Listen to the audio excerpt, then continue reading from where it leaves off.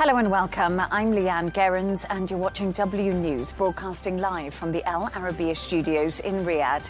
These are our top stories. Indirect US-Iran talks are underway in Doha with billions of dollars and the Strait of Hormuz at the center of the negotiations. Trump reports more than $1 billion in crypto earnings, raising new ethics questions. A political clash over defence spending as Keir Starmer and Kemi Badenoch trade accusations over a multi-billion-pound funding shortfall. And France, Mexico and Norway are through to the World Cup round of 16 as the knockout stage continues with England and the United States in action.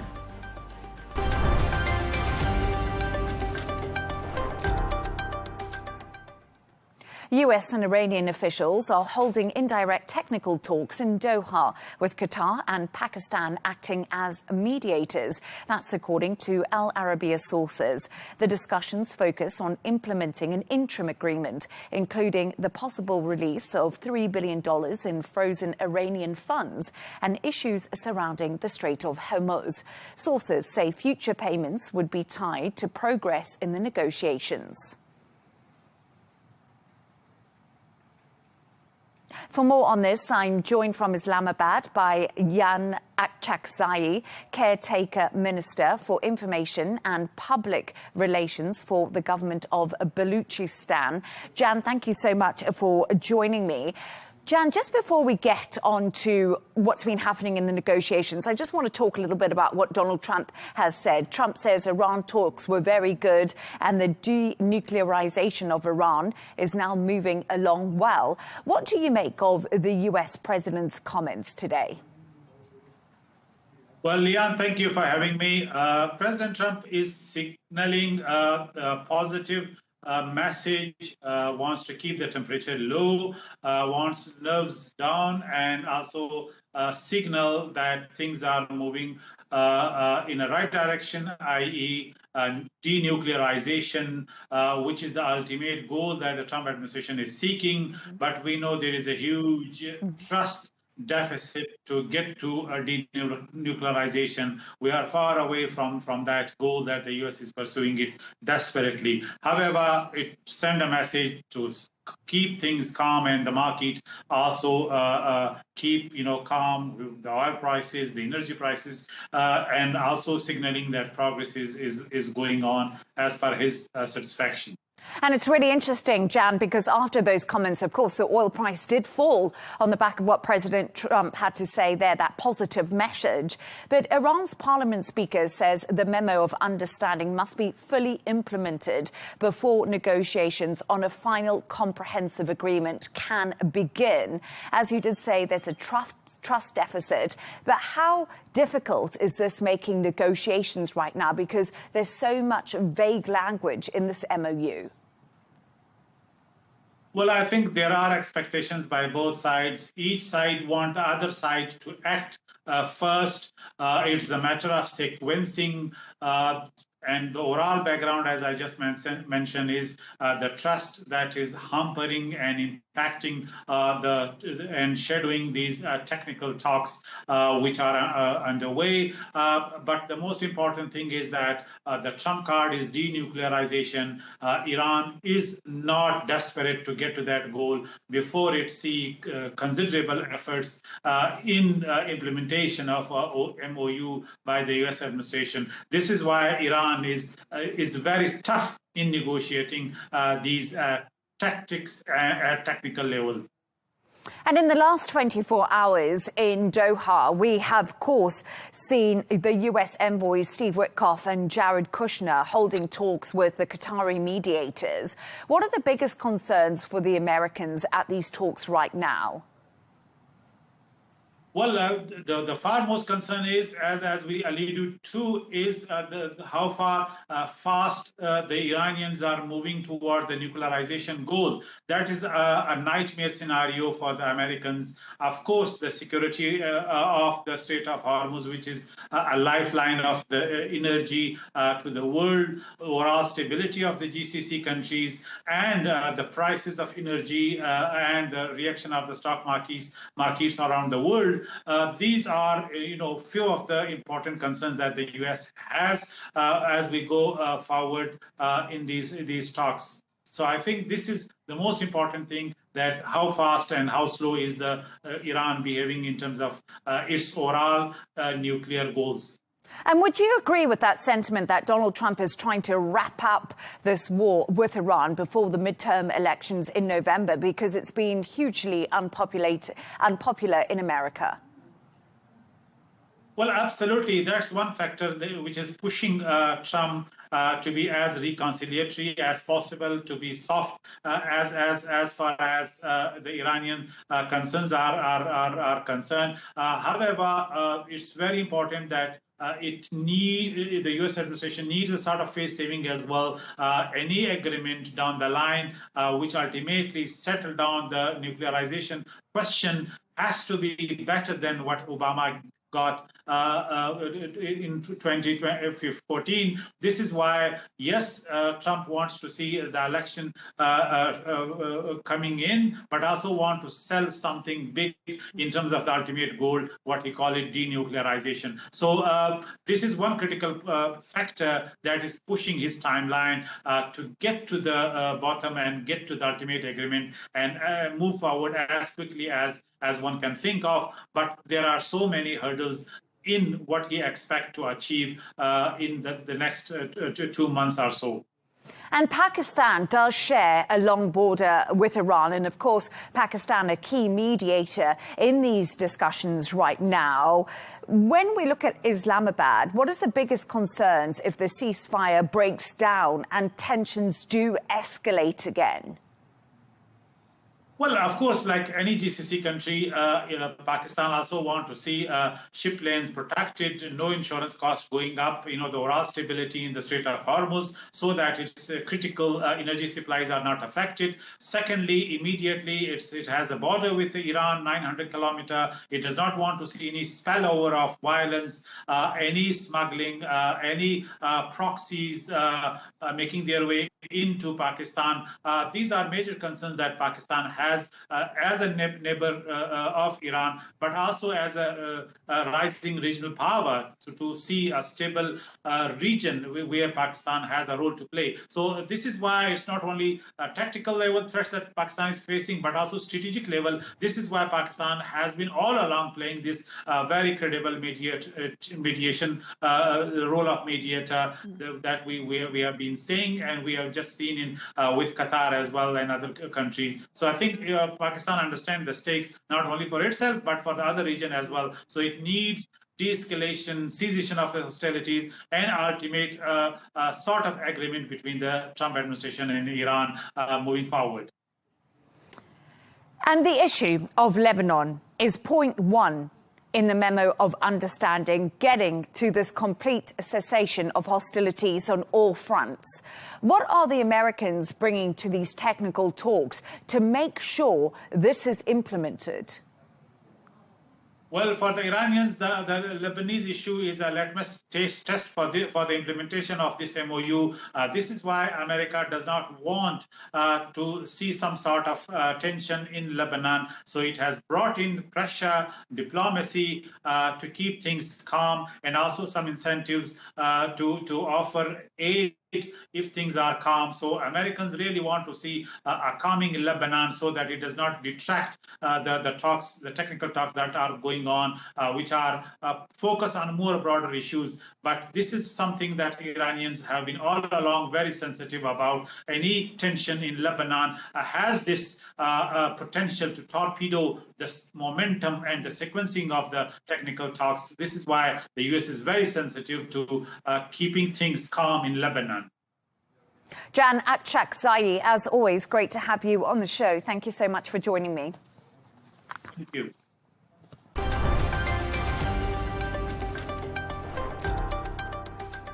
US President Donald Trump earned more than $1 billion from cryptocurrency-related businesses during his first year back in office. That's according to his latest financial disclosure. The White House says there's no conflict of interest because his businesses are managed by a trust run by his sons.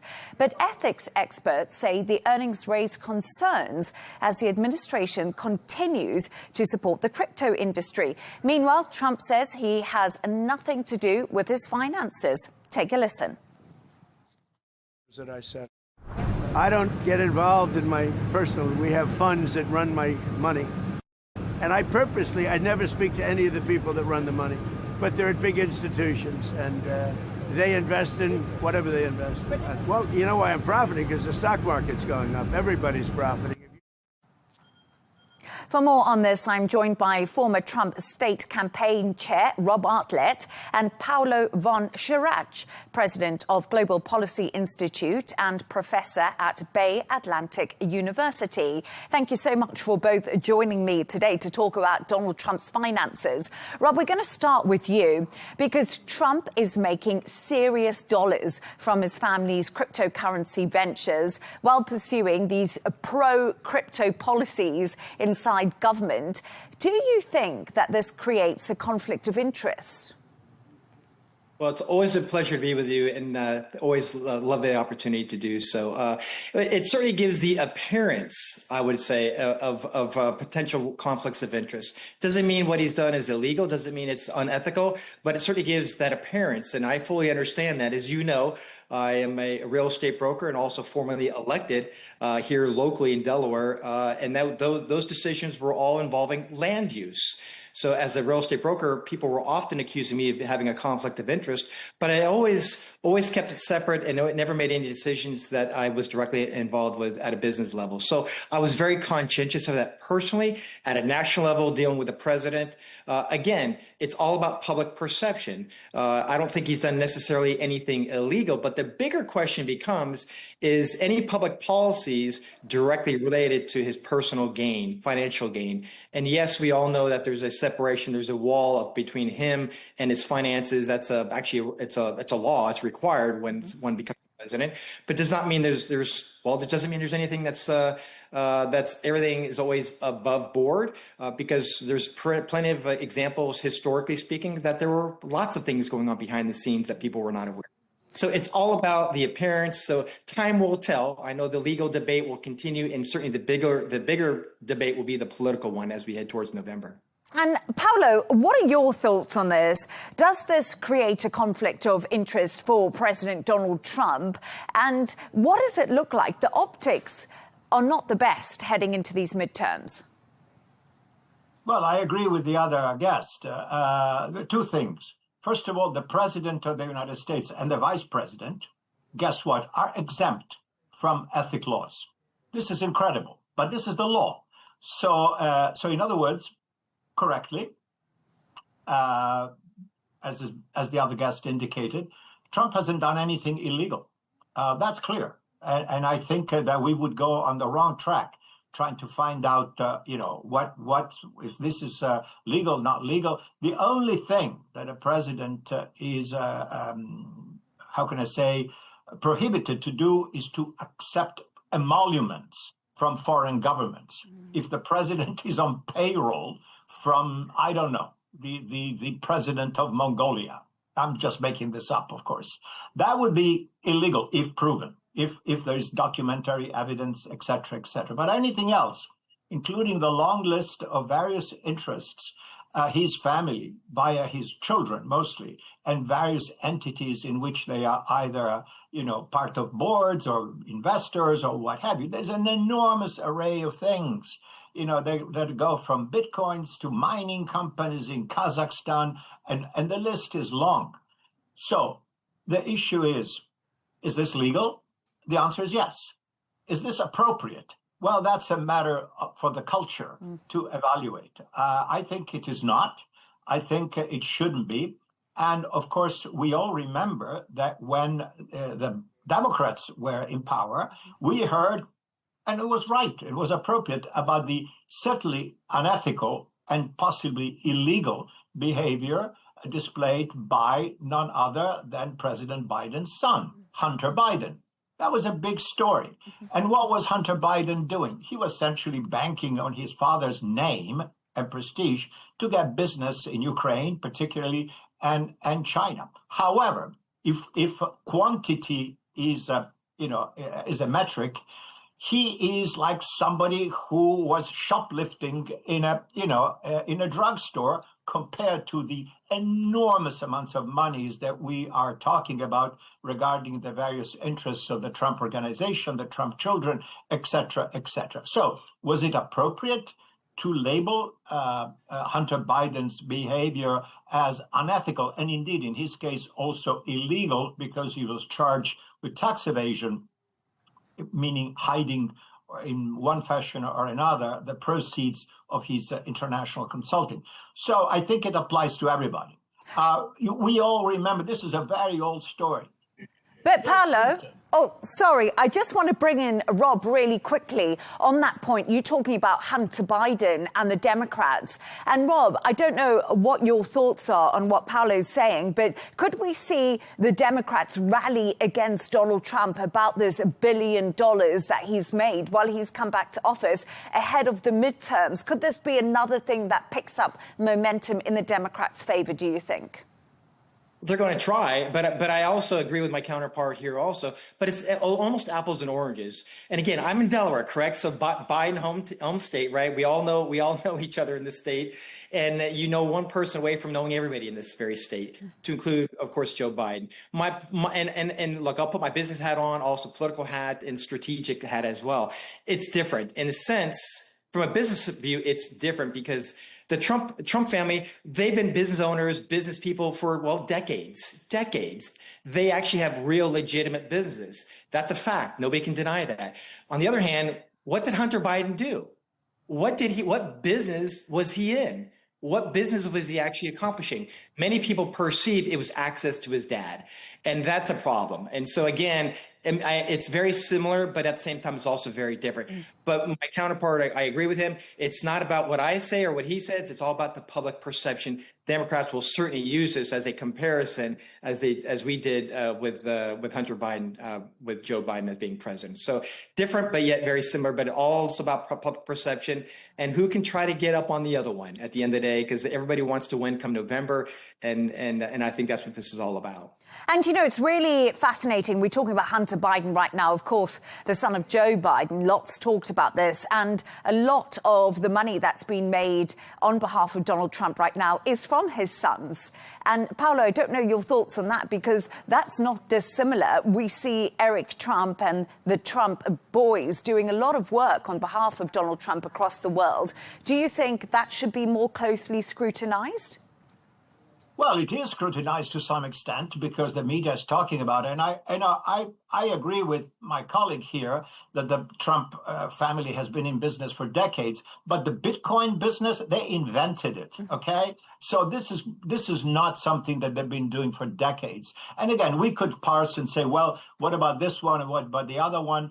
There are many different examples and people can have different opinions. But fundamentally, in a democracy, the virtue of those who govern us should be of paramount concern to all, regardless of party, quite frankly. Right now, if we talk about the various business interests of the Trump family, and where people say, oh, come on, this is gross, this is too much, they're making millions or billions or what have you, and you try to use it on focus groups. If you are a Democrat running for office and you say, oh, the other side, the Republicans, look at them, they're all corrupt. The president, look at him. It doesn't sell. It doesn't sell because most voters, including Trump voters, would say, well, that's life. All politicians are corrupt anyway. And I like Trump because he's done this and that and the other that I agree with in terms of policies, whether it's about immigration, about appointing Supreme Court judges, about, about even the tariffs, what have you. And they can say, yeah, nobody's perfect. We're all human and all politicians are corrupt. So what can you do about it? Which is not, in my opinion, as a citizen, a very healthy habit. And here I'm not trying to do, finger pointing, oh, the Democrats are saints and the Republicans are all corrupt, or vice versa. It is a problem. The ethical standards of the nation are very, very important in a democracy, and the leaders should be paragons of good behavior. Nobody's perfect, I repeat, and again, the laws do not require, believe it or not, maybe the laws should be changed, President Trump, or any other president for that matter, to make disclosure or divestitures or what have you, because they're not required. And so, technically speaking, has he broken any laws? The answer is no, to the best of my knowledge. And oh, sorry, I just want to bring in Rob just to get your point of view on that. Do you think all politicians are corrupt, and that's what many people think? And do you think Americans see that Donald Trump has made this $1 billion and they just sort of accept it, even though they've been going through a cost of living crisis, the gas prices are up due to the war in Iran, things in America haven't been easy financially on every household? Well, I would say not all, because I certainly was not corrupt while I was in office, and I actually lost money, right, when I was in office because of lost opportunities in the business space. So, but the perception is real, and I think most people do believe that most politicians are corrupt. All you got to do is look at Congress. And when they go into Congress, right, as a citizen, when they win their first election, and how do they all of a sudden become multi-millionaires, right? Just 2, 4, 6, 8 years later, they're massive millionaires. And how is that possible if they're only making $175,000 per year, correct? So I think there's absolutely some real big issues that have to be addressed in Congress, because we citizens don't trust our government. We don't trust our elected officials because they come out wealthier. And who's paying the price of it? Well, we are as taxpayers. So at the end of the day, it is a real issue. It is of concern. And we certainly need more transparency and more accountability of our elected officials. And they need to be better. They really do need to be better. And Paolo, I don't know your thoughts on that, but do you think they need to be better? And arguably, Trump's the most famous man in the world. And we know he loves to sell his merchandise, the Make America Great hats, the T-shirts. He's got all of it. What do you think about that? Well, again, it is what it is. I think it's gross, quite frankly.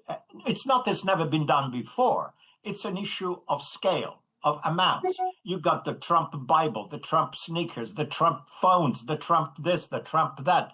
Again, it's not illegal, I repeat. So I am not trying to, paint something for what it isn't.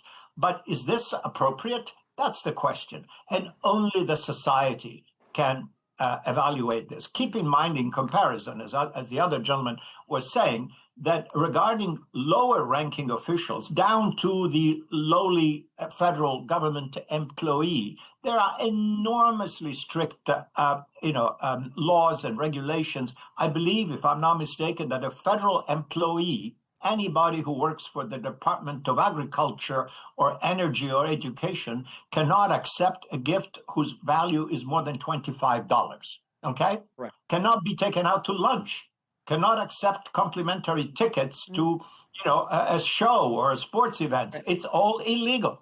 And if it's done, people are in serious trouble. You can be certainly fired, lose your job if you accept those things, which are nothing in terms of value, because it's the principle. You're a public servant. You must be, spotless. Rob, and then you go up the chain, and the president can do whatever he wants. And Rob, let's final thought with you. Let's pick up on that. Is it double standards? Yes, I would say it is. Again, that's why I think the elected officials have to be held to a higher standard, because we are in theory public servants. Therefore, we are there to serve the public and not our own. I just get frustrated with elected officials because most of them are there for the wrong reasons. They're there to self-serve versus public service. And I was in public office because I really cared about the community, cared about the people, and that's why I got involved. And again, I lost money. So at the end of the day, yes, public servants need to be there for the public and not themselves. We need to be better as a society, and we need to be better on vetting those elected officials and also holding them accountable. And if it appears something wrong, there probably is. And we should further investigate them and hold them accountable. Don't investigate only, but hold them accountable and prosecute. Rob Artlett and Paolo von Schirach, what a great conversation. Thank you so much for both being on the show with me tonight. Thank you so much.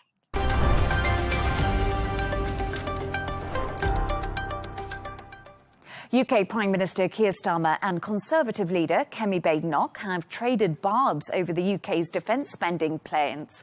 Badenoch says Starmer is leaving a funding gap for his successor, while Starmer accuses the Conservatives of being all talk on defence. The dispute comes as ministers face questions over an almost £5 billion shortfall in the planned defence funding. For more on this, I'm joined by Richard Power Said, former Labour Party official. Richard, great to have you on the show. Thank you so much for joining me. Richard, let's talk a little bit about PMQs, because during PMQs today, Keir Starmer clashed with Kemi Badenoch over defence spending. The Conservative leader accused him of leaving a mess to Andy Burnham. Would you agree with this because of the £4.7 billion that is still unaccounted for?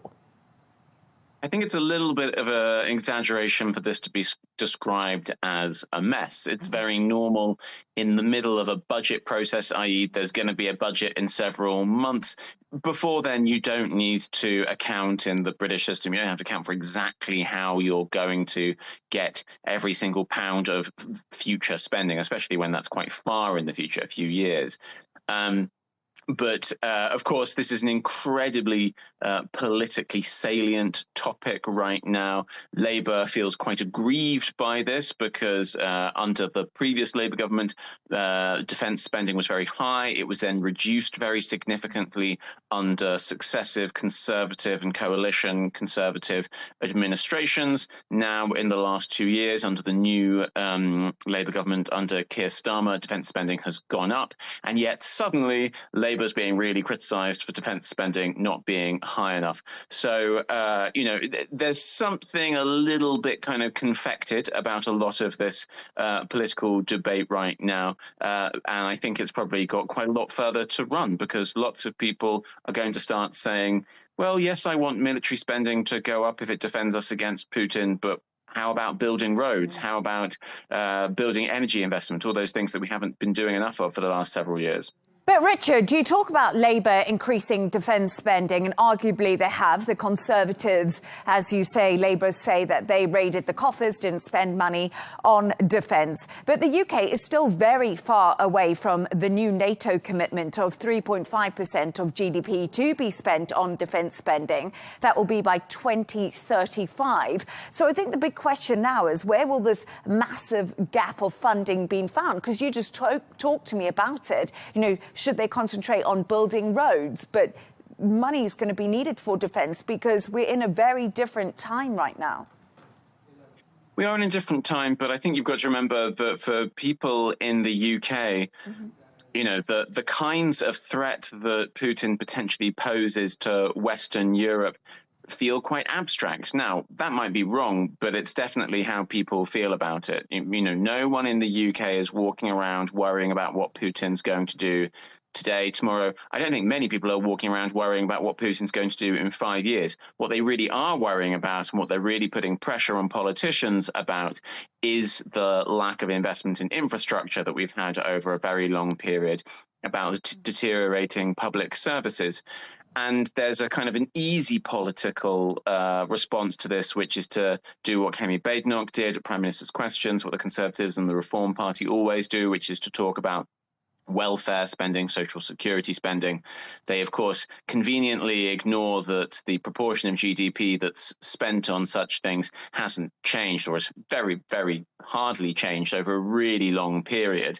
So they're doing a kind of easy political answer of, oh, there's this unpopular thing, let's go cut that. It's actually really hard to work out where the money is going to come from. And of course, if we're going to be, as a society, a robust society against the pressures of geopolitical opposition and enemies like Putin, you know what? Actually, we need to have a happy society where everybody feels like they're getting a fair share. And I tell you what, that's not what people feel in the UK right now. No, and I think that you are right when it comes to not everyone feeling happy right now, because we've got to be honest, Keir Starmer, PMQ's almost a lame duck prime minister sitting there right now because the country spoke in the elections and they don't want him in. So when Andy Burnham does take office, will he have to make these tough decisions on where to make cuts? Yeah, absolutely. This is a tough decision that Starmer has handed over to his successor, who, as you can imagine, he's not a big fan of. Andy Burnham, most popular politician in the country, an exceptional performer, and kind of giving the showing the intention that I think most people in the country want to see, which is he's willing to make bold decisions that annoy some people for the sake of making things better for the rest of the country, for most people. I would say that this is going to be a difficult decision for him pretty immediately. He's just going to have to find some cuts to do it, or indeed he might be willing to, for instance, increase taxes on certain aspects of wealth. That's a thing that he's signaled he's more generally willing to do. This would be a way of that would be a source of paying for this, relatively simply. But I think there's an interesting dynamic going on here, right, where Starmer wants to be seen as having, to some extent, solved this problem. He wants to be able to say after he's left, I put the UK on the trajectory to meeting its NATO spending commitments, and there are anonymous briefings indicating that one of the reasons he wants to do this is because he'd quite like to be Secretary General of NATO in the future. So he's doing the kind of the easy bit of saying yes, we're going to increase the spending, but he's not doing the hard bit of saying exactly where all the money's going to come from. And that was He has said where most of the money's going to come from, but 5 billion of it, he hasn't. Yeah, 5 billion. He's not quite sure where he's going to find that. But I was going to ask you, he wants Mark Rutte's job, doesn't he? That's what he's gunning for. So the timing of all of this is pretty interesting, don't you think, Richard?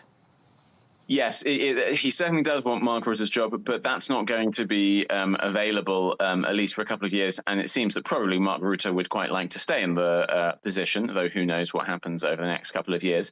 The thing is that Starmer's got a pretty good international reputation, given how poor his domestic reputation has been.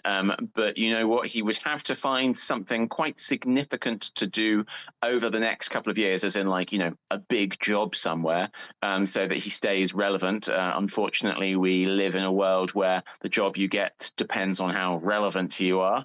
I would have thought that if he'd been slightly more friendly towards Andy Burnham, he might have had and hadn't sort of, left so many booby traps for him, he might have had a chance of being Burnham's foreign secretary, if not immediately, then eventually. And foreign secretary would be a good position from which to then aim at general secretary for NATO.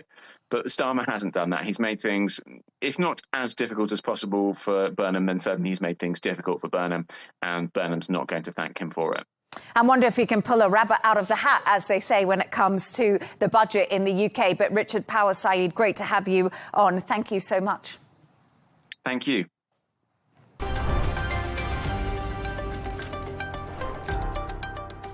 Now, 3 more teams are through to the World Cup round of 16 after another dramatic night of football. France beat Sweden 3-0, Mexico defeated Ecuador 2-0, and Norway secured a 2-1 win over Ivory Coast with a late goal from Erling Haaland.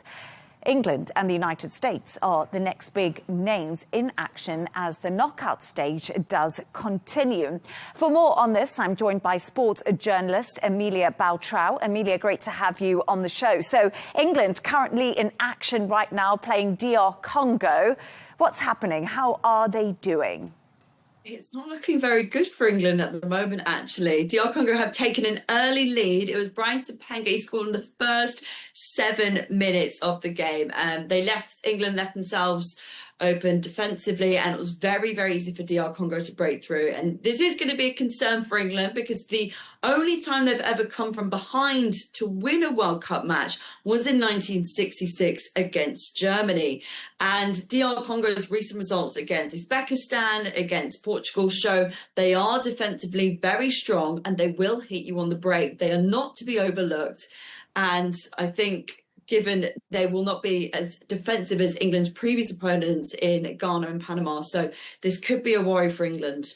Yeah, as you say, the DR Congo there off to a really early start in that game, and if history has anything to say about it, might not be that good. But the manager, Thomas Tuchel, admitted the England team were nervous ahead of the game, and the squad has already suffered injury setbacks. What changes were made to the team beforehand, and has it made any difference?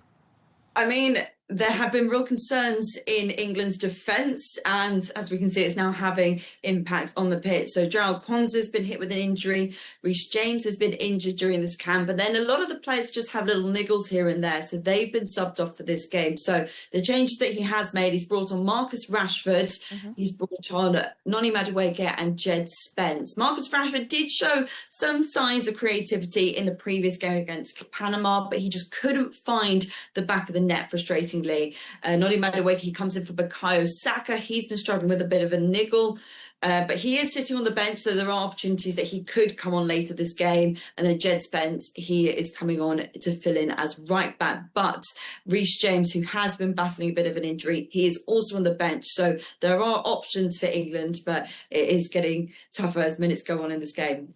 Oh, nervous wait for all those England fans for sure. But some positive news. France are through to the last 16 after beating Sweden 3-0. Kylian Mbappe now has 6 goals in the tournament. Is he the player to beat at this World Cup? Is it between him and Messi now? Definitely. He just seems like a different beast when it comes to representing France. We definitely don't see this side of Kylian Mbappe when he's playing for Real Madrid. And he's certainly surrounded by world-class players in the France team. As you say, he's now on par with Messi in terms of goals for this tournament. They're both on 6 as they lead the race for the Golden Boots. But Mbappe also got his 17th and 18th World Cup goals in 18 matches across 3 tournaments. So that's really impressive, considering he is relatively young. But he could also very well overtake Messi in this tournament as the top World Cup goal scorer. So yes, definitely a threat to be reckoned with. And let's talk a bit about Erling Haaland. Also helped Norway to a 2-1 win over the Ivory Coast. What were the highlights from that match? And I just want to talk about this Viking row, because I think if the fans had to get an award, they would get first place, because it's pretty phenomenal, isn't it? It's great to watch. It's spectacular to watch. I'll start with Erling. Erling Haaland, he's just behind Mbappe and Messi. He's on 5 goals. He's having a brilliant tournament. But in terms of the game yesterday against Ivory Coast, he was actually quite quiet until he did get that winner in the 86th minute. But it couldn't have been a more important goal, because then he just helped secure his country in their first World Cup knockouts. So the Norwegian celebration was rightly brought out. So this is the Viking row. It was created by a super fan, and he basically wants to encapsulate what it was like being on a Viking boat and all of us united as one, like rowing out into battle sort of thing. So you see the fans line up and they all sing and they all shout row as the chant slowly builds, and then it then just absolutely erupts. And it's certainly been one of the highlights of this tournament. I was going to say we should reenact it, but we are running out of some time because, you know, it's, yeah. And 2 of the 3 World Cup co-hosts, so Canada and Mexico, already booked their places right now in the round of 16, but the US are in action tonight. Do you reckon they can do the same? I mean, they very well could. I think looking at how Mexico have done, they've really, and Canada, for instance, both countries have really utilised the home support behind them. I mean, if you look at Mexico's record, they look unstoppable at the moment. And Canada are certainly surprising people that they've even got to this stage. So it could very well be possible for the USA. I know. Should we go out with the row? Is it knock, knock, row? Come on, Amelia. You're right. Row. It doesn't row. Norwegian, though. Amelia Baltrell, thank you so much, as always. Great to have you on the show. Now, speaking of England, friend of the show, Gemma White, who is also, of course, an England fan, is joining us all the way from Vancouver. Gemma, England's match is underway against the DR Congo. You are in a fan zone. Tell us what the mood is like, because we're just speaking to Amelia, and England's losing. I know, and the mood was so good. It was so upbeat, and then obviously Congo have scored, but that has not dampened spirits whatsoever. We are still, there's lots of cheering, there's lots of excitement. So yeah, it hasn't dampened the spirit, and obviously we saw that after Congo scored, England came out fighting, so many attempts at goal. So no, I would say mood still upbeat, we can still do this. So you still think that they can score? Gemma, what's your prediction for the final points on the board? Do you know what? I'm going to go 3-1 to England. I have to say that. I'm an England fan. I have my England top on today. But yeah, we've seen, like, you know, I've been to a couple of games here. You know, I've seen England play Ghana. I've seen England play Panama. And actually already, this is the most exciting game that I've already seen, you know, creating so many chances. And England do like to come out fighting. You know, they're not just sitting back. We've seen them time and time again, going for the goal, going for the goal, going for the goal. So I actually think it's really only just a matter of time. So you think they're coping well under pressure compared to the games that you've seen previously at this World Cup, Gem? Well, the pressure's on now, because obviously we're at knockout stage. You know, before we're in the, you know, we're in the early stages. You know, you can afford to kind of have a few draws, even have a few losses. But now we're at the knockout stage. The pressure is on. And I do think that England do perform very well under pressure. And also, you and your family are out there for the World Cup. Just tell us what your experience has been like, because I've seen so many posts on social media about people in the United States and travelling for this, and they have such interesting takes on things. Do you know what? We had reservations because obviously we've been seeing all the headlines about big queues at TSA. You know, TSA had gone on strike in the US and there were big queues, and we never you don't know what to expect until you actually get somewhere. But on the ground, I mean, the organisation has been incredible, because obviously the US is no stranger to hosting these huge events, you know, these big kind of events on the world stage, these big sporting events. So the organisation has been really smooth. I've been to a game in Boston, I've been to a game in New York.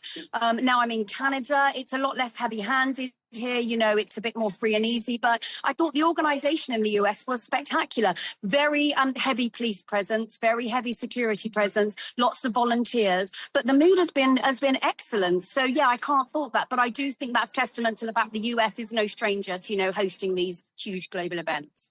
Gemma White, great to have you on. 3-1 England, your prediction. Let's hope it comes true. That is my prediction. I'm sticking with it. Yeah, you stick with it. Gemma, great to have you on the show. Thank you. Thank you. A reminder of our top stories. Indirect US-Iran talks are underway in Doha, with billions of dollars and the Strait of Hormuz at the center of the negotiations.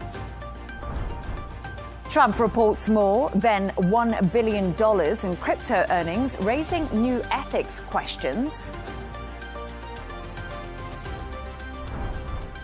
A political clash over defence spending as Keir Starmer and Kemi Badenoch trade accusations over a multi-billion-pound funding shortfall. And France, Mexico and Norway are through to the World Cup round of 16 as the knockout stage does continue, with England and the United States in action. And that's all from us on W News. Don't forget to subscribe to our YouTube channel. Follow us on X. We'll be back in a couple of hours with W News Extra. Goodbye and thank you.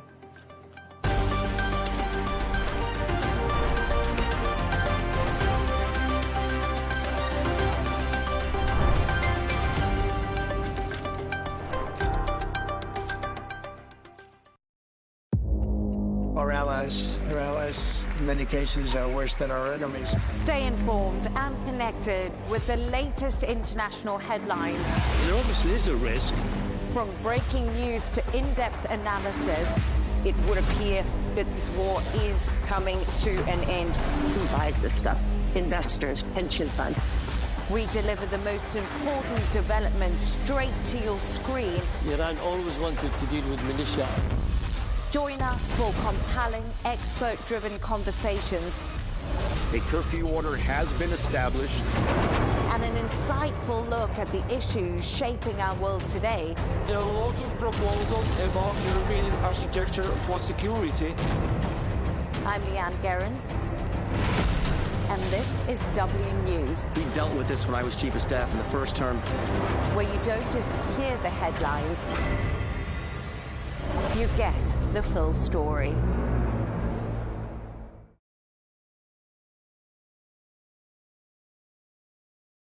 Welcome to Arabiya English. My name's Greg Swenson. I'm the host of American Unfiltered, and I'm really thrilled to have as my first guest Beverly Turner, who's the host of GB News Late Show Live here in Washington, and an old friend, and originally media friend, but also social friend as well. And so it's great to have you, Bev. It's been a really amazing week in transatlantic news. First you had the big news in the UK, the fall of Keir Starmer and the rise of Andy Burnham. And then, of course, the timing is particularly good speaking with you today because you were at the White House yesterday and had a conversation with the president who, thanks to you, has got himself involved in UK politics, which we always love to see here in Washington, being the Anglo-American community that we are. And so that was a big day. It was a big day. And, you say another week in US-UK politics. It feels like, is there a week when the two countries are not in some way connected, colliding? Even we are looking in the UK here to America to see what things might be like if we had a different type of government. As you say, a lot of change at the moment in the UK with Keir Starmer finally stepping aside, and Andy Burnham, the new Prime Minister in waiting. And so yesterday, I got the opportunity to be in the Oval Office with President Trump, and I was so desperate, Greg, to ask him about Andy Burnham because nobody has got that question out of him yet, and we are all dying to know how he feels because we know how he felt about Keir Starmer. No love lost there. And so when I was able to say to him, what do you know about him? He basically didn't know anything. It was great. He had no idea. It was classic President Trump, where he just said, I think he's the mayor of some town. It was great. Exactly. Now, meanwhile, we all know that Manchester is not just some town. It's third biggest city in the UK. It's kind of like almost like the Chicago of the United similar Kingdom. size. Yeah. And so that was a great moment. And you've had a few with the president, which is exciting. I have. GB News came over here in September of 25. And I'm thrilled to be here. And we were basically told, look, go over there, cover American news for our British audience, because they're very interested, GB News audience. We are kind of right-leaning, politically exposed channel, although we do have to conform to Ofcom regulations, so we always have to provide left-right balance. You know, you've been on my show lots of times. We put you up against some socialist, Democrat, Labour lefty lunatic. You call a lefty lunatic. Yeah. And so the job for me out here is to observe the White House, to portray back to the British audience what's happening here. And there are so many areas politically that are comparable, that America's doing really well and we're doing really badly. So it's a pleasure and honour. It's a genuine privilege to be here. It's been great. I mean, even the launch party, the GB News launch party last September was just a fantastic event. It reminded me of the other Anglo-American party held in the inauguration weekend, that Friday of inauguration. Yep. And then, as I mentioned on your show, the next great one was the Garden Party here at the UK, or the British ambassador's residence here in Washington. So there's a really great Anglo-American community here in Washington, but also in London, as we both know. So. Yeah, despite the attempts of Prime Minister Starmer to destroy the relationship between the two countries, it feels like those people on the ground, like us, will always keep that connection going. We are united through so much cultural similarity, and it's such a shame that has been threatened in the last 2 years since Starmer came into office. It's really amazing. I mean, he's done his best to try to wreck that relationship. I mean, I think the top of the list would be the Chagos Islands, and not only trying to give away the Chagos Islands and of course, importantly, the base, the Diego Garcia base, but also denying the president the use of that base during the launch, the attack on Iran. And he hasn't forgiven them. No. Trump hasn't forgiven the UK. That was what struck me yesterday when I mentioned to him about Andy Burnham.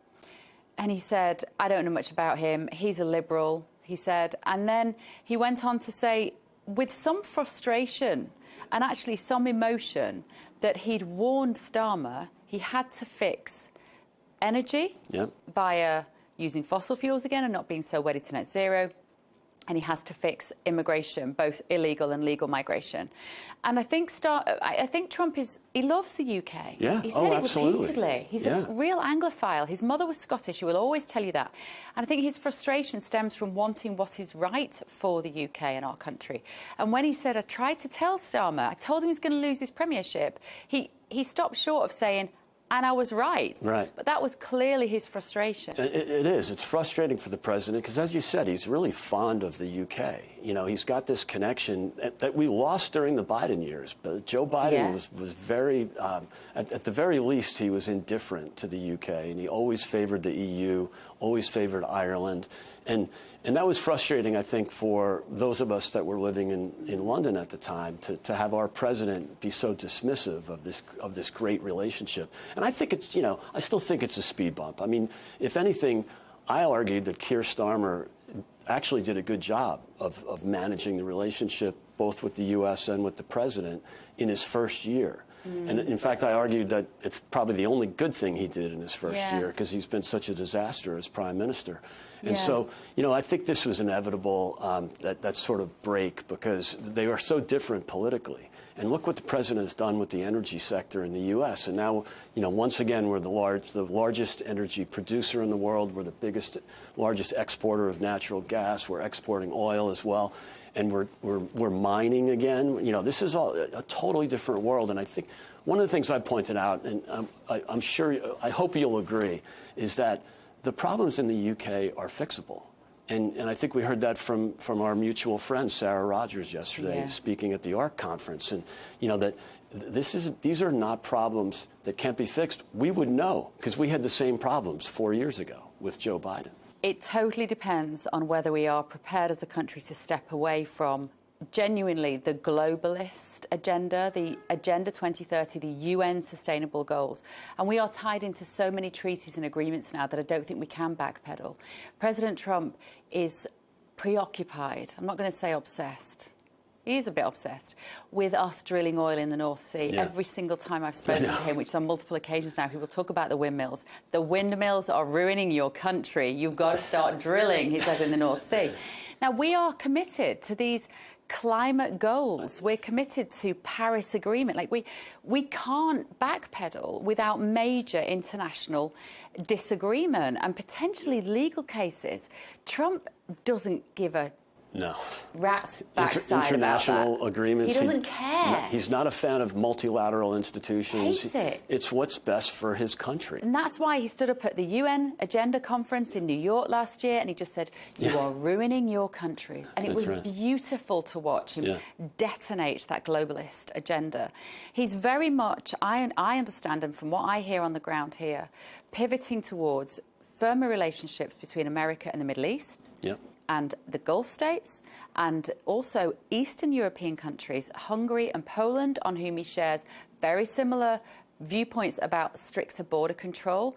Those in the future could be the allies of President Trump in the next 2 to 3 years of his presidency, much more than the UK. Without a doubt. I mean, think about it. Both of his terms as president, his first foreign trip was to Saudi Arabia and the Gulf region. And so he knows that's the future. And I think that's part of the Iran situation, and this agreement with Iran that they're working on now. He's realigning the Gulf region. And that's really on the top of his agenda. And he knows that Europe just continues to fall behind. And then my argument with the UK is, do you want to be part of that managed decline in Western Europe, or come back to the United States and replicate, maybe take a few pages out of the president's playbook? I don't know that this government can possibly do that, because they'd be going against the cult of climate change, of net zero. I think it might have to wait till 2029, unfortunately. And it will largely depend on what Andy Burnham wants to do. I've said that Andy Burnham, our new incoming Prime Minister, He hasn't been an MP for the last 10 years. He's been in Manchester as the mayor. He has spent more time in Denton than Davos. Now, that might put him on a par with President Trump. Yeah. You might be surprised to see that their relationship is better than people expect, because Andy Burnham also is not a massive fan, I suspect. I may be proven wrong. Yeah. But I've met him on multiple occasions. He's a very kind of down-to-earth guy. He's very normal. He's everyman. That's why people like him. He doesn't have that public school upbringing vibe. He's not like a Boris Johnson that looks down at people. Right. He's a normal kind of guy. Now, it depends whether he comes in and says, if he has the testicular fortitude, let's say, to push back against some of those treaties and agreements on the global stage, then he might keep the British people happy. And that will align him more with President Trump. They're both quite anti-establishment.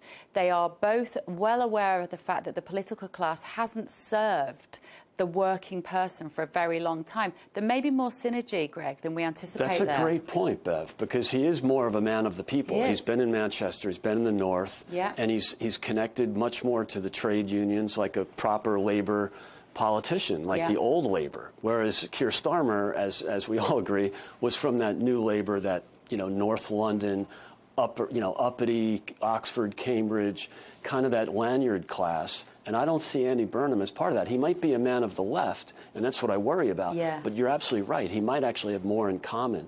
And look what happened in I think it was Aberdeen in Scotland. You know, because oil and gas exploration is so important in Scotland, and that might be a moment for him to pivot and get away from Ed Miliband and the lunatic kind of fringe net zero crowd. He'll have so much pressure on him from the net zero agenda. I mean, his wife actually works for a big electric car charging company, is my understanding. She's quite private. She's Dutch, I think. You know, there will be a lot of pressure on him to maintain that course towards the greener future, whatever we mean by that anymore, I'm not even sure, and not to get involved in any oil and gas drilling. It might be that we have to wait until potentially another government, if that does become, for instance, Nigel Farage next time round. And I think that, you know, surely that's in the cards in 2029. I mean, liberating the energy sector, and again, we've done it here, so we know it can work.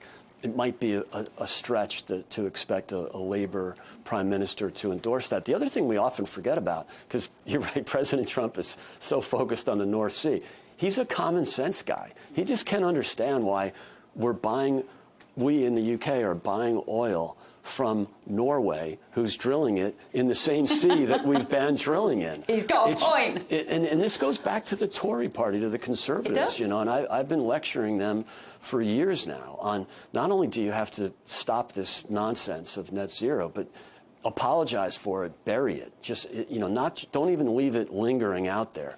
Just end it and drill for natural gas. It's not just the North Sea oil rigs. There's plenty of natural gas under the ground in the UK. It all depends on whether man-made climate change is scientifically nailed on. That's what it all comes down to. Yeah. You know, we have been told for 20 years the consensus is that using carbon is going to ruin the planet. And that was literally written into the broadcasting regulation in the UK. It still is. We're not meant to, in the UK, say that that is anything other than 100% true. It's because amazing. We could be fined by Ofcom for saying that. That's incredible. I didn't realize that, Bev. But I think that the tide is turning for sure. I mean, the public consensus is surely not behind it like it was 5 years ago. It never made the top 7 as an issue in the United States. And that's why when, you know, Al Gore started his lecturing 25 years ago, they bought into it in Western Europe and the UK, and the U.S. never really did. No. In spite of that, Biden tried the Green New Deal, and he blew all this money on you know, wind and solar and the so-called Inflation Reduction Act, which was really the Green New Deal. And so, you know, he bought into it, or at least his advisors did, or his auto pen did, but really the people in the U.S. never really did, and that's why they never really were able to get momentum. He almost went against, President Biden went against what the people wanted. And much like in the UK and especially in Ireland, the top issue right now is affordability and mass migration. And what did they get from their governments? misinformation, policing misinformation, which you and I will just call censorship, and as well as net zero. So it's this total disconnect between that lanyard class, the Keir Starmers of the world. But I blame Theresa May and Boris and, you know, Rishi. 14 years of Conservative rule that pushed through all of these policies that I think were the product of talking shops at these NGOs around the world. That's right. And not enough people in the room to stand up and go, hang on a minute, are we sure about this? Groupthink, nobody being prepared to swim against the tide of popular opinion. And, Greg, money to be made. Let's be honest. What a cottage industry that was. What a cottage industry. When Biden lost the election, they had, you know, that 90-day transition, and they were shooting money out the door as fast as they possibly could to these NGOs that just started the week before. That's right. You know, we're in the net zero education sector. Can you give us $500 million? And they did. It's crazy. So I'm a big fan, I have to say. I am a big fan of new homes in the UK being built in a way that can generate their own power. Sure. You know, so that we have solar panels and air source heat pumps and good insulation. That makes sense to me. Common sense. Common sense. Because it also gives the homeowner an element of kind of autonomy away from the grid and away from the government. And away from deciding you've used your carbon credits. Yep. You know, I think that's something that, in terms of the environmental protections, go forward, build the right kind of houses. I'm totally on board with that. And God knows we need more housing in the UK, that's for sure. Let's talk about Nigel Farage. He's a friend of both of ours. He might be arguably the only hope for the UK when we talk about not just energy and mass migration. And I know that's almost a one-issue, you know, reform in many ways is kind of, whether they like it or not, a one-issue party. By some miracle of marketing, the Tory party is still leading in the polls when it comes to economic matters, which I think is something that Nigel has to, you know, has to change that view. But do you think he can save the UK? I think they are as close as we're going to get to a small c Conservative government, if I'm completely honest. Nigel's appeal, a bit like I was saying about Andy Burnham, is the concept that he's every man. Man of the people. Man of the people. Interestingly, Nigel's one of these people who, and I think President Trump is similar, actually, they can slide up and down the social spectrum fairly seamlessly. So Nigel can be with the shooting class, the pheasant killers, you know, like with the kind of the hacking jacket crowd easily, with a cigar, but he can also be with the man in the pub. Sure. And that's quite rare. Trump has that as well. It's amazing the similarities between the two. Yeah. They have got similar personalities. They're able to capture basically free media. Nigel's name recognition is off the charts in the UK, much like the president's was before he ever ran for office. Very divisive. Yeah. Some people love them. Some people hate them. Yeah. Marmite. And that's how you cut through, actually, I think, in politics. They have, I think, a very good chance of winning the next election. It largely depends on when that is, I would say. If Andy Burnham has the confidence to call a snap general election when he gets into number 10, which could be before the end of this year. Well, he'll be in there probably within a couple of weeks, but he could call an election before the end of the year. The question is going to be, are Reform ready for that? They say that they are. They say that they have really good candidates, and I know behind the scenes they have been vetting and training and getting candidates ready for those 300 and odd seats around the country, nearly 400 seats around the country. Nigel still is, as I say, very, very divisive. He still has to win over the dinner party class. He's got to win over some Liberal Democrats. He's got to win over some Labour voters. I think they're and he's got to also win over some Conservative voters as well. Yeah. But that strength of feeling towards the ambition that Reform have for the country is incredibly strong and only getting stronger by the day. Yeah. Firmer borders, common sense educational ethos around schools. It's all the basic points. Can a woman be a woman and a man be a man? No. Or, you know, on the economy, I think you're right. You're reflecting that the mood of the nation, that they aren't quite sure yet who would be the person to make those key decisions. But we know that Nigel has a background in finance. We know he's no slouch when it comes to the economy. I think he knows exactly what he wants. He's also looking over here to President Trump to see how he can make that happen. I I think it remains to be seen, but I think this is probably the best shot they're going to ever have. Yeah, I mean, he definitely has momentum, or at least he did until maybe the last few months. They've gone from maybe 35 back down to 30. That can be restored, though. That's part of it, because they basically have, are polling at 5 or 6%. And then you're going to have a bump with Andy Burnham. Labor's already got already in the polls. They've had like a 5 or 6 point bump. So that could be just a temporary sugar high, but it'll be really interesting over the next 3 years. And that's a good point. Maybe they call a snap election if he's getting a real vibe from the people. I'm quite sure Andy Burnham will be more popular with the party. That's for sure, and probably more popular with the people too. I think it's worth considering is we had those local elections in May. So that was in the UK, that's the council election. So these are people who decide whether your bins get recycled when and your potholes get filled. Like, it's domestic, local issues, right? But Reform swept the board. They did. And so you're right, it's usually kind of local stuff, but they turned it into a referendum on Labour and a referendum on governance in the UK.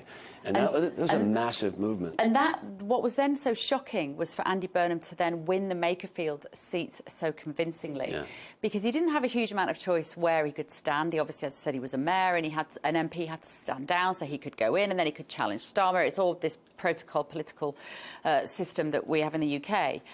And I was convinced that he wasn't going to win that seat because that area... Reform had swept the board on the local elections only like 2 or 3 weeks before. And it was very much a Brexit community as well. Yeah. They went decidedly for Brexit back in 2016. So I thought that would help reform. I thought so. But what was interesting was that there is a suspicion and a rumour, and actually I'm seeing a lot of stuff online about this, that there were quite a lot of Reform voters who voted for Labour. Why? Because they wanted Andy Burnham to win, because they wanted Keir Starmer kicked out. Yeah. Now, I don't know how sensible that was. Yeah, it's sort of tactical voting argument. Because they hate Starmer. Yeah. But I would say, well, that wasn't very clever, because the country quite like Andy Burnham. Like, if you wanted Labour out, or maybe their supposition was that would therefore trigger a general election, because Andy Burnham couldn't run without a mandate, couldn't sit in number 10 Downing Street without a single British person having voted for him.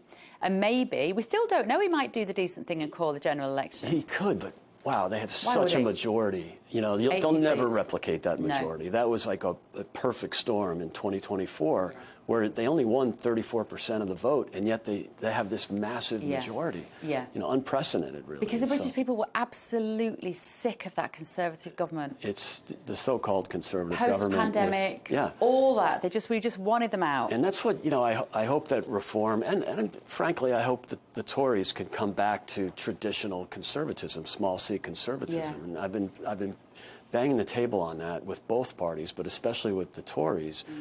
Get back to the Thatcherite philosophy of, deregulation and lower taxes and economic growth.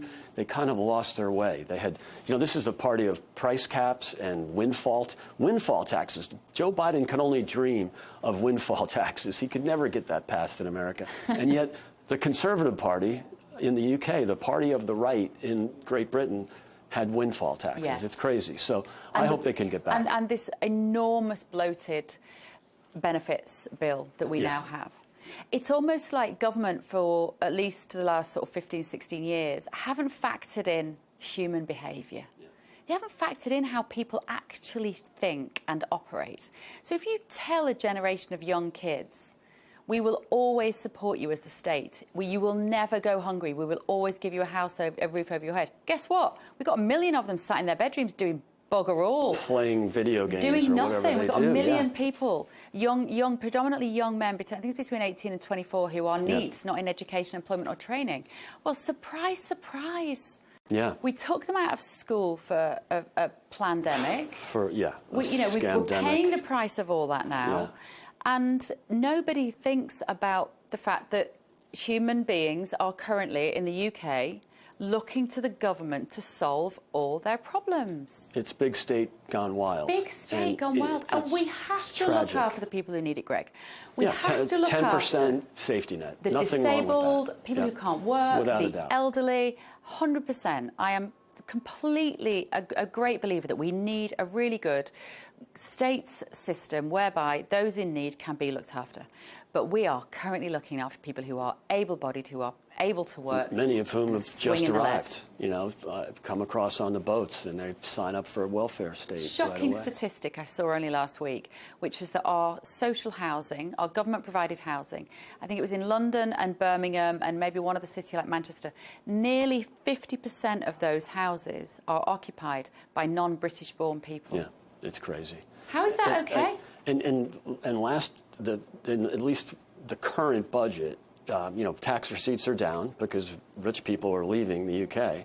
And so, shocker, tax receipts are down. They spent more on welfare than they did taking in tax. Yeah. First time ever. Yeah, and income tax. Completely unsustainable. I think it was £300 was our income tax revenue, and 350 billion. Million, sorry, not billion. 350 million income tax revenue, 350 million of handouts for benefits. Yeah. Benefits alone, not NHS, not the bloody roads, not the paying for our politicians. Sure, just welfare checks. And look, not only is it unsustainable, but you're right, it wrecks the culture. And you know, one of the great moments was in America in terms of welfare reform in the 90s was with President Bill Clinton, a Democrat. He realized that this was unsustainable, and also it just changes the culture. And it was important for him to tie work to benefits. So at least if you're getting benefits, get yourself a part-time job or go to school or do something. And that really was one of the signature accomplishments of a Democrat president. Yeah. Granted, he had Newt Gingrich, you know, driving the bus in the House, for the Republican House, but there's a lot we can learn. Yeah, and you know, reach across the aisle, it can work. So yeah, there's lots to fix. Be sure to watch Sarah Rogers' speech; it was fantastic.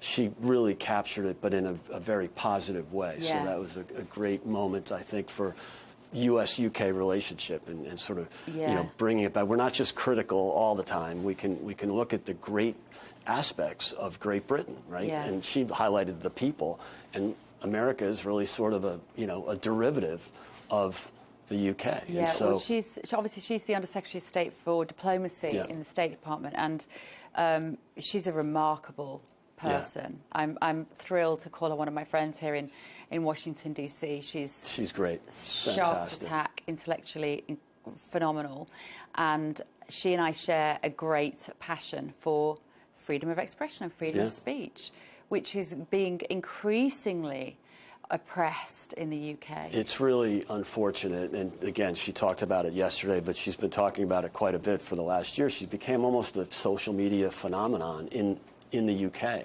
because of her criticism of the overreach from big government. So, well, that's a lot of bad news. Let's talk about some good news. It's been an exciting year for you, not quite a year, but an exciting for you and GB News. Let's talk about the relationship in the media between GB, and so far so good. Really good. GB News is only 5 years old, just had our 5th birthday. It was born out of, I think, a frustration with the British media landscape being predominantly left-leaning, very anti-Brexit. It was born just after the Brexit referendum, and our ambition, I think, of the channel, I wasn't there right in the beginning, though, was to portray Brexit in the way that we hoped it would be a positive outcome. Pandemic came hot on the heels, and so who knows what the benefits of Brexit would have been. We never kind of got to see that, I don't think. But we are the UK's most watched news channel now. We beat Sky News and BBC News every day, sometimes both channels combined. We have more viewers than them.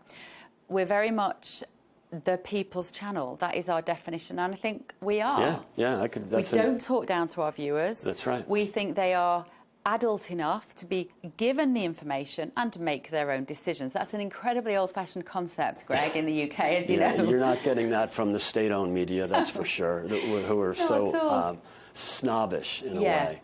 And I think they actually misinterpret a lot of the news from the US as well. And I have people that, even conservatives in the UK, that that see the headlines from the BBC or from Sky News, and they just assume that they're correct, and they're missing a lot of information, and you guys, and especially on your show, do a great job of communicating Thank you. the news from here. We've benefited from the lack of trust that people now have in the state broadcaster, in the BBC, but also Channel 4, ITV, what you might call the legacy media. Yeah. The trust in those organisations was utterly obliterated during 2020 onwards, when the COVID situation happened and everybody was being told to not believe their eyes, not believe what they saw, when they were being convinced that bodies must be piling up in the street, and everyone was going, I don't know anybody that's actually died of this thing you call COVID. And so we came out of the back of that, and people were going, this is ridiculous. Absolutely. We had censorship in both countries. You know, if you posted anything about the Great Barrington Declaration, you were taken down from social media. I was annihilated. You must have been. I'm not surprised to hear that. I was cancelled beyond belief. 2020, the channels thought I was quite fun to have on, because obviously we were all doing these Zoom calls from our homes, and I was doing a lot of panel stuff for TV then. And I would be saying, listen, I've got 3 teenagers in my house, or 3, they weren't all teens then, 3 kids in my house who should be at school, who have probably had this thing, whatever it is, and they're fine. It's look at the infection fatality rates. I was just obsessed with the science. And so some of the channels at the time thought it was quite fun to get me on, because we would have these great debates. I was called a granny killer. Everybody just hated me. I was public enemy #1, because there was hardly anybody else in the mainstream media that was doing that. There was maybe a couple of others. And then the vaccine rollout happened, and I was incredibly nervous about an untried drug and I knew quite a bit about the mRNA technology behind that, and I'd researched it very quickly with some key people who knew what they were talking about. Like Asim, you know. Like Asim Malhotra, but also, you know, Robert Malone, who was one of the creators of the original technology, and Peter McCulloch, and all those guys, and Pierre Corey. And I was really, because people kept telling me publicly, you don't know what you're talking about, it made me double down on my research. I wasn't just looking at the Mail Online. I was actually going to the original Pfizer trial papers. I was going to the primary sources for this material. And it was so obvious that we were being lied to. You only had to take a cursory glance. So at that point, as soon as I started to say on TV anything against vaccinating the children, which is something I felt really strongly about, on mandates, then I got cancelled.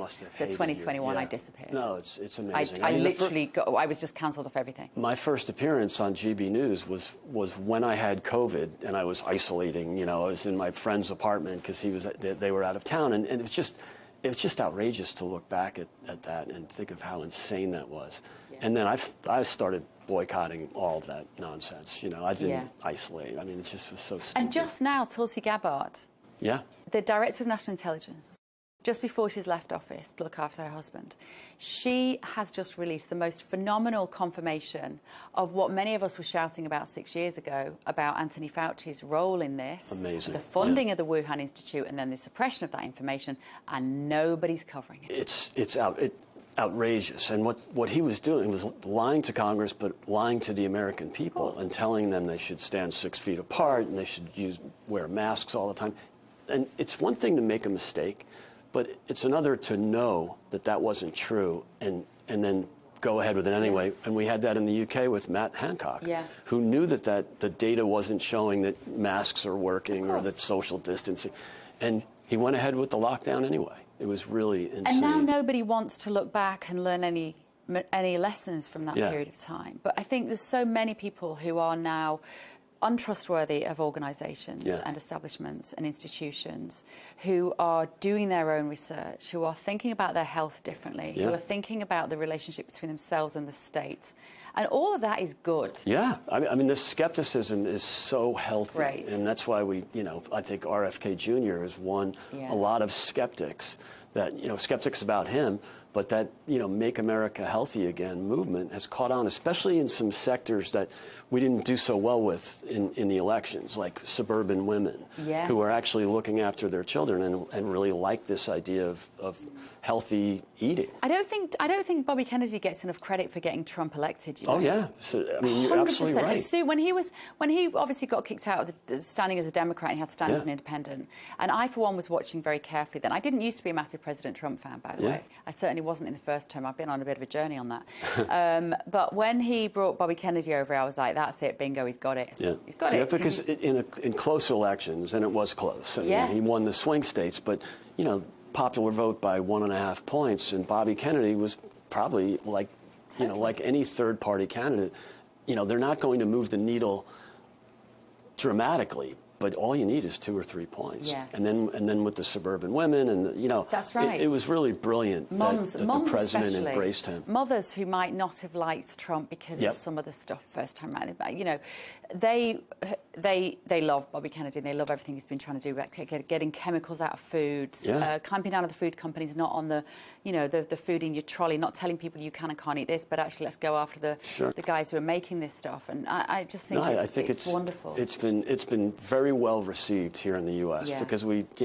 all grew up here on chemicals in our food. It's really still you, all right? You're about 7'2". I'm surprised I'm still here to talk about it. So back to UK-U.S. relations. The World Cup, I don't think you could argue there's ever been more excitement about a sporting event. I mean, it's really phenomenal. And it's really done wonders for not just the U.S. relationship with the world, but especially with the UK. All these Scots and English people, the Scottish and the English are here, and they're having an absolute ball. And the bit that I didn't see coming was all this social media footage of all these fans going, America's amazing.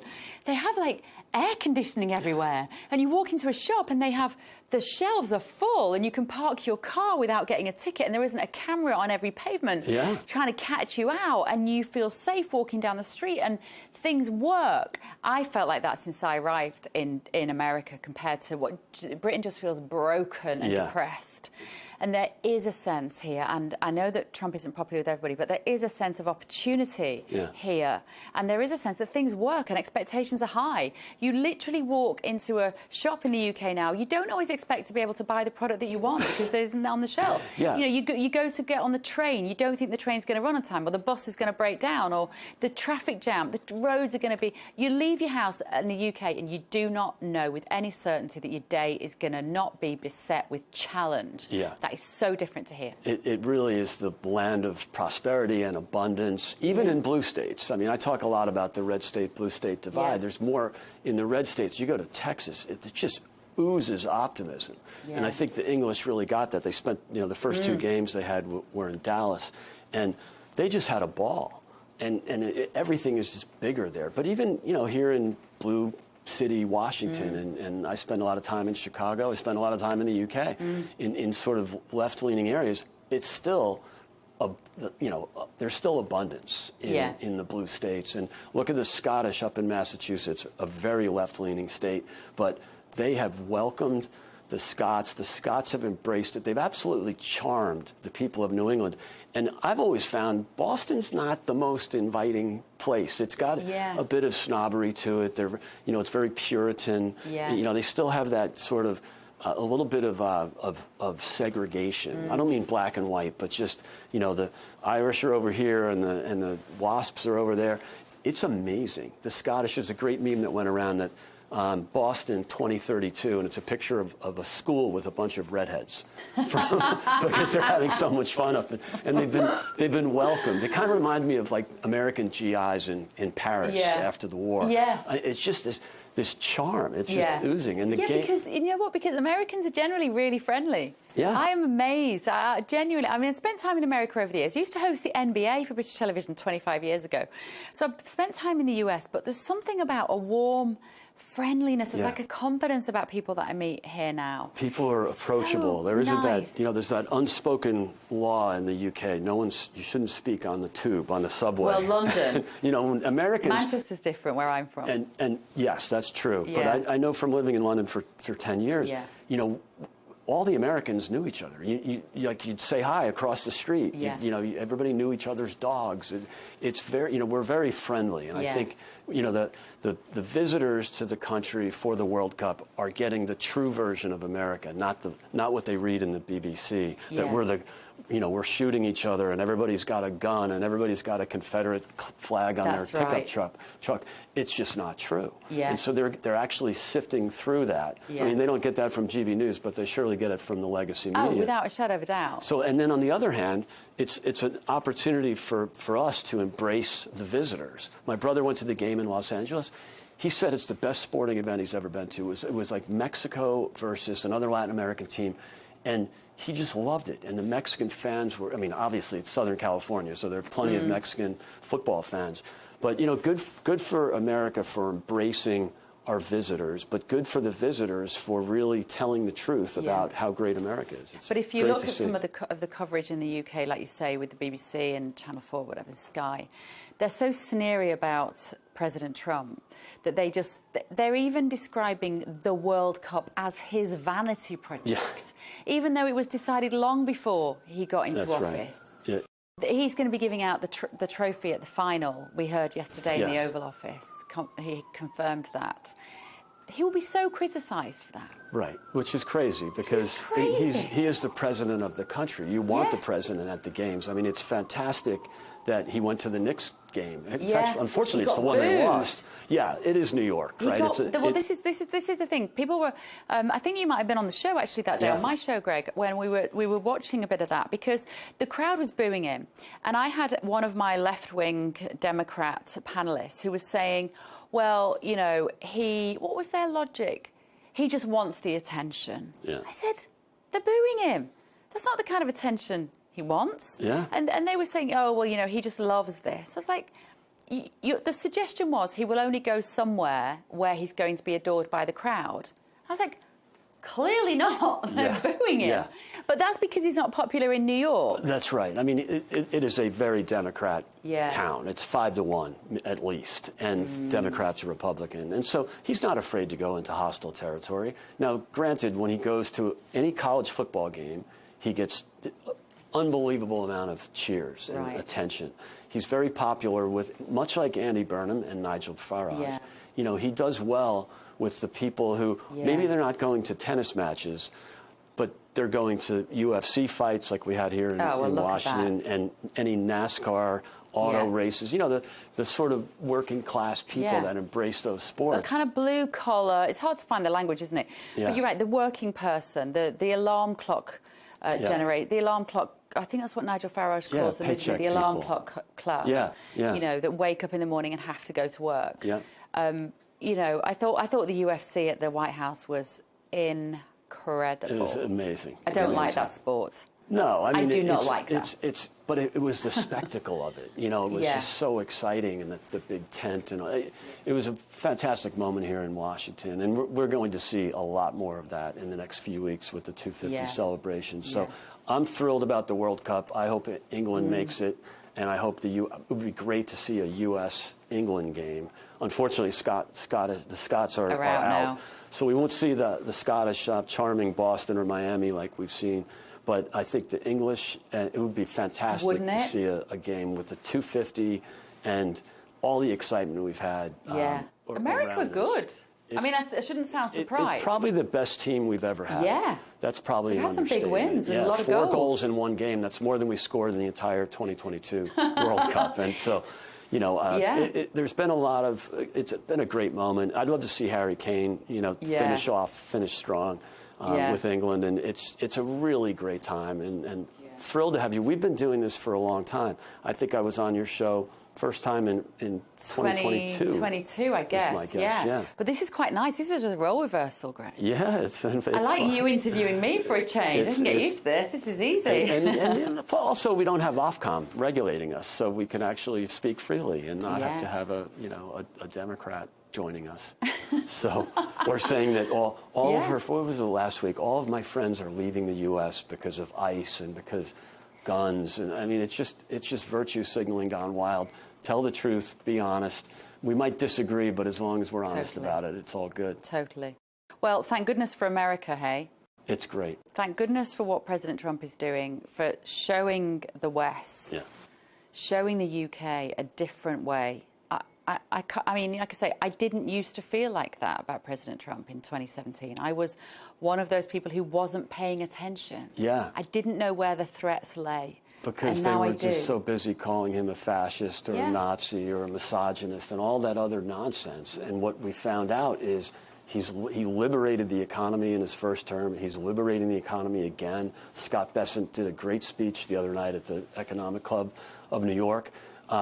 He's liberated freedom of speech. He's ensured. Everybody says, oh, he gets in fights with the press or he's against free. No, of course he's totally for the press. He calls them out. Yeah. He calls it the fake news because in many respects he's right. So his delivery is maybe not very British. It's about, I think what it is about this government here that I notice is they have such clarity of ambition. Yeah. It is so easy to know where they sit on the major issues. And the problem with Starmer, and let's see what happens with Burnham, is that you couldn't quite tie him down. Like, he was a slippery Starmer, a lot of people call him. You couldn't quite work out on the big issues. Who is he trying to keep happy? You often felt like somebody's pulling his strings. He can't really think the stuff that he's coming out and saying. Digital ID is a classic example. Yeah. He came out behind the lectern and said, we're going to have a mandatory digital ID centralised system in the UK. And I sort of wanted to look over his shoulder, think, who's telling you, who's got a gun to your head? Because you don't even look like you believe it. Yeah, I never felt like he believed in anything. But that comes down to, as I was thinking about the big bureaucracy, what Trump would call the deep state. It comes down to the 600 or whatever it is NGOs around the world that are deciding policy. The UN, the World Health Organization, the World Economic Forum. It's all those unelected bureaucrats. And that is what Trump is trying to dismantle. People don't realize how much work he's doing behind the scenes on that. It is really disruptive. And look what happened just in Latin America in the last few weeks. We've had massive swing to the right. Now, that's part of the movement and, led by Javier Milei and the chainsaw. And, he's done such great things in Argentina. I think other countries in the region have learned that. So I think the momentum was moving to the right anyway. But it doesn't hurt that the cuts to USAID, that Marco Rubio and Doge, they were funding leftist political campaigns all over the world. And that's completely disappeared. Yeah. So you're not going to, at least the elections will be fair. You won't have it kills me that U.S. taxpayer dollars were going to fund leftist campaigns. They shouldn't go to anybody's campaign, but especially not a leftist campaign. So, I think the trend is great here in this hemisphere. I hope that the UK and Western Europe, I'm a little more skeptical of, but I hope they can take some pages out of the playbook because it's working here. When I interviewed Monica Crowley just recently, the wonderful Monica Crowley, Chief of Protocol for President Trump. She is the very glamorous, very beautiful, blonde lady, used to be a TV host, and she's often there, and she has a very important job. And she said to me in this interview, it's the deep state that is trying to kill President Trump. Yeah, and that was why first term was really difficult for him. And you also had the media fabricating these stories, the Russia collusion hoax, the Charlottesville hoax. Yeah. There was so much collusion between the mainstream media and the big state. It's really hard to defeat the bureaucracy when you have the media and the universities on their side. It's really tough. But he by winning in 2024, he's really been able to break through and set back the bureaucracy. So his team, though, Greg, his team of people. I've been in those cabinet meetings when you look around the table, and he's got Hegseth, impressive. Rubio, phenomenal. J.D. Vance, brilliant. Tulsi Gabbard, sadly, no longer there. Who else is there? They're just brilliant. Yeah, he's surrounded himself with people that are really good. Scott, of course, or the Treasury Secretary. Doug Burgum, was on Fox this morning talking about liberating not just the energy sector, but the mining sector. And again, it's all common sense. Why are we dependent on China for critical minerals? We've known this for 25 years, and nobody did anything about it. Iran was about to get a nuclear weapon. Nobody did anything about it. 47 years. So I think the president is bold. I think he's even more bold this term than the first term. It's a massive bureaucracy to fight against, and they're doing their best to keep his agenda from really materializing. But so far, so good. And I think there's one myth that I would like to to bust a little, which is this idea that the people around him are sycophants and that his cabinet just don't really respect him. They're just telling you what he wants to hear. I hear this all the time, and I've been in those rooms. That could not be further from the truth. Yeah. You can't get people who are as independently minded as Tulsi Gabbard, Bobby Kennedy, former Democrats, Scott Bessent, former Marco Democrat, Rubio. Yeah. Do you think you can get those people to somehow fake their feelings towards that man? Impossible. He smells authenticity a mile off. That's one of the things that I've identified. He can see fakeness. He can see it. Yeah. Those people, when all of those adults who are brilliant in their own area, when they stand up and they say, we respect the president and we trust his judgment, they're not lying. Right. No, they mean it. You're they absolutely like right. him. Yeah. They respect him. He's funny.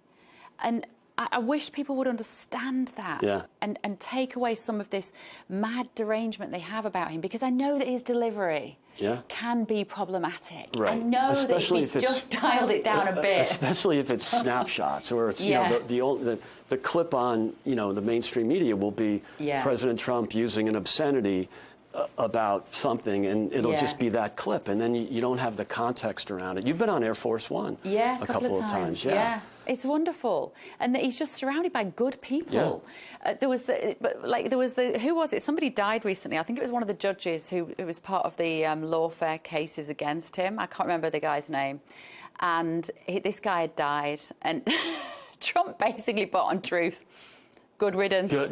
Don't care, not shedding a tear. He is not one to respect traditional diplomatic and norms. He got in such trouble for that with people. Even some of his supporters were like, I think he went too far. I'm like, I love that honesty. He is so, for someone that they tried to say lied all the time, which wasn't true. He exaggerates a bit. Of course. But hyperbole is one thing. But he is so unfiltered. It is the most transparent White House we've ever had, by far. When I said to him yesterday, would you like to be at the top of the list for Andy Burnham's visits around the world when he is Prime Minister? And he just went, no. I was like, oh, fair dues. Bigger fish to fry. No. He's like, no, not bothered. And I thought that was so amazing. The fact that he's not a politician, people think he's a politician. He's not a politician. He's a businessman. Absolutely. He's a deal maker. He's a property developer. He's a family man. He's a husband. He's a father. He's all those things. He is not a politician. When you start to judge him as a politician, you are going to be disappointed because you're judging him by a standard that he does not recognise. And he's also a founder, right? He founded his company. He's like Elon Musk in that way. There's a difference between a founder and a manager. Or a founder and an investor. Mitt Romney was an investor, and there's nothing wrong with that. But it's nice to have a founder in the White House. He's got a different way of thinking, and he thinks big, and it's fantastic. I never would have expected. What surprised me when I've met him is how much of a listener he is. Yeah. I did not expect that. Interesting. I've met enough of those kind of like silverback blokes to know that they're mainly on transmits. Right. Or pretty much always. And the first time I sat down to do a sit-down interview like this with him, before the cameras were rolling, he was like sort of leaning forward, and he was going, so tell me about what's going on in the UK. Like, what's happening? And he was genuinely wanted to hear. And actually, my understanding is that Charlie Kirk was a real advisor to President Trump, but I think he really misses his counsel. He listens to people, and you'll notice, especially Trump 2.0, Trump 1, maybe not necessarily, but Trump 2.0, he will often, in public gatherings with the press, he will defer. Pete Hegseth, Pete, would you like to talk about that? Rubio, would you like to talk about that? JD, would you like to talk? He didn't do that in Trump 1. And you get the vibe that they really enjoy working for him. Totally. They're very honest. And they are all good communicators, right? Yeah. I think he insists on that. You have a lot of former Fox News hosts there. It's really great to see the energy, and they don't necessarily agree all the time. J.D. Vance definitely has a different view on interventions than the president or even Secretary of State Rubio. So I think it's healthy to have those disagreements, and so I think it's absurd when the legacy media tries to argue that they're all just, kissing up to him. Definitely not true. No. It's been great having you as my first guest, Bev. This Pleasure. is fantastic. Good luck, Greg. I've loved being on your show over the years. Podcast. You've been great for me. I hope I've been helpful to you. Yeah. And it's really great having you. I hope you're here for a very long time. So do and I hope we talk about the World Cup for a few more weeks. Let's hope so. But I do hope we win. Great to see you. Thanks, Greg. I'm rooting for England, unless You they better play be. America. Yeah, then I'm going to be torn. And then I'll be rooting for the USA. Thank you. Great to have you here.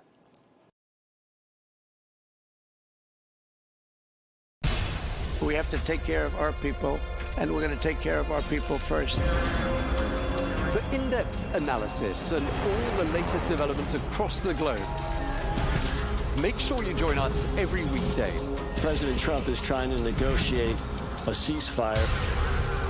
With so much happening, so much information, and so much noise, international law will have no part in his administration. It can be hard to keep track. Tariffs will just fuel inflation. We're going to fight these tariffs. But you can count on us to tell you what you need to know. We stand by your side. Join me, Tom Burges Watson, for Global News Today, right here on Al Arabiya News.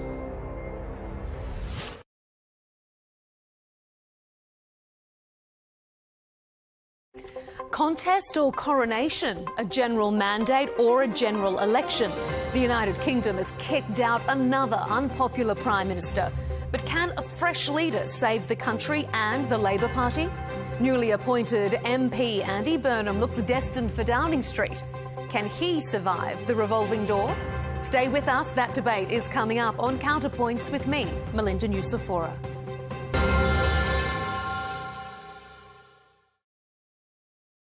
The jewelry is lost forever. Inspired by a true story.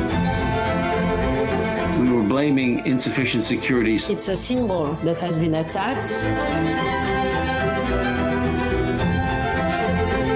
Isn't a museum the most protected space on the planet?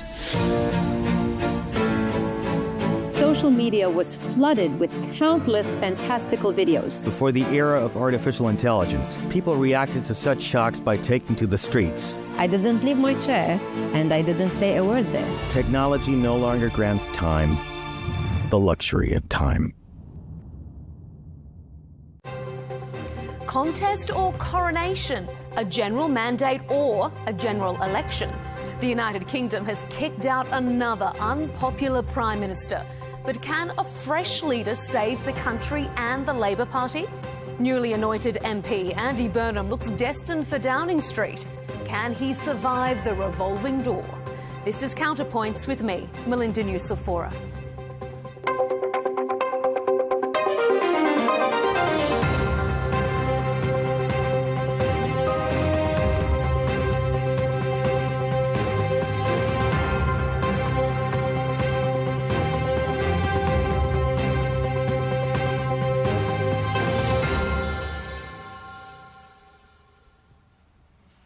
From the boss of Greater Manchester to the head of Great Britain, the weight of national expectation now rests on Andy Burnham's shoulders.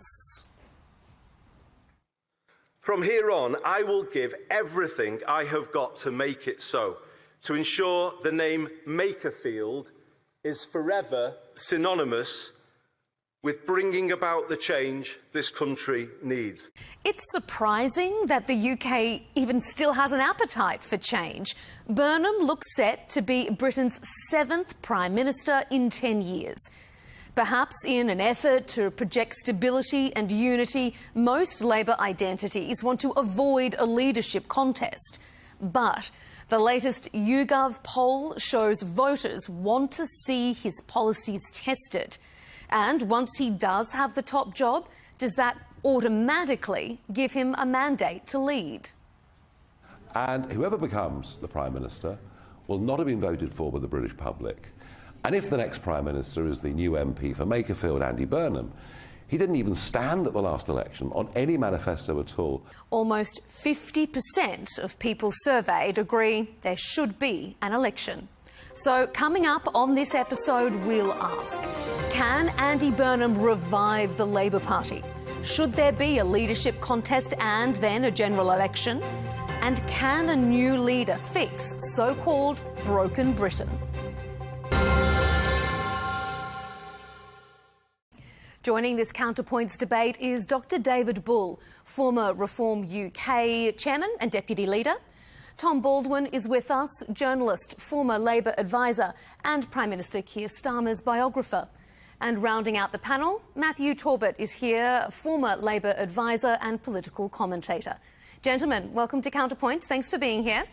Well, the Downing Street revolving door has swung once again. Keir Starmer was the first Labour leader to win an election in almost 20 years, and despite his landslide win, he lasted less than 2 years in the top job. New leaders keep promising change, and voters are clearly unhappy with the status quo and are desperate for that change, or they wouldn't be on their verge of a seventh leader in a decade. But regardless of the party, no leader has been able to deliver it. So, Matthew, let's start with you. Can Andy Burnham fix Labor's problems and deliver the change that every leader before him has been promising? Well, I haven't got a crystal ball, so I would say I hope so. I've always said I don't think Andy Burnham is the Messiah, as some people have been painting him as this week, but I think he gives Labour the best chance of not losing the next election. I base that on his net favourability and popularity ratings compared to other political leaders. I think he's a much more effective communicator than Keir Starmer, and I think there's a real political ideology and politics really being in his bones in a way that it also wasn't for Keir Starmer. So I certainly hope so, and I'm hopeful but mindful that he will turn it around. Okay. David, I know what you're going to say specifically. So first of all, well then let me throw it to Tom first, and then we can get you to round us out. That's not a glowing set of praise or predictions there from Matthew. Tom, it's the best chance of not losing. This doesn't sound great. Well, I kind of agree with that, I'm afraid. I obviously hope that this Labour government can succeed, and perhaps better communications and storytelling than Keir Starmer has offered will do the trick. But one of the strange facts about British politics is the last 5 prime ministers have all been the most unpopular prime ministers in polling history. By some polls, each of them has broken the previous one's record for unpopularity. Now, some of them really were quite rubbish, but I don't think Keir Starmer's been that rubbish. I don't think he's taken us into a legal war. I don't think he's crashed the economy. I don't think he's been defined by some terrible scandal. I think there's something else going on with our media, our social media, and deep inequalities of region, of class, and of generations, which are creating a kind of deep instability. And the danger is that Britain is beginning to look a little bit like Italy in the 1980s, and that's not just down to the unseasonably hot weather we're having at the moment. Indeed. All right, David. So maybe Andy Burnham isn't the Messiah, but Starmer wasn't rubbish either. Well, let me just pick up a few points, if I may. I'm going to agree slightly with Matthew and with Tom here. But it's shambolic. It's utterly shambolic. We're a laughingstock on the global stage, and both of them know it. Keir Starmer has been an unmitigated disaster for the last 2 years. Him and Rachel Reeves have become so unpopular around the country. I spent the last year going around the United Kingdom. I've seen 30,000 people, and it doesn't matter where I go. I can be in the north of England, in working men's clubs. I can be here in the east of England. I can be in the Midlands. And everyone is united saying we just need to get rid of this dreadful Labour government. And actually, when you look at the budget, Rachel Reeves pretty much put together a budget which destroyed the aspirations and hopes of pretty much everyone in this country. And whether that is about the inheritance tax or attacking farmers or employers' national insurance. So essentially, they've raised taxes to such dreadful highs that people are now saying, well, it's not worth me actually running my business in the United Kingdom. We've got people fleeing the country. 11,000 non-doms have left the country. It is a disaster. Now, the fact is that Andy Burnham, yes, he has a bit more personality. My goodness, that's a pretty low bar. But he has come in and he has no mandate. There is no mandate to govern. We have no idea what Andy Burnham stands for, no idea what the Labour Party stands for. And that is, and both of them will agree with me on this, I think, which is when Labour came to power, it didn't have a plan. It didn't have policy. It didn't know what it was about to do. And so Andy Burnham coming in, what is he going to do? And that's why I think he should call a general election. But also I would say to him, he is going to be at the height of his popularity now, and he needs to call one now to actually stop the uncertainty, to see whether the British people actually want a Labour government. I'm not sure the answer is yes. I think you should be a little bit careful what you wish for there. I mean, the polling I've just seen recently suggests that even Keir Starmer, who you think has been this unmitigated disaster, would beat your guy, Nigel Farage, in a straight head-to-head on who do you want to be Prime Minister of this country. There is a decent, moderate majority in Britain who doesn't want to rip everything up. Sure, they want the railways to work better, but they don't want to rip up the tracks or blow up the railway station. And I think they're kind of destructive, divisive language that we hear from Reform is actually not very British. It's not going to win. And I'd actually be confident still that Labour would emerge as the biggest party if there's a general election, because when the choice is really put about who do you want to run the country, Nigel Farage is not the choice. And he's now lost 3 big by-elections in a row. And I think they should be looking at themselves, because I think we've reached peak reform in Britain. All right, Matthew, jump in on that before we hand it back to David. I think it's a fluid conversation in the Burnham camp. I wouldn't rule out the fact that there could be an early election. I think Tom makes fair points on the fact that I think it would be closer than people think. If you're not happy with that, I suppose we live in a parliamentary democracy, and if Reform gain power, they should wish to change it and aim to change it. I think the reason I'd agree with Tom is I've had a few briefings now with one of Britain's top pollsters, and he sort of predicted Trump and Brexit and other things. He said if Labour gets the right leader, someone like Andy Burnham, they would be his favourite to be the next government at the next election, purely because you will see tactical voting like you've never seen before, and we're going to see people voting for who they don't want as opposed to maybe who they do want. But also the Stop Farage vote is also a lot bigger than the Nigel Farage vote. So I think with those two things combined, I think this Reform may do well. They may end up in the opposition, the official opposition, but I'm unsure whether they've reached their cap at the moment. And again, they might want to be careful what they do wish for. What do you think, though, Matthew? I mean, we have heard Andy Burnham during the Tory revolving door era calling for general elections when a new leader comes on board. If he doesn't, does that make him look like a hypocrite? I think he can do, and I think, look, I don't think people are going to let him get away with this and let him forget about it. If we're to be totally frank about it, Labour or otherwise, he's playing politics in the same way that Reform are now. Or if Reform was 3rd or 4th in the polls, they wouldn't be calling for a general election. The same way if Labour weren't miles ahead at that point in time, they probably wouldn't be calling for a general election. This is unfortunately politics, and people pick and choose to have beliefs when they so wish. So I think he could call an early one. I think it's more likely, if the polls shift, we'll have one this time next year. So can I just jump in and say about Makerfield? What's really interesting about that election is that even dyed-in-the-wool reformers actually voted for Andy Burnham. And the reason they did that is they said, we have to get Keir Starmer out. So they lent their vote, in this case, to get Starmer out of office. And I think there is a collective sigh around the country that Starmer has gone. I still stand by the fact that I think he has been a disastrous Prime Minister. And I think Labour knows that if in the next administration they have to have a better plan, that is why they need to spend the summer actually consolidating and thinking about what exactly are we going to offer the United Kingdom.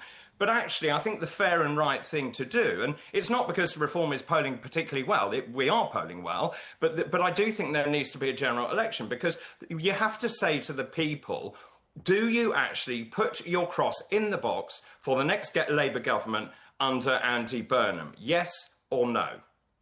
Well, on that basis, of course, Robert Jenrick would have had a by-election when he defected from the Conservative Party to Reform, because he wasn't elected on a Reform mandate, was he? He's not going to be the next Prime Minister, is he? Well, I think he'd probably quite like to be. I know Robert Jenrick as I do. Well, then, David, pick up on some of the comments that that your other two panellists have said with regard to whether this would be a risky move for Reform to be pushing so hard for an election. Could they be at risk? Could it be a little bit of be careful what you wish for? Well, of course, there's always risk, isn't there? I've been involved for the last 7 years. No, crikey. Yeah, 7 years. And we've grown this party from nothing. The fastest growing political party in the country, the fastest growing political party ever seen in British history. And so it's... And I know I'm obviously going to be tribal about this, but I can feel it when I go around the country. I've never felt anything quite like this. Desperate people saying we need some change. Now, one of the things that we desperately need to do is to have a better calibre of politician, I think, in British politics. We also need for the politicians to stick to their promises. And so one of the biggest worries I have is the apathy of voters saying, well, there's no point me voting because actually nothing ever changes in this country. And that is why I kind of feel that the parties, when they come into office, need to have a contract with the people, not some sort of ethereal promise list, but actually to say this is what we are going to do. And this is my big concern about Burnham, which is I don't think even those people who stand by him knows exactly what he stands for. Let's just look at the EU. He's changed his mind. Now, does he want closer integration with the European Union, which I think would be a massive folly? Or does he not? Now, because he is now the MP for Makerfield, which is a staunchly Brexit-supporting area, he suddenly doesn't want it. Which is it, Andy? Would the real Andy Burnham stand up? I think that's slightly disingenuous. You will be well aware that the quote Andy Burnham said at Labour Party conference was he would hope that we would join the EU in his lifetime, not if I am ever Prime Minister, I would love to take us back in. Now, I think it's a fair point about Makerfield. I think actually Makerfield could be the making of Andy Burnham, because if he'd have won selection and won in Gorton and Denton, I think his soft left tendencies may have been more comfortable, and he maybe wouldn't be looking at cutting welfare. I think actually having Makerfield as a small C Conservative constituency, where it is very much HMO Britain, the high streets have been taken over by organised crime and vape shops, as well as the fact that it is Brexit leaving. I think that's always going to be in the back of his mind, and I actually think would make him a better Prime Minister for that, because you're governing for the country, not just for that safe constituency you've got. Mm-hmm. Just to come in here, because the interesting thing about Makerfield, of course, is that, yes, it did vote for Brexit back in 2016. But according to Luke Trill, who's one of the most respected pollsters in Britain, Makerfield now would vote Remain. The demographic change. These aren't my figures. These aren't my figures. These are respected figures. The demographic change. Older people more likely to vote Brexit, coming off the electoral register as they die, sadly. Younger people coming onto the electoral register, and people change their mind. You've seen it in every opinion poll over the last few years. There's now a very big majority, if the referendum is held again now, to remain in the European Union. Brexit has been this horrible disaster for Britain. Okay, we're going to prosecute the whole Brexit situation a little bit later. We're going to get into Brexit in a little bit more depth later on in our debate. I'm going to bring you back specifically to the transition of power, so to speak, for Andy Burnham, because I want to ask, we've discussed whether or not there should be a general election, but I mean, his policies haven't even been tested within his own party. I mean, he's been promoted as this great Labor saviour, but what does he really stand for? And should there be a contest and not a coronation? Matthew, what do you think? I think there are pros and cons to both. I think a competition would be interesting. I think it would allow ideas to be debated amongst not just the Labour Party, but hopefully up and down the country amongst the public. Or a coronation allows you to get on with things a little bit quicker. I think the problem I have is if we do this long, protracted leadership debate, which it would last over the summer. Many of you will remember Liz Truss and Rishi Sunak. Liz Truss always had a considerable lead over Rishi Sunak. Nothing was ever going to really change. And by the end of it, I was bored rigid.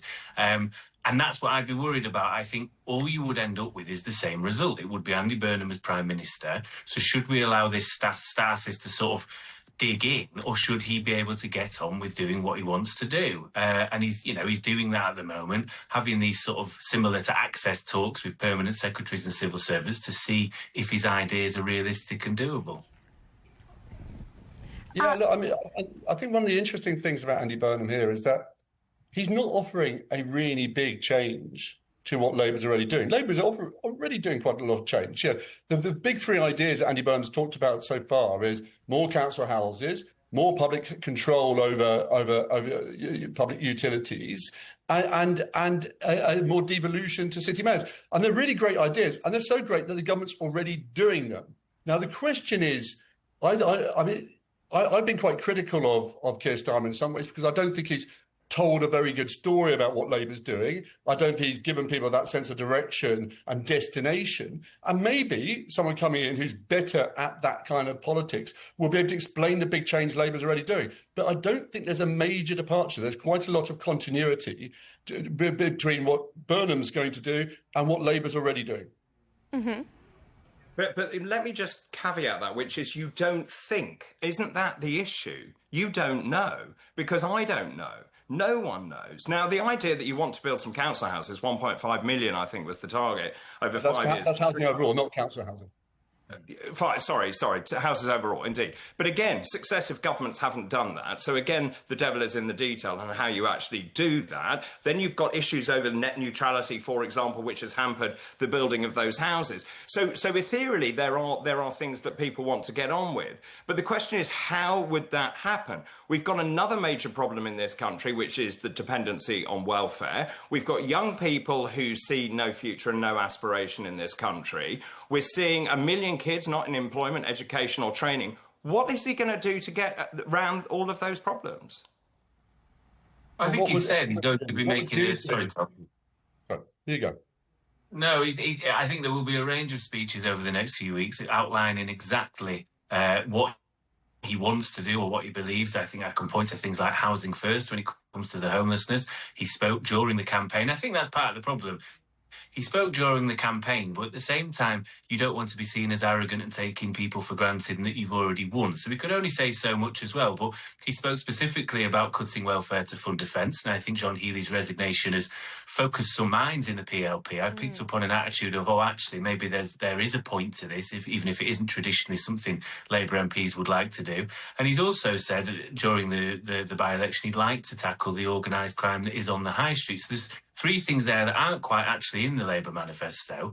And I think part of we might go on to it, the part of Keir's downfall was the fact that the manifesto was just one word. And I think because of that, the general public have projected onto the Prime Minister what they viewed change as. And because that wasn't necessarily going to be the case, everybody's annoyed, and therefore that's where his unpopularity has potentially come from, as well as unpopular decisions and a lack of authenticity. But I think if he can outline exactly what he wants to do, it puts him in a better position than the current Prime Minister.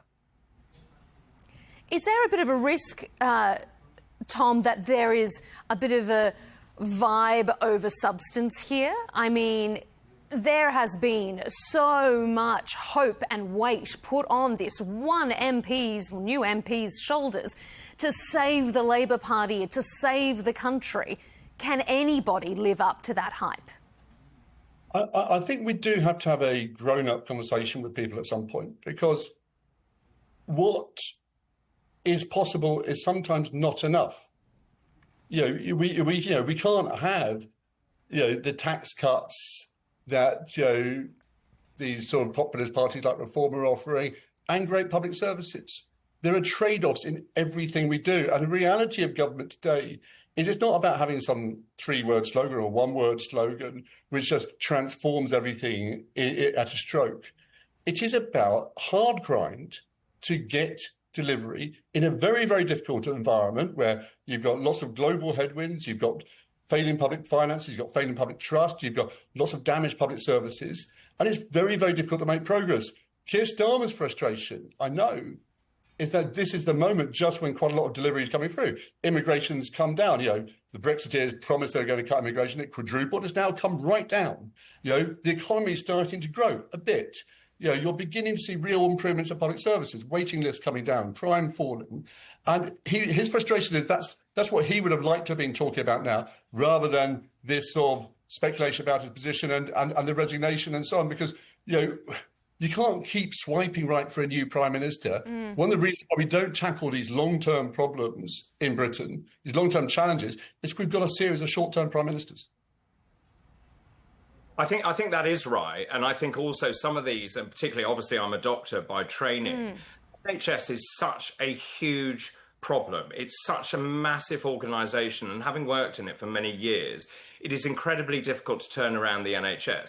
It is also not just about throwing money at the NHS. There needs to be wholesale change in the way that people look at their health. So there needs to be a partnership with the patient and the doctor, for example. And in many ways, this is such a big problem. It can't be left to one political party to sort out. It needs a 20-year strategic plan, actually, or a 50-year strategic plan to work out how do we go from position A to position B. We continue to keep funding it at record levels, which we are currently doing, but we need to improve the outcomes at the end of it, because right now, the quality of care in the United Kingdom is still not good enough, and it needs to get better. And my worry is that as we, and this is where I do agree with Tom, that as we get new prime ministers in and we get changes of direction, then those massive services, and you've seen it with the junior doctors going on repeated strikes, because actually no one tackled the fundamental cause of those strikes. It wasn't really about money. It was really about the conditions those doctors are under. It's about the way that they had no on-call rooms, no hot food. You know, what people don't realise is the way we treat medical staff, nursing staff, doctors overnight is appalling. Now, if you solve some of those small things to ensure that we've got holistic care for the medical staff, the auxiliaries, people who clean the floors, for example, overnight, we solve a lot of the attitudinal problems within the NHS. And if you look after your staff, your outcomes and your delivery becomes better. See, I don't think David is necessarily wrong. I think that there probably is, as Tom alluded to, a wider problem here. And I don't know if COVID broke us a bit as a society, because since furlough and since COVID, I think I wouldn't necessarily use the word spoilt for the general public, but there's an expectancy that the government should be there at all times and bail them out at all times, whether that be due to the energy crisis caused by Ukraine, or more recently, not caused by Ukraine, in Ukraine, and or caused in Iran. And therefore, what are the government going to do for me? I'm struggling. People are feeling the pinch. And I think because of that, people get fed up a lot quicker and therefore vote with their feet. And at the same time, we had Tony Blair last month writing a big window pitch for long-term planning. I think long-term planning is the right thing to do, but because of the party political nature of democracy and of politics, it doesn't allow for long-term planning, because prime ministers conceivably live day by day or week by week. You've constantly got 5 years' time in your rear-view mirror, because that's the next election, and you don't necessarily want to do the long-term plan, because if you're not in number 10 and somebody else is, they get the credit and the win for it. So I don't quite know what the issue is. You know, John Major spoke recently about term limits. Well, there's no point having a term limit if we can't even get past 2 years rather than two terms. So there's a much wider issue of this. And I think it does maybe, as Tom says, come down to trade-offs, that we can't, unfortunately, have an American-style tax system with Scandinavian levels of public service. It just simply doesn't work like that. All right, we've talked about the revolving door. I promised you that we would come back to Brexit in more detail. So let's move to some of these broader UK issues as opposed to just leadership issues. Because be they Tory or be they Labour, British PMs have been stumbling at the same hurdle. And quite often, by and large, that's the economy. Cost of living crisis, public services under pressure. As you've been talking about there, Dr. Bull, the NHS as an issue. It was part of the reason for Brexit and a large part of why immigration remains such a hot topic. I'm going to bring up a graphic for you. Let me show you. This is the one of the latest polls from YouGov. It found, regardless of a new Labor leader, 43% of respondents said they felt no different, no more optimistic, but maybe no more pessimistic about the future direction of their country. 43%. There is a real sense that elected leaders have been unable or unwilling to tackle the core issues that the country faces. So, all right, let's launch into Brexit then. Tom, Brexit has returned to the agenda, obviously, following Burnham's victory, given that he's had to downplay some of his comments from the past, where he said that the UK should rejoin, or he would like to see it rejoin the European Union in his lifetime. Is this something that you think a Burnham government, if and when it does happen, should it be something that a government should pursue from number 10? Yes, because it's in the national interest. Yes, because it unites 85% of Labour's 2024 vote. It also unites 85, 87, 89%, according to different opinion polls, of Labour Party's membership. This is a Labour issue. It's about being outward-looking, engaged with our closest neighbours, but also it's about our security.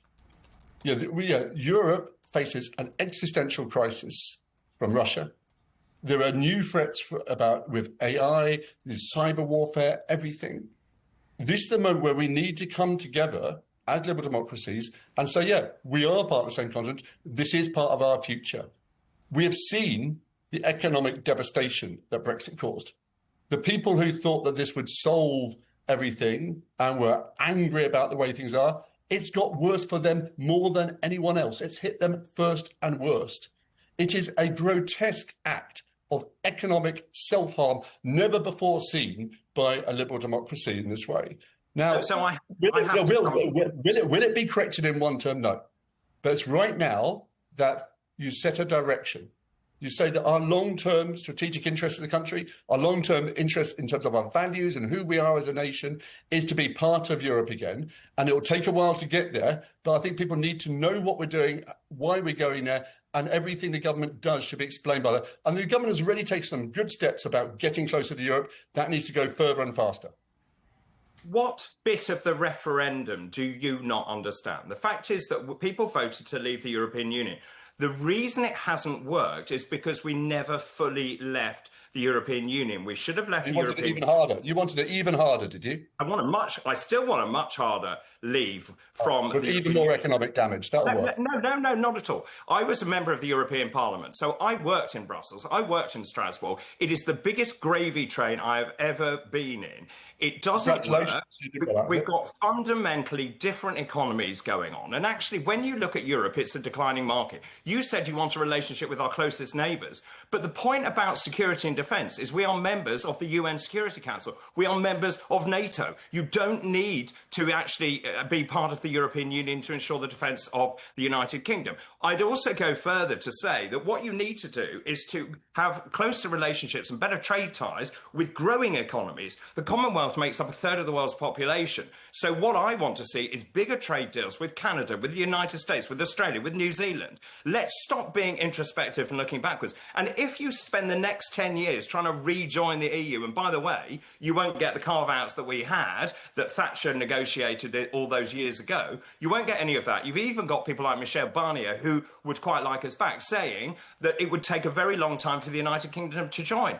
Stop. Enough already. Let's get on with it and actually make the UK into an economic superpower, which it could do, but you have to sever ties with Europe once and for all, and that includes leaving the European Court of Human Rights.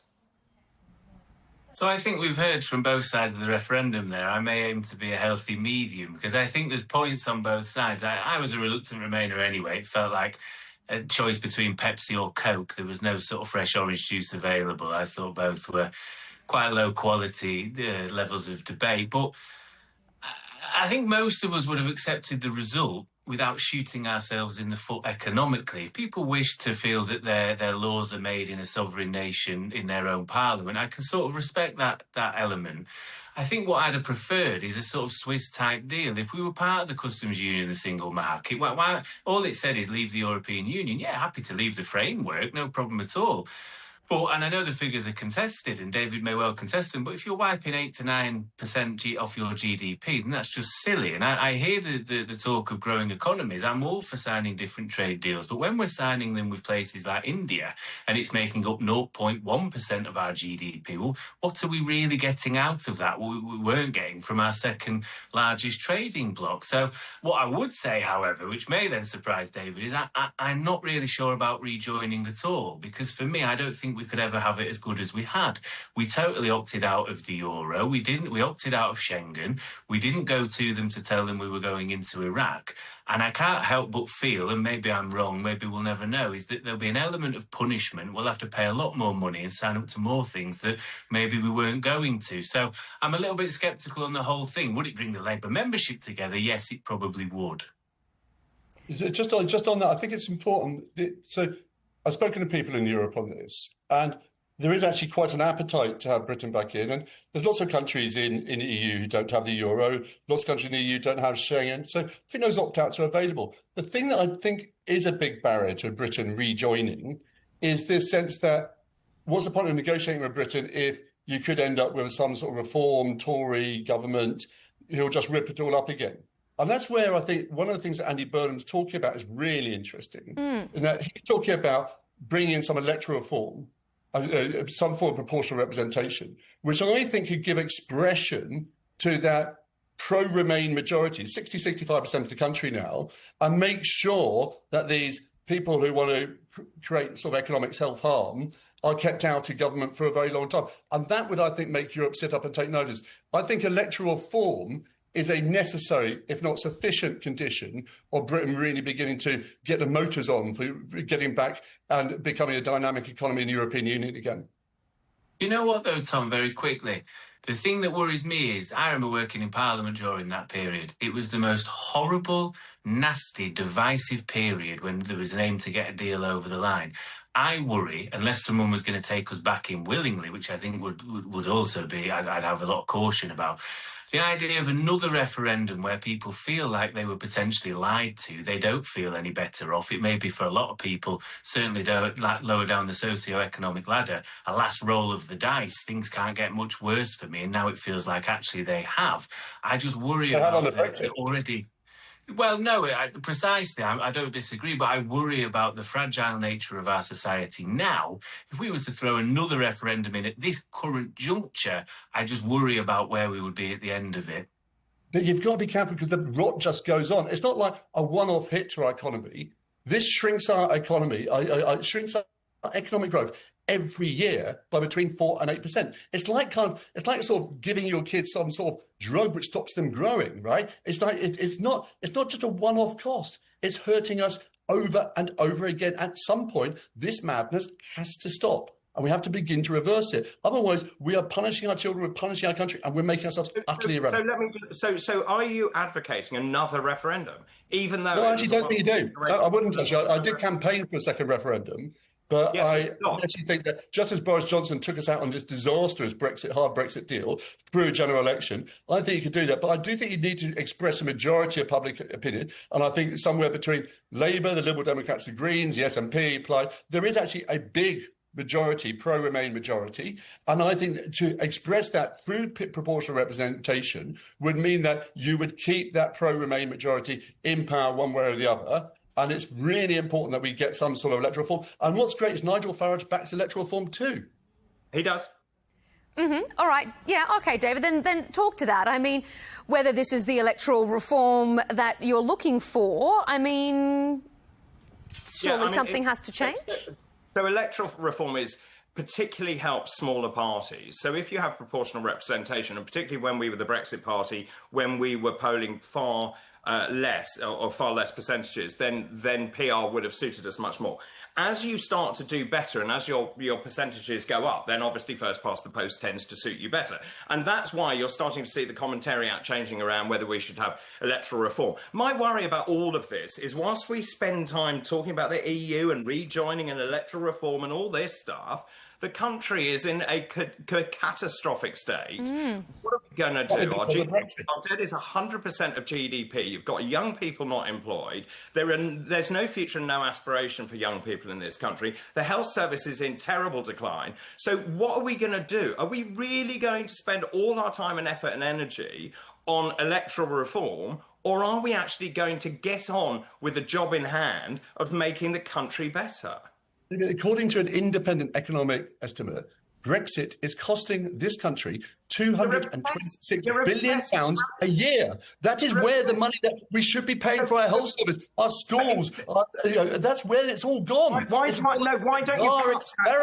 you empower people, help businesses to prosper, stop taxing people, and get rid of Rachel Reeves, the most useless chancellor? £226 billion a year. That's what you're costing us. Rubbish. But I think that the other side of that is I remember certain parts of that Leave campaign talking about industry again. We are an 86% service-based economy. Unfortunately, we haven't had an industry since the deindustrialisation in the 80s. And I think that's why lots of people liked the idea. And I admire David saying we should get on with things. Unfortunately, we've been trying to get on with things in one guise or another in this country for the last 10 years since the referendum. And unfortunately, because of impacts in that referendum and because of, we unfortunately don't have a shock-proof economy. I'm the same as you. I'm terrified at the fact that our GDP is essentially, GDP to debt ratio is about 100%. We are borrowing money to pay off the interest on our debt, such is the ridiculousness of it. But we haven't got a shock-proof economy. We can't grow the economy because there is very little industry in this country. We don't make anything anymore. We put things into boxes and send them elsewhere. That's the unfortunate nature. So I think we've got a hangover from 2008 that we've not responded to. Debt to GDP ratio is about 34%. We've then had COVID that the Tories took their eye off the ball with and didn't prepare for. We've had Brexit. And this is where we are. That the economy is not shock-proof. And I don't know how you ever reverse that in this current climate, unfortunately. So I think there's one thing we haven't talked about, and yet another bomb that I'm going to throw in here, which is net zero, which is the point is that we are crippling small businesses. Our energy costs are skyrocketed. You've got small businesses that cannot afford to operate, and it's a huge problem. And the folly and madness of net zero when we export 1% of global emissions is ridiculous. I'd can it tomorrow. All right. Should Andy Burnham can it? Should it be part of his policy? He won't, but he should. I don't. Listen, I've spoken to people recently about, depending on who makes up the role in number 11, where you could use the Iranian crisis to at least put a pause on new oil and gas fields. But with this sort of debate, the thing I find, and listen, it's not my expertise, is the reason everything's costing us a fortune is because we are reliant on other countries for oil and gas, and it is sold on the international market. I think people like to pretend that the North Sea... But why don't we drill our own? I'm glad you brought me onto that, because there is no just magic well in the North Sea. That Norway are in it currently. But to set that up in the first place, it would take an approximate of 10 to 15 years. This isn't going to happen overnight. And in that meantime, we're still paying over the odds when there is a crisis in places like Iran for oil and gas, because it isn't our oil. We have to buy on the international market. It's set on the international market. Therefore, it doesn't matter what we do. Now, I imagine the government's case would be with things like GB Energy. If you can get to a point where you are providing your own, you can stand on your own 2 feet, that estimated is at 5 to 10 years. So we'll get to that point before we even get spades in the ground in the North Sea. You're absolutely right. I think the Iran war has actually illustrated exactly why we need our own cheap, clean energy, independent of all these other people. Independent of all these other people in the world who are setting the oil prices, and we're too reliant on global on gas and oil, and this is distorting our entire energy market. If we can get to the point where we're growing our own energy through wind, through solar, through all the other kinds of renewable energy, that will actually get us out of the situation where you see these huge spikes in energy prices when someone like Vladimir Putin, who Nigel Farage admires so much, invades Ukraine, or someone like Donald Trump, who also Nigel Farage admires very much, attacks Iran. We need to get away from these shocks by having our own energy independence. Now, some of that will be oil and gas, and I think there probably will be new drilling in Jackdaw and Rosebank over the next few years. But it's not the long-term solution. The long-term solution is renewables. But I also spoke about a 20-year plan. We should have built nuclear power stations back in 20 years ago, and we would have self-sufficient energy in this country from nuclear power. This part of the world where I am is very reliant on... But the fact is that they didn't, and if you're saying reform shouldn't increase taxes, you want less taxes, how's reform going to pay for all these new power stations and these new oil drills? Well, I agree. So you need to start drilling in Rosebank and Jackdaw and get cheaper energy into this country. But at the same time, I'm not against renewables. What I'm against is this zealotry around net zero. And Ed Miliband, he doesn't even know the cost of net zero. 800 billion, £3 trillion, who knows? You pluck a figure out of the air.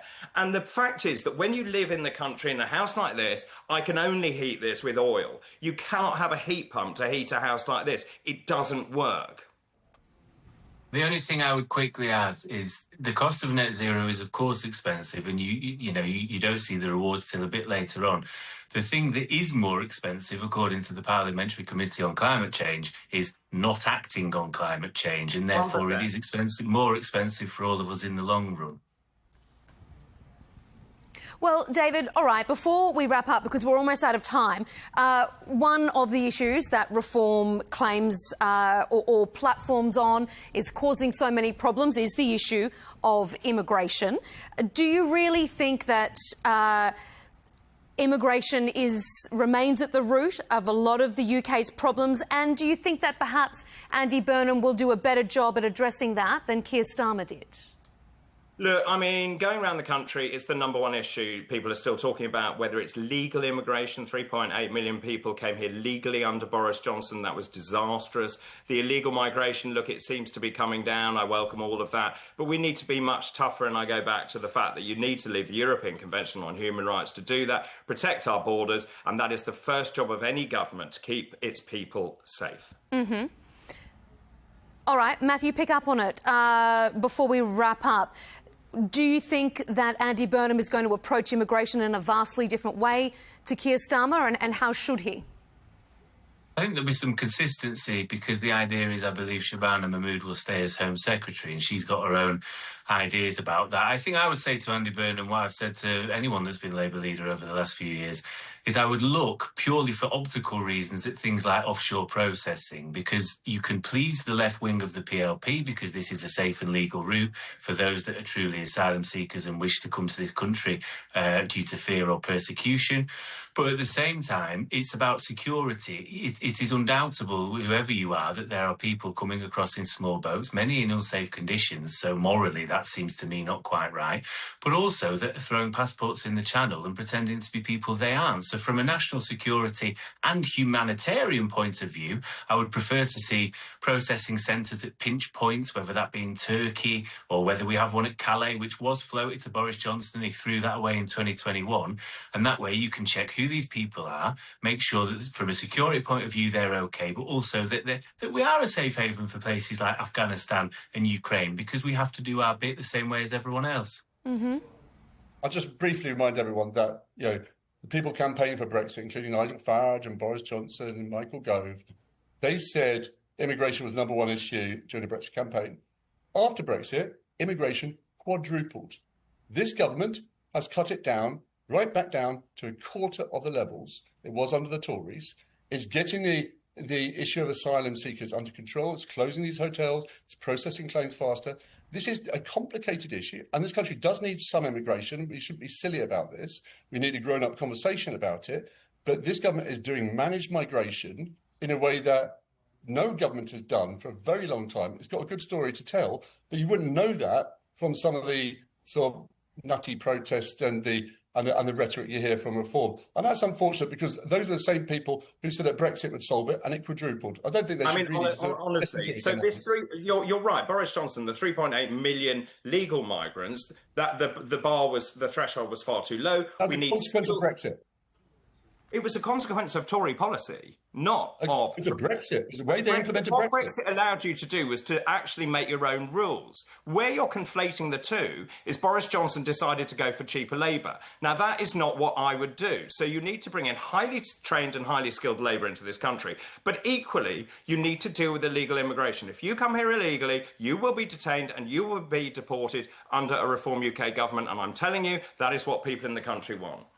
Do you not think, though, David, that the public may conflate the two? Because I can't help but feel if I voted for Brexit and we were talking about tough on borders and all the rest of it, and we will get control, taking back control was the slogan, then I can't turn on my TV any day of the week at the moment without seeing bigger boats coming across. And I would not help but feel these borders are more out of control than ever before. So can you not see that people may well conflate the two? I voted for this, and actually it's got worse. Well, I would also say... We actually had a way of sending them back before we left the European Union on the Dublin Accords, which we no longer have. I mean, Brexit on every level. This is a very complicated issue, and of course Theresa May was played by the European Union. They played a very good game, and they used Northern Ireland as the first matter they needed to settle, and that was basically the undoing of that entire agreement. Look, the point is that people in this country are fed up and they want change, and they want to see stuff being done. They're sick of politicians talking a good game and delivering nothing.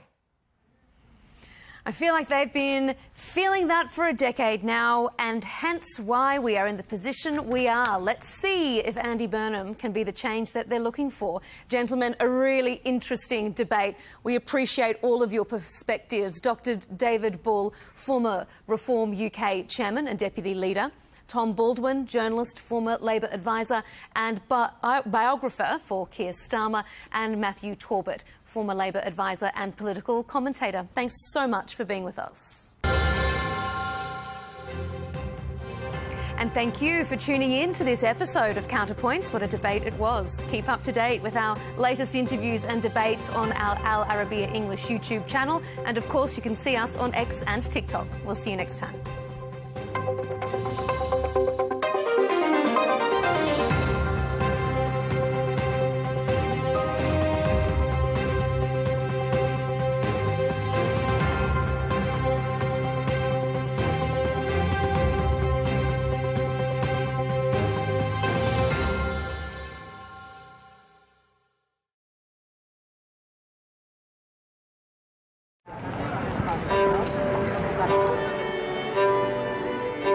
People think that we launder money, but actually we make money black. It's a weird law. They call it gedoogbeleid, like this.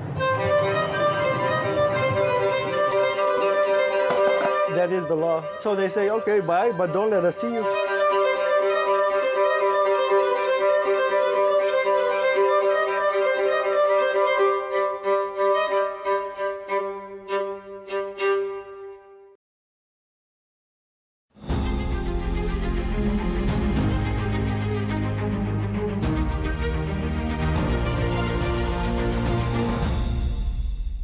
Sigrid Kaag, co-chair of the United Nations Foundation, former Deputy Prime Minister of the Netherlands and currently advisor to the Gaza Executive Board.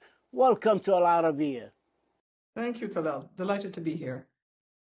After leaving the United Nations, you remain active in international geoeconomics and political affairs through different prestigious engagement. But can you explain to the tens of millions of our viewers in the region and around the world your role in the Gaza Executive Board that advises the Board of Peace presided over by President Donald Trump? Yes. It's an independent role. It's also unpaid, as it should be, as it serves a purpose to provide, hopefully, the building blocks of peace and security between Israelis and Palestinians. Now, the remit of Security Council Resolution 2803, which established a number of the institutions, including the Gaza Advisory Executive Board, obviously has its limitations. A practical one is, in the entire era and recent developments of recent months, the board has yet to meet, the Gaza Executive Board. So, in earnest, I can't tell you very much. Individual members, including myself, have spoken to one another. We're trying to support and shore up the political, policy and financial support to the National Committee of the Palestinians, which to my mind is the centerpiece from a viewpoint of legitimacy, political credibility, as well as the connect that is essential between Gaza and the West Bank. Ultimately, this is not only about the alleviation of immense human suffering by Palestinians in the Gaza Strip, but also about the future of a Palestinian state alongside a safe and secure Israel. So it remains a lot of work. If you look at the facts on the ground, I think nobody could suggest significant progress has been made. Fortunately, the living hostages and the bodies of the deceased have been returned in the first phase. The negotiations on the disarmament by Hamas, as well as the withdrawal by the IDF, I cannot speak to this in public. I'm not privy to that level of information. But ultimately, civilians in Gaza are kept prisoner time and again in an ever-shrinking physical space. Living conditions are hell on earth, with no prospects of significant change in sight. And this, to my mind, if there's one message to your audience, it's a reminder how and why international humanitarian assistance aid cannot be conditioned or tied to political progress. Individuals, Palestinians in Gaza have rights, the right to food, the right to proper shelter, to medical care, the right to education. There are those who argue that since the adoption of Resolution 2803 on the 17th of November 2025, that endorsed, of course, the US-backed comprehensive plan to end the Gaza conflict and authorize the establishment of the Board of Peace as a transitional administration and to deploy a temporary international stabilization force ISF to secure Gaza, to oversee demilitarization and to protect the civilians. They argue that since that date, which is over 7 months ago, no ISF and stabilization force has been formed, no real end to the Gaza conflict, with approximately 1,000 Palestinian civilians killed since adoption of 2803 on the reconstruction. No large-scale structural construction has formally begun in Gaza, and efforts remain heavily focused on planning debris removal and navigating daily immense security and humanitarian challenges. Do you agree with them? I think it's an accurate description, particularly based on first-hand reports by the United Nations, as well as other credible entities, international and national non-governmental organization. You can see that the death, the types of injuries, the absence of significant volume that is relevant to people trying to survive, or actually some call themselves already the living dead. This is not something that we could call success. I think the premise of a first step of success was President Trump having imposed a ceasefire with a number of indicators of a plan forward, the 20-point plan, but each detail, and we know that through any complicated diplomatic process, requires negotiations, requires technical details, requires further benchmarks. So far, we got stuck in phase one, between phase one and phase two, I would say, as an international community. I am not involved in the details, as you know. And I would say the serious concern, and rightfully so, is that Palestinians in Gaza risk being forgotten.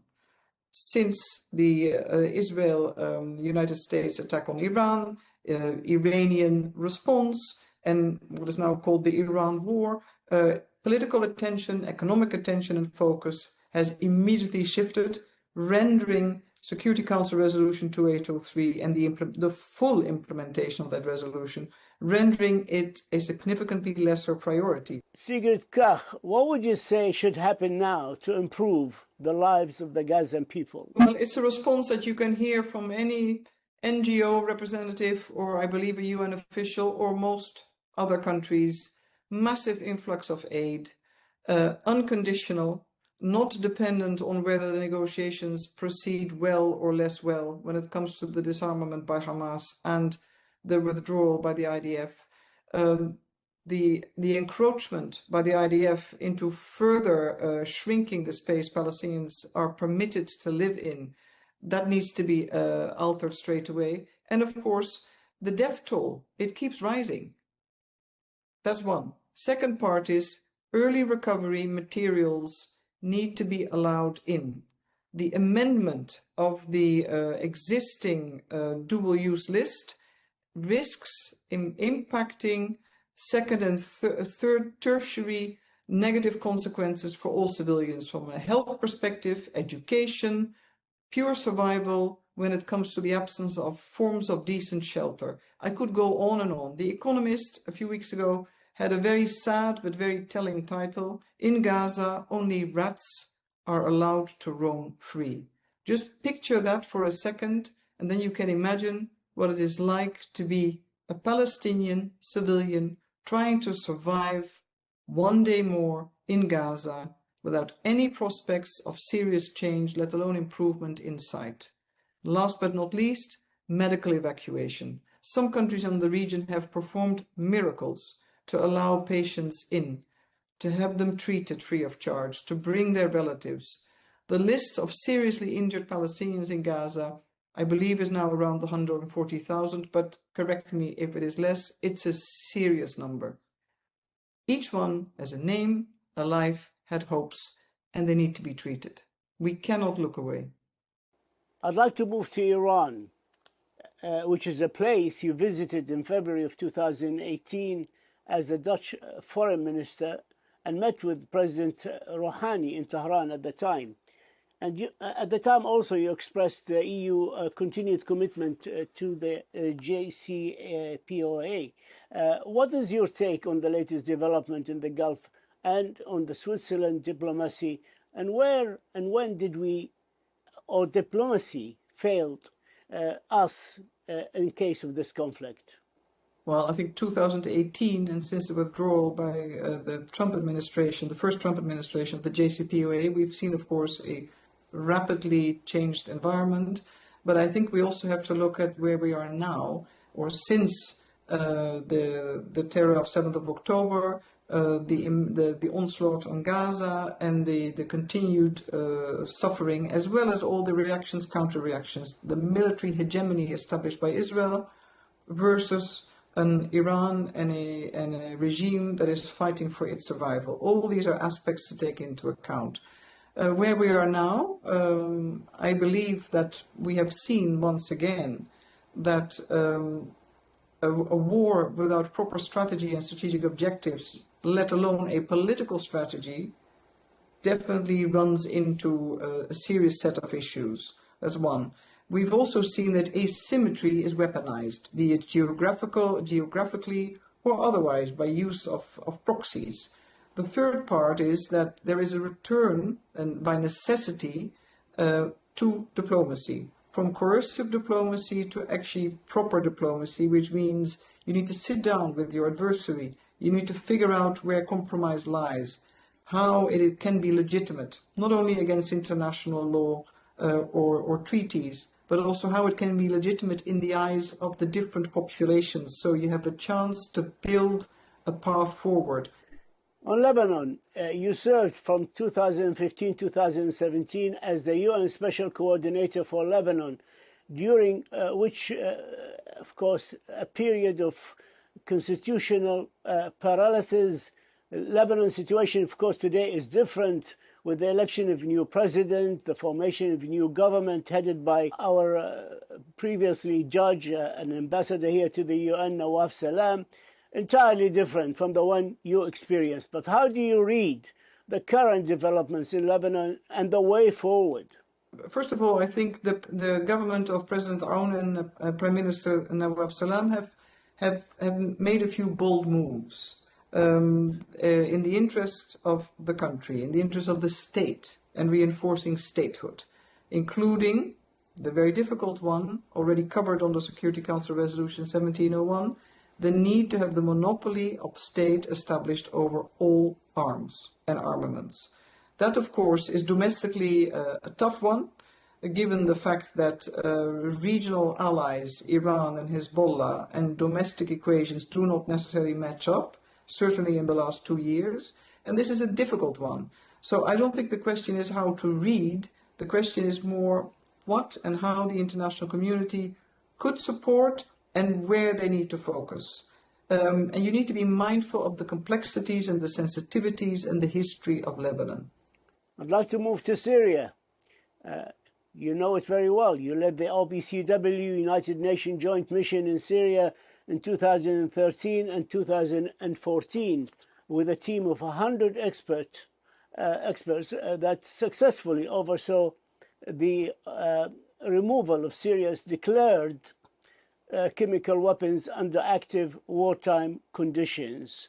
That mission, of course, I remember interviewing you on the last day from Cyprus, on the last day of the removal of the last remnants of the chemical weapon, declared chemical weapons from Syria. And of course, we know what happened afterwards.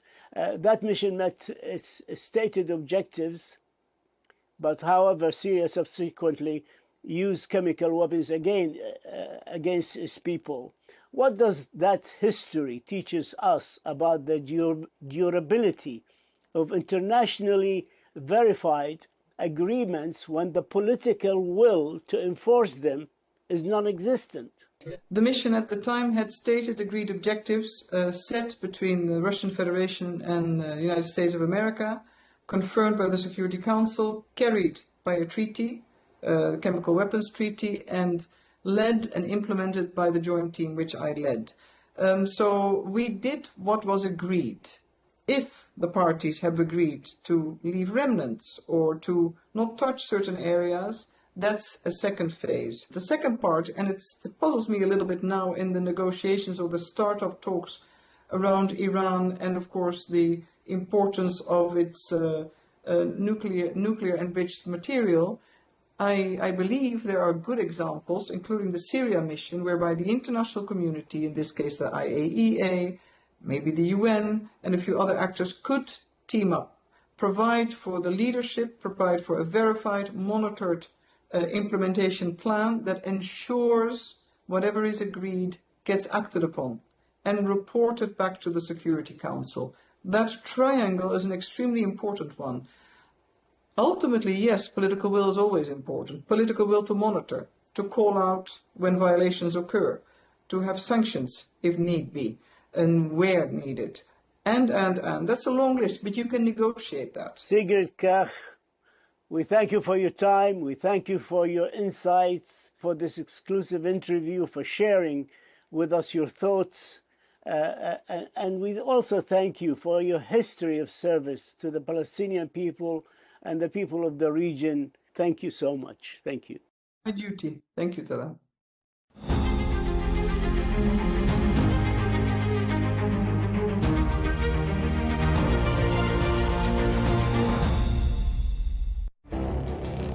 It feels like decades are passing by in a matter of weeks.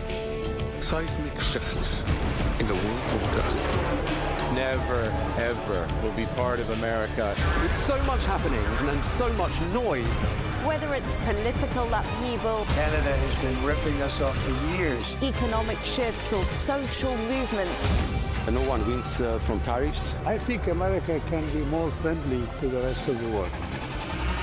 The in-depth analysis and all the latest developments across the globe. To have an inclusive policy together. The meetings with Hamas gave me some hope. We're in another nuclear arms race. the most important developments straight to your screen. Welcome to the dressing room. I'm on my own. I need backup. And an insightful look at the issues shaping our world today. It was not going to happen, that war, and it happened. Join us on Arabiya News, where the world talks.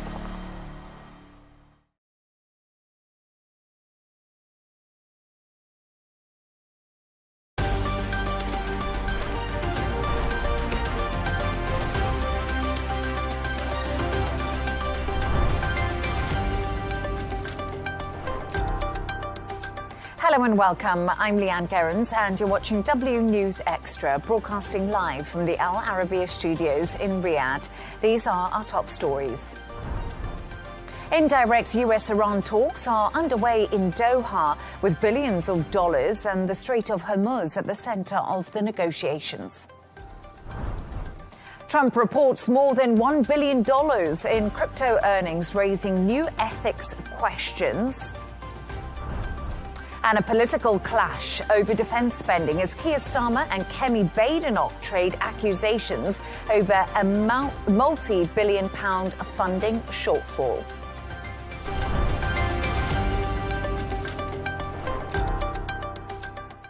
US and Iranian officials are holding indirect technical talks in Doha, with Qatar and Pakistan acting as mediators. That's according to Al Arabiya sources. The discussions focus on implementing an interim agreement, including the release of $3 billion in frozen Iranian funds and issues surrounding the Strait of Hormuz. To discuss this and all of today's stories, I'm joined by Professor and International Relations expert, Dr. Ellie Al-Hindi, who is all the way in Dubai, and editor-in-chief of the news movement, Rebecca Hudson, who joins us from London. Dr. Ellie and Rebecca, great to have you on the show with me. Dr. Ellie, thank you. Before we get into all the finer details of the negotiations, President Donald Trump had some very positive words today. He says the US and Iran are getting on well. Can we believe this from the latest round of talks? It's beautiful to hear President Trump living in his own reality. It's always happy and nice things happening to the US specifically, but to the world in general, due to his great achievements. But put that aside, and let's look at what's happening in these negotiations. I think we have to take a step back and actually go back to the Memorandum of Understanding. In the Memorandum of Understanding, we saw two different deals. One that is immediate implementation of three major things: cessation of hostilities, or stopping the war practically, opening Hormuz, and an Iranian commitment never to have a nuclear weapon. That was the immediate part. And then there's a long list of things to be done. But all these things to be done and all these promises towards Iran are linked to the final agreement that is to be reached after 60 days of negotiation. In Switzerland, we then created 5 different tracks to discuss all the different files that will hopefully lead to the final deal. Because of the vagueness of the MOU, and because of the very important fact that the US actually got almost everything it wants from the 3 major points that we just mentioned, is not in a hurry to reach a final agreement anymore. And the start of all 5 paths of the different negotiations have been problematic, have been extremely slow. There has been misunderstandings, there have been different interpretations of what every word means, and each party is asking the other to start showing steps towards trust building or towards the start of implementation.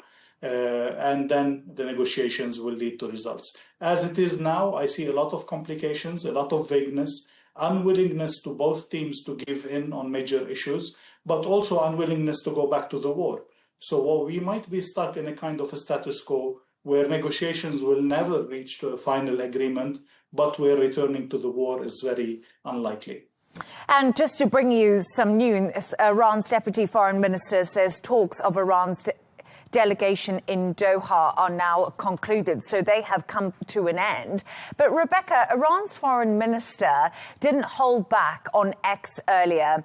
Is it quite telling that Israel has now been left out of these discussions?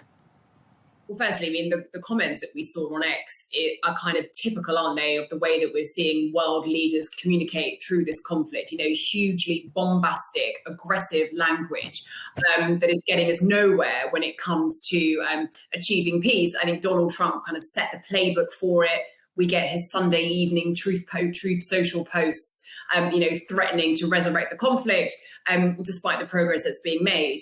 But you know, to think about Israel's involvement in these talks, we can't ignore the fact that the history between Iran and Israel are one of deep a lack of cooperation. Iran does not recognize Israel, and so the idea that they would be involved in these talks, I think, would be surprising. But also, these are designed as sort of a bilateral discussion between Iran and the US. This is about very strategic aims around the Strait of Hormuz and that outstanding significant pot of money where Israel needs to start, where what would involve Israel would be around, what it's doing in Lebanon and conflict with Hezbollah. So there is a kind of legitimate reason why Israel wouldn't necessarily be present at these talks, but that realpolitik and the kind of background noise between those two nations, I think also has played a huge role in why they are not involved in these even indirect conversations. And Dr. Ellie, I don't know what your thoughts are on Israel, but a lot of people have been asking questions that if Israel doesn't stop its actions in Lebanon, and we've also seen more attacks in Gaza and Syria, could this really, really scupper the US's chances of bringing a final deal with Iran to the forefront? Interrupting a final deal, yes, maybe, but returning to the war or full explosion of the situation, I don't think so. I think Iran and Lebanon has been doing whatever it can do to keep Hezbollah and to, play a tit-for-tat relationship with Israel, trying to push some points there. But in return, Israel does not seem to be willing to stop until it achieves at least some reassurances and some basic stability on the Lebanese border. This will continue until we have a major change in Lebanon, which will rely in itself on, what the Lebanese government will do and so on. But I don't think this will threaten stability in the military conflict between Iran and the US. It might influence the final deal, but again, nobody is in a rush to that final deal. Both sides are hesitant to give in and both sides are unwilling.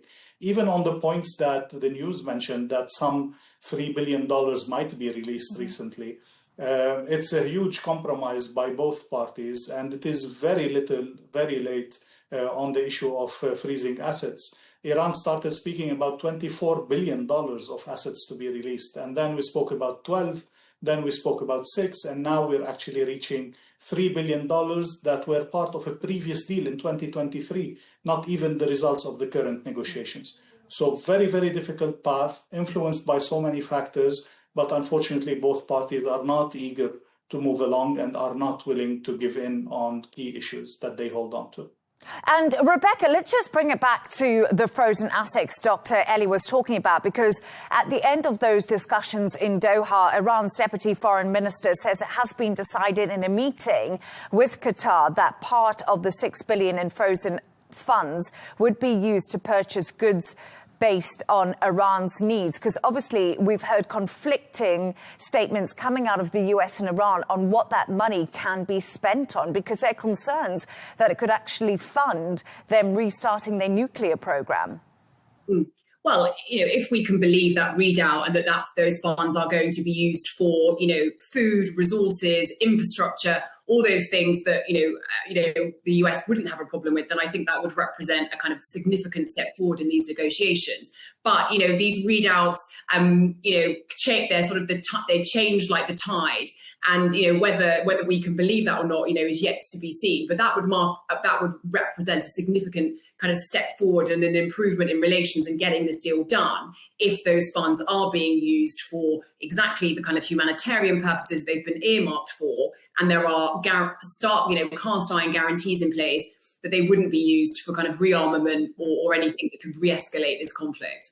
And Dr. Ellie, just to bring it back to basics, they are discussing details in the 14-point MOU, so they haven't even got to going into more of what the agreement and the final deal is going to look like. Right now, we're still at these very early stages with extremely vague language. There's a long, long way to go.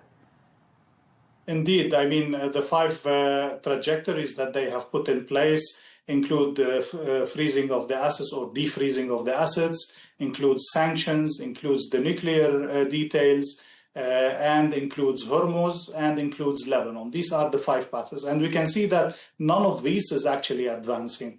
We may have a general idea about what the final agreement may look like, but reaching there is extremely difficult.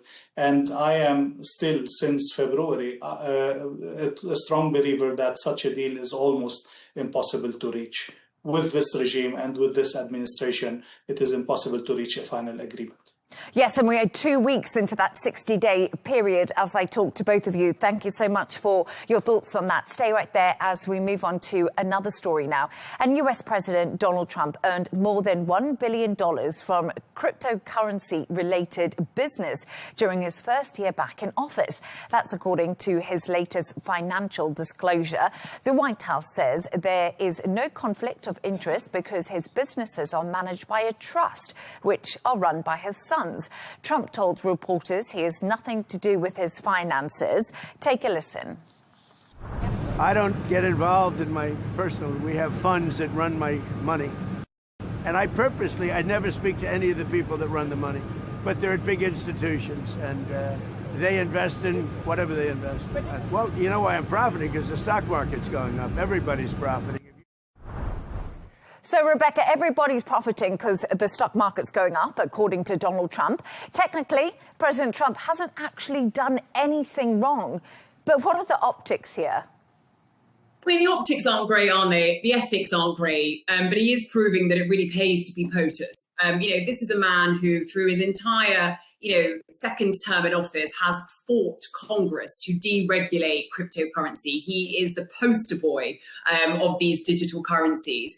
And then to find out that, he's made $1 billion off of it just feels a little bit uncomfortable. But as we were talking about before, whereas for other presidents, there'd be kind of shock and outrage, wouldn't there, that, someone in high office has managed to make all this money, and there are these dubious connections between his sons and these businesses and that money. Somehow for Trump, he kind of acts with impunity, and he says nonsense things like we've just heard about the stock market, and he kind of lives to see another day. So, I kind of think this is almost our fault that he kind of feels he can get away with this kind of behavior, because I would argue he probably has abused his power in trying to deregulate those markets. Not necessarily a crime, but certainly something that kind of brings the office into sort of a level of disrepute and undermines the integrity of being president. But, it's Trump. It's one rule for him and it's one rule for everyone else. And I must say, around 5 years ago, President Donald Trump was actually openly critical of cryptocurrencies, saying Bitcoin, it just seems like a scam. And now he's made $1 billion, so he's made quite a lot of money off that scam. But let's just pick up on Donald Trump, Dr. Ellie, because, Donald Trump has been a very successful businessman. He ran a successful hotel chain. We can't forget he was also a successful TV presenter. But do you think he's profited from his presidency, or has he just got lucky? I mean, maybe a bit of both. He's been playing it really, really at the edge, and he's been, saying that he is separating the two. But definitely we are seeing practical benefits reaped by his children and by his companies due to his political decisions. The key question, I think, what would be a big deal in the US is, are they acting based on some insider informations? And in the trade laws in the US, this is a big crime. This is punishable by prison and big fees. And this could lead serious problems for the president, even impeachment, if it is proven. So far, nobody, even his biggest haters, have been able to prove anything, either because he's too smart for them, he's too successful as a businessman, he's too successful as an entertainment figure, playing that role and separating the two spheres, or he has really not done anything wrong. So innocent until proven guilty, as we say, but definitely he has to be very careful, because the repercussions of actually misstepping or doing a mistake in that sense will cost him a lot. But Rebecca, I know that you are back and forth to the US quite a lot. Do you think the American public actually really care about this? Does it cut through? Because when you have a look at Trump's MAGA base, they support him because he wants to make America great again, because he's got a Christian belief, because he's different to the deep state and the establishment. So do you think this is even something that would bother them, or do they think, oh, well, it's Donald Trump, Yeah. Do you know, I think that's what's so kind of remarkable about him as a politician, is that he doesn't necessarily behave in a way that we expect of politicians. And actually, his base seem to really respond to it. They probably, are quite inspired by the fact that he's made all that money from crypto. We know that lots and lots of his supporters bought into the Trump coin. Don't need to talk about the fact that it's lost 97% of its value while he's made $1 billion. We'll do that in another show. But they probably admire his entrepreneurship and the fact that, he's out there kind of earning money. And like you say, delivering on that sort of MAGA manifesto of kind of making America great again, upholding Christian values, although I'm not entirely sure they're on display that often with him. And I think they sort of quite enjoy him as this kind of rogue kind of outlier when it comes to politics. And for the Democrats, for whom, they think Trump is, kind of the worst thing to happen to America ever, this is just yet more fuel on the fire. And how can you be more disappointed in someone when your expectations are already on the floor? So I think for Trump, he'll sail through this like he does so many other scandals. But I also want to... if I may add, it's a bit of a double-edged sword, what Rebecca's mentioning. It is true that he's been his constituency doesn't care much, and on the contrary, they might see him as a hero, as someone to admire. True, but we need to be careful about two things. He's been elected to that post as an anti-establishment, as a person who does not need the money of corruption. That's why we can trust him with the public money. If he does a mistake on that level, it could really cost him much, especially with the people who are less off or in a lower social and economic status among his constituency in rural areas and so on. This is on one side. On the other side, I think what could make him get away with anything that he does is that he's always presenting the Americans with that existential threat from which he is the savior. We're going to save the US, we're going to make the US great again, and I am the hero of this path, I am the hero of this big turn that the US is taking historically. In front of this, existential threat, any small mistakes seem irrelevant and seem okay. So it's somewhere playing again on the edge of these two, but any mistake again will be very, very costly for him. And Rebecca, I don't know your thoughts, because some people are drawing parallels to Hunter Biden when it comes to this situation, because obviously it's very different, but Hunter Biden profited off his father, Joe Biden. And many people are saying, do you think we could see the Democrats try to rally against Donald Trump on this when it comes to the midterm elections? I'm sure they will try to weaponize this, won't they? They are going to throw the kitchen sink at those midterms. They are desperate to win, both of those houses and really give a kind of big upset and send a big message to the White House. So I'm absolutely sure in those campaign meetings that are probably happening as we speak, this kind of material is what they'll use. But I do think it will fall on deaf ears to lots of Americans, because they do admire that entrepreneurialism, and they will, like Trump as this kind of anti-establishment figure who, goes out and is successful. But your point about Hunter Biden is a really important one, because this is not unique to Trump, and every sort of presidential family has become incredibly wealthy off the back of becoming a presidential family. Whether you're the Obamas with your Netflix shows and your podcasts, or, the Bushes with your kind of, various business and property interests, or Hunter Biden, working, running businesses while his father was in office. This is not new, and we should remember that. And, we want to be careful of that sort of double standard, that sort of, Trump derangement syndrome, where everything he does is kind of first and fantastic, when actually this is a little bit of a sort of typical playbook for the first families. Yeah, I was just about to say Clinton Foundation too. We can't forget that. But just one final thought from both of you. What about Donald Trump's merch? I mean, how can anyone resist? It's just everywhere, isn't it? Dr. Ellie, any merch? I haven't bought any because it's made in China. So he was actually embarrassed when his MAGA hats were proven to be made in China. So there's a little bit of hypocrisy there. But again, you have to be a really, really big fan to buy the merchandise. But some people are doing it, not me. Rebecca? I mean, he's a brand, isn't he? He's an undeniable mega brand, and you can smell like him, wear his hat, buy his Bitcoin, and live in his country and vote for him if you want. I mean, he's the full kind of, we used to talk about the triple threat when people were sort of actors, musicians, and models. He's kind of prime minister, president, entrepreneur, fashion designer, scent designer, you name it. He's got a product range. So I don't know, maybe there's something. The Trump phone, Rebecca, also. Oh, It never ends with Donald Trump, and he's also, of course, a social media expert. We can't forget that. But thank you so much for your thoughts on that. Let's move on to another story now. And UK Prime Minister Keir Starmer and Conservative leader Kemi Badenoch have traded blows over the UK's defence spending plans. Badenoch says Starmer is leaving a funding gap for his successor, while Starmer accuses the Conservatives of being all talk on defence. Dr. Ellie, let's start with you. I think there's a lot of questions when it comes to this defence plan that's been outlined and the money given to the defence spending. Do you think Britain should be putting money in this area? Is it vital right now?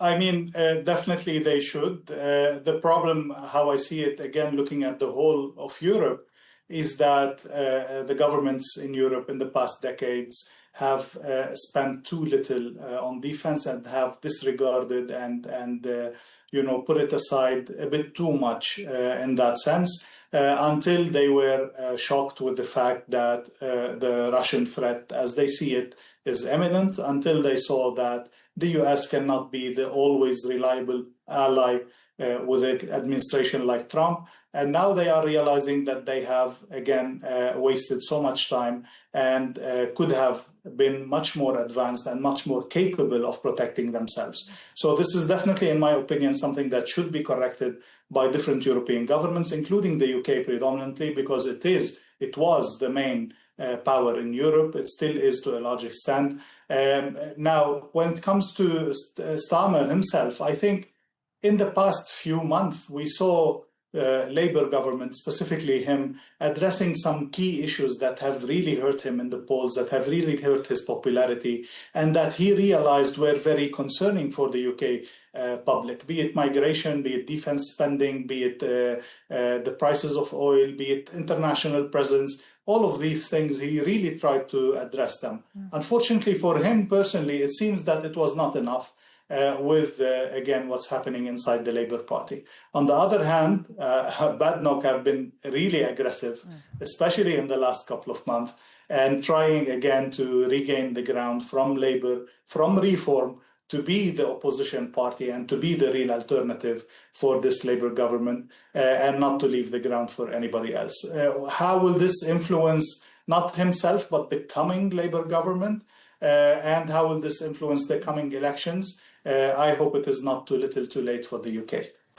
And I must admit something, when you watch PMQs, Kemi Badenoch has definitely been trading lots of blows, and they've been landing well because Keir Starmer's pretty much out of the door. So, Rebecca, let's talk about this. Andy Burnham, he's likely to be Prime Minister in the next few weeks. He's obviously Starmer's successor. How do you think the UK is feeling about this, another Prime Minister, the seventh, I think, now in 11 years? What's the mood? Well, I think firstly exhaustion, to your point, because there has been so much sort of turbulence when it comes to who's running this country. We've swung from sort of Boris Johnson to Liz Truss via Keir Starmer, and now, this bloke called Andy Burnham, who just 30 days ago wasn't even an MP, and now, like you say, is going to very likely become our Prime Minister in the next few weeks. So I think this country is slightly reeling from, the turbulence and the turmoil that we're having in our government. And while I think there is definitely some genuine excitement about a new programme of change, he is a very different kind of politician to Keir Starmer. And there are so many things we do not know about what a Burnham Prime Ministership would look like. We do not know his views on foreign policy. We don't have any idea how he intends to find the £4.5 billion missing from the defence plan. He gave one speech on Monday, which was about devolving more power to our regions and our mayors. He's a former mayor, so probably no surprises that he wants to kind of shore up their power and support. But I think there's a sort of nervous apprehension, if I was going to kind of give the country a mood at the moment, because Keir Starmer didn't work. He was deeply unpopular. He just never connected with the British public, despite winning that staggering landslide in 24. So the country needs change, but now we're all waiting to hear what change we're going to get. And it's interesting, Rebecca, because I did speak to a former Labour Party official in my first show, and he said something that I thought was quite interesting, and I want to get your and Dr. Ellie thoughts on it. Rebecca, we'll start with you. He said Keir Starmer has almost set booby traps for Andy Burnham as he enters number 10. Once with his, you spoke about it, the £4.7 billion shortfall in this defence plan. Also, the budget coming up in September, a new Chancellor's going to have come into place, the fiscal headroom set about by the Chancellor in right now. So I wonder how long this Burnham bounce is going to last for, because we still don't really know what he stands for. No, I think you're exactly right. There'll be that initial honeymoon period. He's quite cool. He's got a very different sort of approach to politics to Keir Starmer. He wears his bomber jacket and he's a little bit informal. But lots of questions that we don't have answers to. And to that point around the sort of dodgy handover, I mean, like you say, he's inheriting a lot of problems. You know, we have a massive challenge with irregular migration in the Channel. We've got the surging popularity of reform. We have got, you know, war raging in Ukraine. He's got to find a way of working with Donald Trump. What is our role in conflicts like Iran and in Gaza? How is he going to, you know, salvage the NHS, which is on its knees? You know, he's coming into a huge list of problems. And so his ability to maintain this honeymoon period and that Burnham bounce, you know, I think is going to be really interesting to see. He's already committed to sticking to the manifesto, the fiscal headroom and the budget, you know, the fiscal rules that Rachel Reeves set out. So he hasn't got a huge amount to play with. So how he's going to solve these problems is really interesting. And I would agree with your guest earlier that Keir Starmer has left him with one hell of a handover. Yeah, definitely. And Dr. Ellie, a lot of people are saying, and especially the Reform Party, that they want Andy Burnham to call an election 6 months once he gets into power, because this is actually something Boris Johnson did do when he took over from David Cameron. And a lot of people are saying, what about democracy in the UK? Yes, we voted for Labour, but we didn't vote for Andy Burnham, and we didn't vote for so many of the prime ministers that we had. So do you think it's fair to call an election in 6 months? It could be, I mean, either ways. It's a good argument for the people who say we haven't voted for that specific person. But again, in a proper democracy, you vote for a party, you vote for a platform, you don't vote for the person specifically. And a change in the leadership, it could happen for so many different reasons.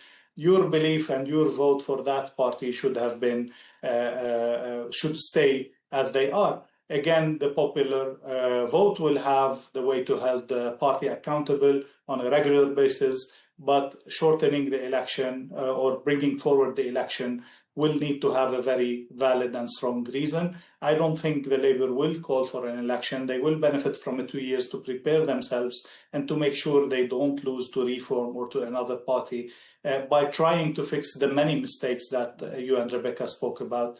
That will not be easy to handle. Yeah, and I think Rebecca made a good point there. I think Donald Trump made some comments on Andy Burnham, said he didn't know who he was really and thought he was very liberal. So we'll see how that meeting goes. But as Donald Trump always says when he meets someone, he's a fantastic guy. So we'll wait and see what comes down the line. Stay right there as we move on to another story now. And more countries are through the World Cup round of 16 after another dramatic night of football. France beat Sweden while Norway secured a win over Ivory Coast with a late goal from Erling Haaland, whilst England are also through after beating DR Congo. Rebecca, I think before we just say anything, we were all watching that England game, weren't we, with bated breath, because literally the Congo scored in the first 7 minutes and then it took England most of the game to get 2 goals. So this is a great win for the country, really, isn't it? I think there was a sort of collective exhale of breath when Harry Kane scored that second goal at the very end of that match, because like you say, Congo's scoring sort of 7 minutes in and then England waiting until the very final few moments to level up and score 2 goals is the kind of tension and stress that I'm not sure anyone in the UK needed at the end of their working day. But it's great news for us. You know, we're just talking about kind of how much this poor country is going through when it comes to sort of politics. And so having a bit of good news, a bit of football to celebrate is no bad thing, is it? No, not at all. And lots of people, I'm just having a look at what people are saying. And Captain Fantastic is what they've nicknamed Harry Kane, because Harry Kane obviously scored 2 late goals for England. They're now through. So much celebration. I'm sure lots of people will be calling for a bank holiday for the next England match like they always do, and a knighthood for Captain Fantastic. But Dr. Ellie, Mexico, Canada, they're also through. But the US play later on today. Do you think America can actually join them? I think they have very good chances of passing Bosnia-Herzegovina, who've been playing well, but again, the US has all the enthusiasm, all the the locality of it, and they're playing on their land and so on. And it's not been uncommon for the host team to make it quite through to advanced stages in the World Cup. We've seen it so many times, including South Africa, including different places. The three teams have good chances of making it the furthest in their history, maybe, or at least in a very, very long time in the case of Mexico. But we're also seeing some nice additions like the Norway team, like the Paraguay team, definitely at the expense of big teams going out like Germany and like the Netherlands, who were favored for so many analysts and so many sports critics. So it's a combination of the World Cup, but again, it's been let me say, criticized for so many different issues, because this World Cup includes so many different new rules. It includes the 48 teams for the first time. It included the technology in the ball. It includes so many new things. So I think these were the criticisms mostly, rather than the excitements of the field, which still gives the thrill for all the football fans around the world. Rebecca, I don't know what your thoughts are, because as Dr. Ellie talked about all the changes, and there's been so much noise about these hydration breaks. Many people are saying they're really just doing it because it's money for advertising and it stops momentum of the game. I don't know what your thoughts are on the hydration breaks. Well, they would have learned a great lesson from President Trump, wouldn't they? If there's a buck to make, you should try and make it. And I don't doubt for a second that there was certainly a sort of commercial imperative for those water breaks. But, you know, as we saw in the England match just, you know, a few hours ago, that second water break was where, you know, the team were able to kind of collect themselves, got a bit of a telling off from the coach, and out they go and score 2 goals. So for today, I'm pro water breaks. And I hope that lots of people went and bought things in the ad break as well. And Dr. Ellie, do you think France is going to win the whole thing? Because I think that's what a lot of people are saying at the moment. Back to the water breaks, I think it has been shown statistically that after the break, the mood of the game changes and the team picks up, one of the teams at least picks up significantly after the water break. So it is influencing the happenings inside the game. France is still a big favorite. They are sailing through very easily, unlike other teams that are facing challenges or that have lost matches. France has been going through very well, and they seem to be, very likely to reach at least the semi-finals, if not the finals. On the other path, we have the South American teams and the likeliness of Argentina and Brazil heading off in quarterfinals or in semi-finals, and then one of them reaching to face France. If no surprises happen, if things go as they are, I think France does have a very possible chances of being in the finals, together maybe with Brazil. I must say something. I'm not the biggest football fan, but I think that if an award needs to go to any fans when it comes to the World Cup, it has to be the fans of Norway. I absolutely love that Viking row. Isn't it amazing? I feel like every time I watch it, just everyone's so involved, and it's so lovely, isn't it, Rebecca and Dr. Ellie, to see sport bringing the world together? So important. At a time like this, I think it's, second to none. Thank you so much for your thoughts on that. Now it's the time of the show where Rebecca and Dr. Ellie have chosen 2 of their quirkiest stories of the day. Dr. Ellie, I think this is fantastic. Tell us about the latest trend that sees Gen Z ordering food but actually never arrives. Well, not only Gen Z, to be fair. Maybe these were the main targets of this South Korean app.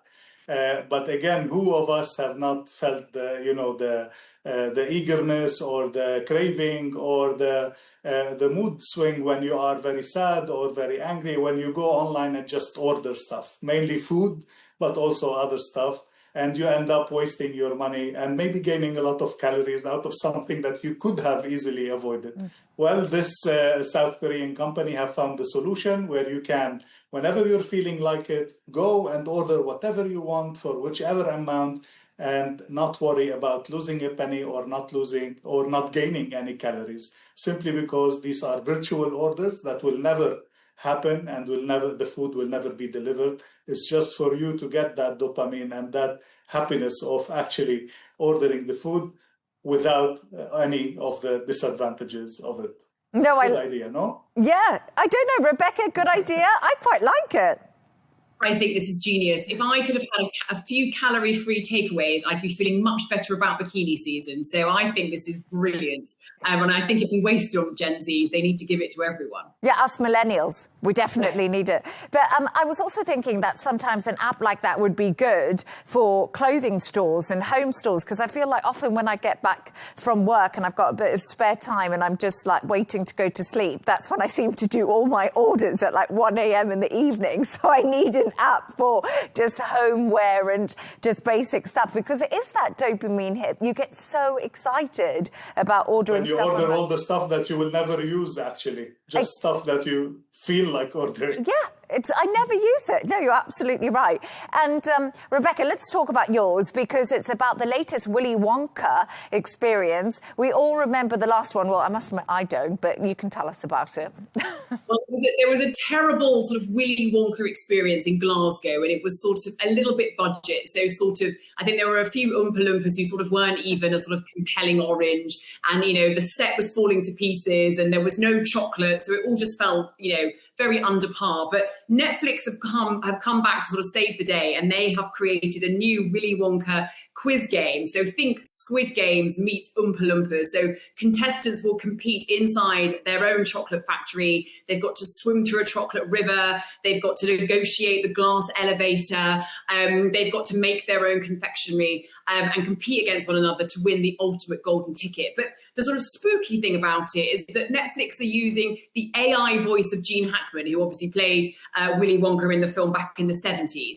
So there's a kind of spooky sort of beyond the grave element to it. And very personally, I think I would have preferred if Timothée Chalamet had been the voice of this Willy Wonka rather than Gene Hackman. So maybe I'll let Netflix know that. But I know you're a Wonka fan, so you must be looking forward to this, Leigh Ann. I'm really looking forward to it. I love Willy Wonka, and I'm just having a look at the pictures, and it looks fantastic. Like, the set looks absolutely fantastic. And Dr. Ellie, I also think that we look at this as AI. It's also got a game show vibe, which are very much in vogue. Yeah, definitely. I mean, I'm all for the chocolate part of it. Let alone the Willy Wonka and the AI. But on the general sense, we're seeing AI entering all the industry of production and movie making and all this in a very, very strong way, and actually changing the scenery of what can be done or what is feasible. And this is, again, a double-edged sword. We have to learn how to live with it, how to deal with it, how to take it in practically. And I was telling you before the show, like I've learned from my son about a famous rapper called Juice WRLD that I have never heard of before. And you told me that you also haven't heard of him.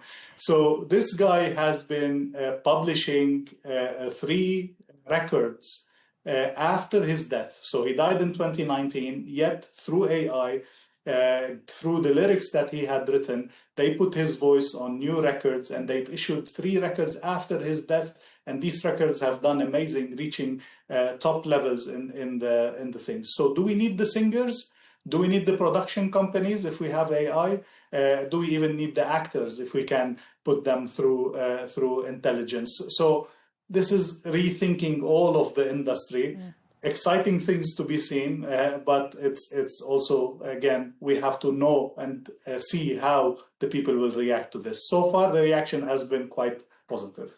I don't know, Rebecca, but I'm quite a traditionalist, because recently that AI song topped the charts and lots of people were talking about it, and I didn't even realise it was AI. So we are moving into that stage right now, because gone are the days that we'd go and buy a CD and look at all the artwork in it. No, exactly. You're completely right. And if now we can't even tell if it was actually sung by a human or generated by some code, I mean, it's kind of incredible, isn't it? And I think the idea that kind of that technology is able to kind of bring back to life someone like Gene Hackman, you know, it makes you think, how else will this technology be applied, and who else can we kind of, you know, bring back? So no, I'm with you. It makes me a little bit nervous, and I sort of hope we don't get rid of movie stars and producers, as Dr. Ellie suggests, because I don't know what we're all going to do for jobs otherwise. But maybe that's for another show. No, I also love the movie stars. They can never get rid of the Kardashians. I just have to say that. But yeah, absolutely. Oh, big loss. That will be the biggest loss, I'm telling you. We've got to keep the Kardashians. But I've also been hearing rumours that Ozzy Osbourne, he's going to do a big AI comeback too. So a lot of people are monetising on this, that, you know, big celebrities pass away and then they can still carry on making money for the families and for, I guess, you know, the rest of their life, even though they're not here. Like Michael Jackson, we saw his film. It's made an absolute fortune for the Jackson estate. Yeah, absolutely. It's astounding, isn't it? And, you know, making money beyond the grave for your families. And it's an interesting ethical question there, isn't it? About kind of how would they feel about how they're being depicted or how they're being used? You know, how would Michael Jackson have felt about that documentary? How does Gene Hackman feel about this show? It's sort of quite an interesting question about kind of, you know, who has control over your image. It's a fascinating one that we're going to have to sort of figure out as AI increasingly takes over. No, definitely. But thank you to our guest, Professor and International Relations expert, Dr. Ellie Al-Hindi, who joined us from Dubai, and Editor-in-Chief of the News Movement, Rebecca Hudson, who joined us from London. And that's all from us on W News Extra. Don't forget to subscribe to our YouTube channel, follow us on X, G&T, that's coming up next. Goodbye and thank you.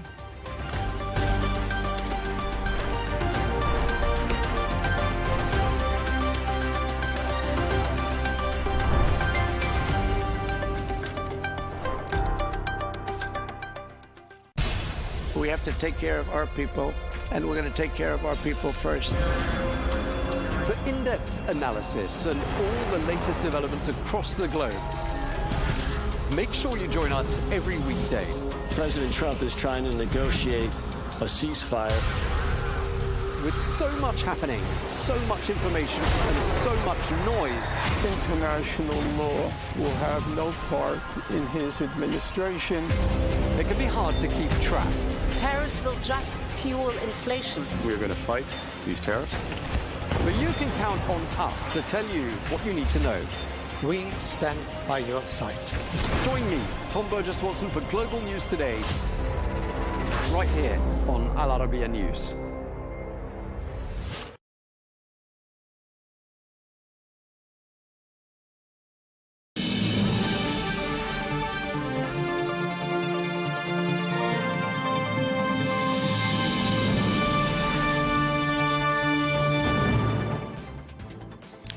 Hello and welcome to Global News Today, bringing you exclusive interviews with leading experts every weekday here on Al Arabiya English from our headquarters in Riyadh. I'm Tom Burges Watson. Coming up today, indirect talks get underway in Doha between US and Iranian officials aimed at ending the Iran war. We ask what, if any, signs of progress are emerging. Israel, meanwhile, says its forces will remain in self-proclaimed security zones that it's established in Lebanon, Syria and Gaza, and gives no timeline for withdrawal. We'll get perspective on that from Beirut. Plus, we're going to be examining what appears to be a sharp deterioration in ties between Israel and Turkey, with irritants like Gaza, Syria and the Eastern Mediterranean, and now Israeli cabinet approval of the Armenian genocide committed during the final years of the Ottoman Empire. All of that up for discussion today.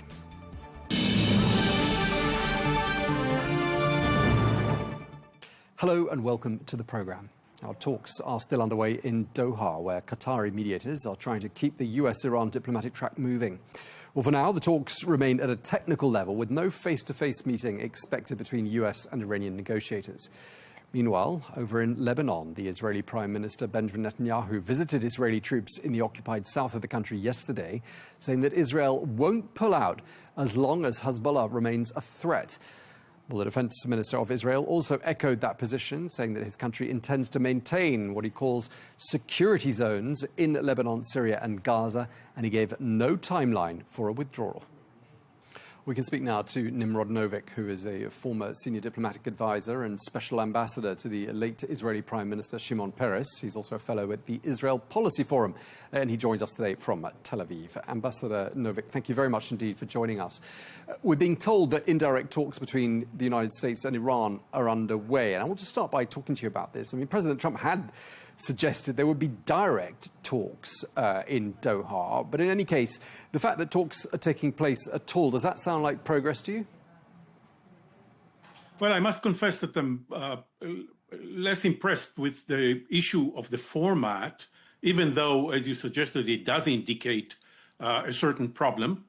But it is in character with the overall nature of those negotiations. From the moment that the MOU was made public, there are troubling issues in that document, and the format just suggests further lack of not just lack of confidence, which is obvious between the two sides, but even perhaps lack of respect for the U.S. By the Iranians, who have been apparently emboldened, even though they were inflicted very heavy military blows. Right. I mean, I think you're sort of touching on something we talked about yesterday with some of our guests, which is Iran being sort of ambiguous as to whether or not it was going to even show up with a high-level delegation in Doha. Seem to be saying, you know, we might do it if we feel like it. I mean, again, as you say, sent out a very strong message in itself. In terms of the areas of discussion, can we assume they're going to be building on that 14-point plan that was established 2 weeks ago? In which case, what do you anticipate the main areas of discussion as being? Well, I'll start with what will not be on the menu, which is very troubling, and that is the ballistic missiles capabilities and the support for proxies for destabilizing forces in the region, which are totally off the agenda, to the point where the President Trump even legitimized the Iranian missile industry and capabilities. What will be on the agenda, I hope, will be beyond just how to reopen the Strait of Hormuz in return for some financial benefits to the regime in Tehran. I hope that they will start touching the most important issue, the most significant one, and that is Iran's nuclear ambitions. Right. If, as you say, the Strait of Hormuz, which was open before this war started, but now is sort of partially open, sometimes not so open. I mean, what hope is there in the 60 days that were established, 14 days ago, of tackling these more complex issues, the ones you just named, nuclear, proxies, and the ballistic missile program? I doubt very much that much can be accomplished on the nuclear file within 60 days. It was not because people were lazy that it took the Obama administration 2 years to negotiate it. These are very complex issues. And if you really want to get to the bottom of it and you get to a point where you have a intrusive verification of Iran not violating its commitments on this issue, it will take time. And therefore, one might assume that if the negotiations proceed, and if neither side decides that it has another option, that we will see the 60 days extended perhaps more than once. But given that the agenda is limited to the immediate, which is reopening the Strait of Hormuz, and rewarding Iran by unfreezing assets and some lifting of sanctions on its export of fuel, of oil and other products. I hope that the agenda is not confined to the immediate issues, which, as you noted, the Hormuz issue was not on the agenda at all. And the 14 points are not promising about the future of freedom of navigation in this international waterway. It can be read in ways that beyond the 60 days of free passage, which is not implemented thus far, but even if it were, beyond the 60 days of free passage, freedom of navigation might not be what it used to be, and that Iran, perhaps in cooperation with others, will be able to impose some fees on transit. Another failure, in my judgment, of the 14 points. But I really hope that at some point they will start tackling at least the most significant threat from Iran, which is its nuclear program, even though, to my great regret and concern, the issues of ballistic missiles, drones, and proxies seem to be off the agenda. Okay, so you sound like you think that it's unlikely we're going to get a result in August, which is when those 60 days will expire. You seem to be erring on the side of an extension of that 60-day deadline. You're quoted as having said the Iranian regime survived and believes it won. Now, whether or not they won is a whole different story, but they have survived. I mean, they're still there. And I want to ask your opinion. Do they look stronger than they were before the war started? I believe that perceptions matter. And when I say that they won, it's not because this is an objective judgment. Obviously, they were inflicted a very heavy blow by the joint Israeli-American operation, both to political leadership, to scientific nuclear-related leadership, military leadership, and military capabilities, as well as military production capabilities. So, you know, objective observers would create a menu of everything that has been destroyed and will tell you that the Iranians have lost that war. But as I said, I believe that perception matter. And for the Iranian regime to having survived when both the President of the United States and the Prime Minister of Israel, I think recklessly, basically declared regime change as the objective of the operation, and regime change had not taken place, there is a sense that that Iran or Tehran projects that it feels stronger than it was during and in the wake of the huge public protest in December and January, which they brutally stopped, butchering their own people. But they came into the war that started in February 28 very weak, and their conduct suggests that they feel stronger today. And when you look at the 14 points of the memo, of the MOU, it seems like the U.S. Tended to reinforce their sense that they can demand whatever they wish. Right, so you're painting a picture of the fact that viewed from Israel, this war did not go necessarily the way many people would have wanted it to. Now we're in the sort of the peace process or the pathway towards peace. I mean, do you think there is nervousness in Israel about how it's being handled by the United States and how perhaps too much is being given away and not enough is being given in return?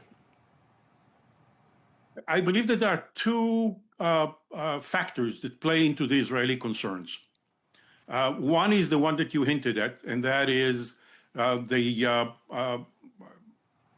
sense that the U.S., perhaps the president trying to cut losses. There are all kinds of speculations if it has to do with the price of gasoline at the pump that the Americans react to, the American public.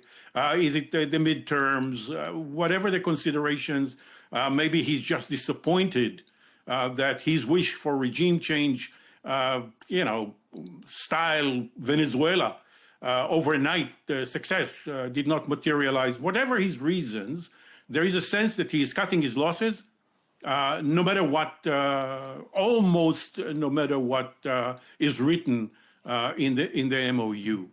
There are guardrails to this, and I'll come to this in 1 second. The second concern is that all of it is happening without any Israeli involvement. This is unprecedented. Even in the JCPOA, when the same Israeli prime minister conducted himself in the same reckless way against the American president of the time, President Obama, still the administration made sure that even though Israel was not in the room, Israel was fully informed every step of the way. This is not the situation right now. President Trump conducts himself very differently. So that's the second concern. The hope in Israel is that the president will not go as far as to allow the nuclear file to drag on without any consequence or resolution. Do you think people in Israel are perhaps a little nostalgic for the JCPOA? At least things were in black and white and were clearly spelt out to the nth degree and in considerable detail. Well, you know, quite a few of us. I belong to an organization of about 600 retired Israeli generals and other senior security officers. And we felt at the time that it was wrong on our prime minister to urge President Trump to leave the JCPOA. It was wrong to leave the JCPOA with not plan B of any sorts.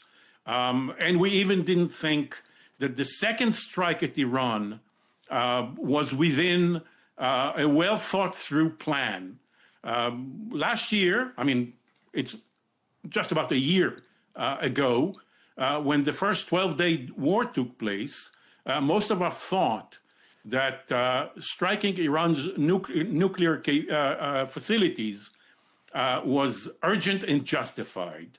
That was not the case with the war that started on 28th of February this year. We believe that the big questions that one should ask before going to war as a last resort is, one, what do you want to accomplish? Two, is it possible to accomplish it? Three, what are the means at your disposal? And four, what is your exit strategy? What is the end game? What is the picture the morning after? And it looks, though, with hindsight, and I'm not privy to the rooms of those discussions in government, in the intelligence community, and so on, but with hindsight, it looks as though if those questions were asked and answered, then the answers were far too informed by wishful thinking. Okay. Regime change did not happen. The nuclear file has not been closed. The proxy issue is still viable, and the capacity to rebuild ballistic missiles and other weapons is there. Okay, Ambassador, I want to pivot towards Lebanon more specifically in the time we have left. Israel, of course, has this buffer zone, it calls it, a security zone, about 10 kilometers inside Lebanese territory, and it goes along the entire length of the Israel-Lebanon border. What do you believe Israel's intentions are there? Do you think the country has territorial ambitions? Because we heard your defense minister and prime minister standing in that Lebanese territory yesterday saying they had no plans to leave. No, I don't think that Israel has territorial claims of Lebanon. And let me make 2 points on this. One, why are we there? And two, why I think it's wrong to stay. We are there because of the national trauma of October 7th. Our previous national security doctrine relied on deterrence, early detection, and capacity to respond in time. All three collapsed on October 7th, and therefore the Israeli security establishment became more humble on our ability to anticipate the intentions of the other side. We were wrong in taking lightly Hamas intentions, and we paid for it heavily. That national trauma caused the Israeli national security pendulum to swing to the other extreme. We no longer count on deterrence, on ability to understand the other side. We react to capabilities. And therefore, we need a buffer zone between our civilian population and the militant hostiles that hold weapons that can harm them. And that's the origin of why we are in Lebanon, why we are in 70% of Gaza, and why we also have a security strip inside Syria. While I can understand and I share the trauma of October 7th, I think that the notion that territorial strips enhance national security is false. We tried it once for 18 bleeding years in Lebanon until a courageous prime minister took us out of there in 2000. The country has no territorial claims for Lebanon. And what I believe, and many of my colleagues believe, that a wise Israeli government, and I hope the next one will be that, will trade getting out of Lebanon completely for security arrangements, especially that for the first time ever, we have in Lebanon a courageous government who stand up to Hezbollah, is committed to what we want, which is to disarm Hezbollah. And it is Israel's responsibility to help that government rather than undermine it.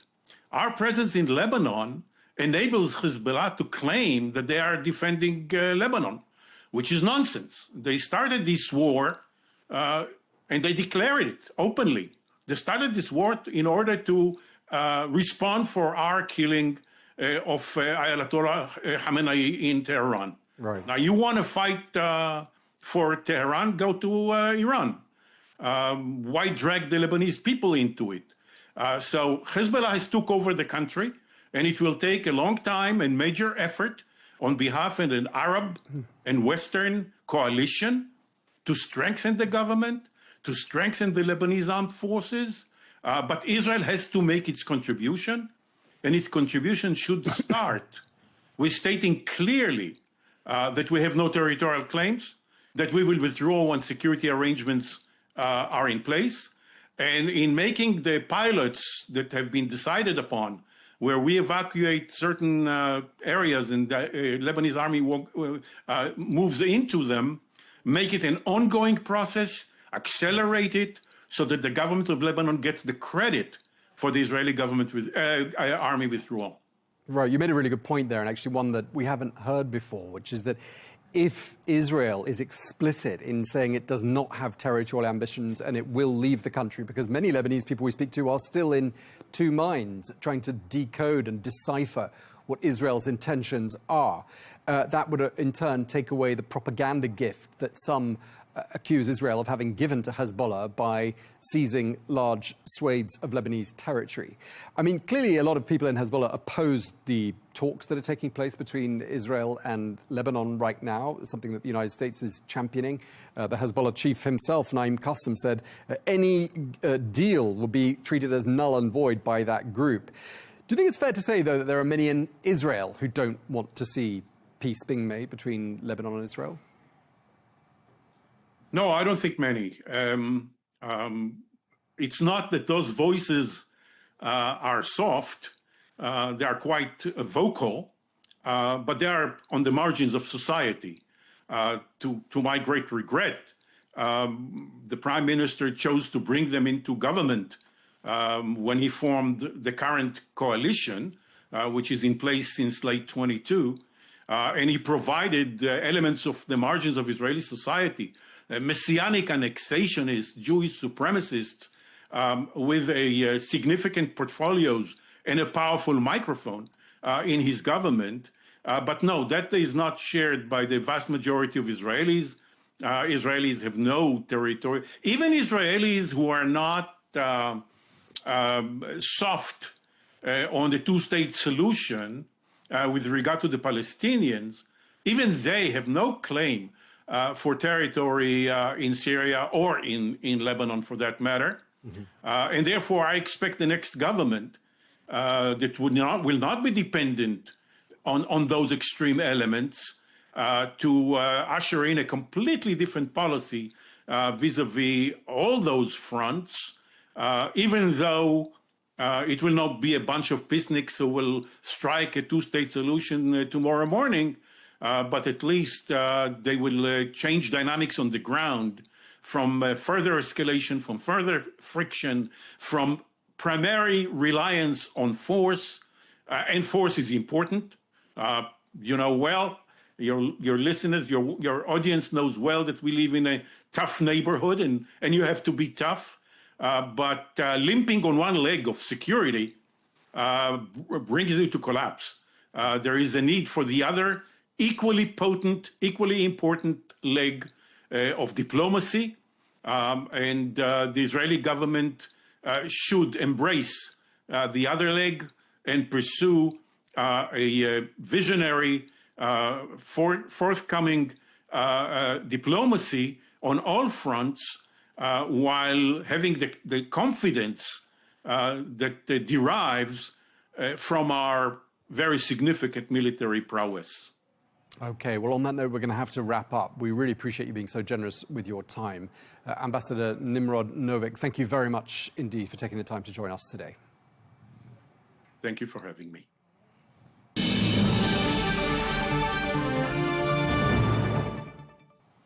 We're joined now by Mark Dow, who is an independent Lebanese member of parliament. He joins us from Beirut. Mr. Dow, thank you for joining us once again on Arabiya English.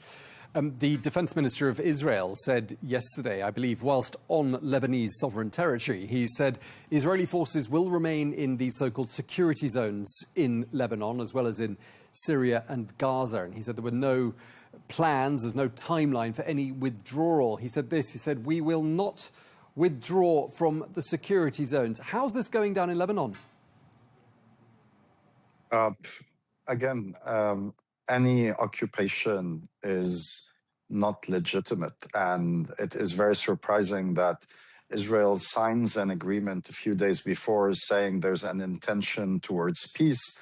And the first statement of that joint declaration, the tripartite agreement, said peace and security for both countries. So I'm very surprised that someone like a senior minister would actually say something which is directly contradictory to what his government signed up to a few days ago. Yeah, but almost it seems like a propaganda gift to Hezbollah, doesn't it? In a way, it vindicates, some people might say, what Hezbollah has been arguing all along, which is that without us, Lebanon isn't safe. Definitely, any extremist position that goes against a pathway towards security and stability and peace in the region feeds off each other. And I think the statements given by ministers like Smotrich, Ben-Gvir, and the defense minister recently have all been serving a very clear purpose to what Hezbollah also is aiming for, that peace is impossible, the state of war should continue, and the flare-up in the region is the most viable. And I think this is the entire argument that is undermining serious progress in Lebanon to end the situation, the current war and the occupation, which there is no other way than the Israelis to withdraw and figure out a solution with the Lebanese state, which is the only entity capable of ending any security threat by Hezbollah on Lebanon and on Israel as well. I mean, you've mentioned on X, I see, that you've recently met in the last 24 hours, I gather, the Lebanese president, President Aoun, and you know, he's in a really difficult position here. I wonder what his mood was like. Does he feel boxed in and dismayed? Yeah, I think President Aoun was boxed in and dismayed after the agreement that happened between the US and Iran, which included a reference to Lebanon, and then the Switzerland meetings that basically declared that there is a security cell attached to that agreement which would figure out the ceasefire in Lebanon. And all of that sidesteps the Lebanese state. But now, when they succeeded in the negotiations, President Aoun feels empowered and in a better position because he's got an agreement. He got the Israelis to sign two terms of the agreement that basically say there are no territorial claims for Israel in Lebanon. And second, that the Israelis are willing to redeploy out of all the Lebanese territories, which are two factual things found in the agreement that I think fortify the position of the Lebanese state in ending this. He is adamant that this situation continue, and he has received good support from Europeans, from the US, and from the Saudis in specific, as well as several Arab countries. Namely, the UAE has just declared that UAE citizens can come back to Lebanon. Those are all votes of confidence to President Aoun. Okay, so some steps forward. Netanyahu was on Lebanese territory on Tuesday, as I said a little earlier on, saying something very similar to what his defense minister was saying. But he's given Lebanon, once again, this sort of mission impossible instruction, which is that we will not withdraw from the territory we occupied until Hezbollah is disarmed and disbanded. I mean, Does it sound to you like he's essentially setting Lebanon up for failure here? I think he's just repeating a rhetoric for his upcoming election and to satisfy the right-wing base that he has. The fact of the issue is since 2024, he's been constantly engaged in military actions against Hezbollah in Lebanon, and that has not ended or concluded Hezbollah's fighting capabilities. Therefore, they realized that the only solution is to cooperate with the Lebanese state so it asserts its monopoly over weapons and takes over control of all the territories. Doing that is the only guaranteed way to offer protection and safety. Not only that, the huge prize of a peace with Lebanon. What's public opinion like in Lebanon right now? I mean, anyone who looks at social media will see a whole array of pictures, probably filtered according to what they already believe in. But I'm seeing pictures of desecrated churches in the south of Lebanon. I'm reading reports of medical workers and journalists being killed, 4,300 people killed in all since March, more than 1 million displaced. How has that affected attitudes within Lebanon towards both Hezbollah and the Lebanese leadership? First, Lebanon is the Lebanese overall, through all the studies and my contacts with my constituency and others, are fed up with war. All of them want this to stop. And they know that the Israelis are capable of harmful acts as well as war crimes that are being documented by the Lebanese state. I think all of that direction needs to end, and that is the main wish for the Lebanese people now. Even those who lost their homes in the south and other places, they want someone to protect them from Israel, and they're trying to look at Iran, if it can deliver that, or the Lebanese state, if they can deliver that.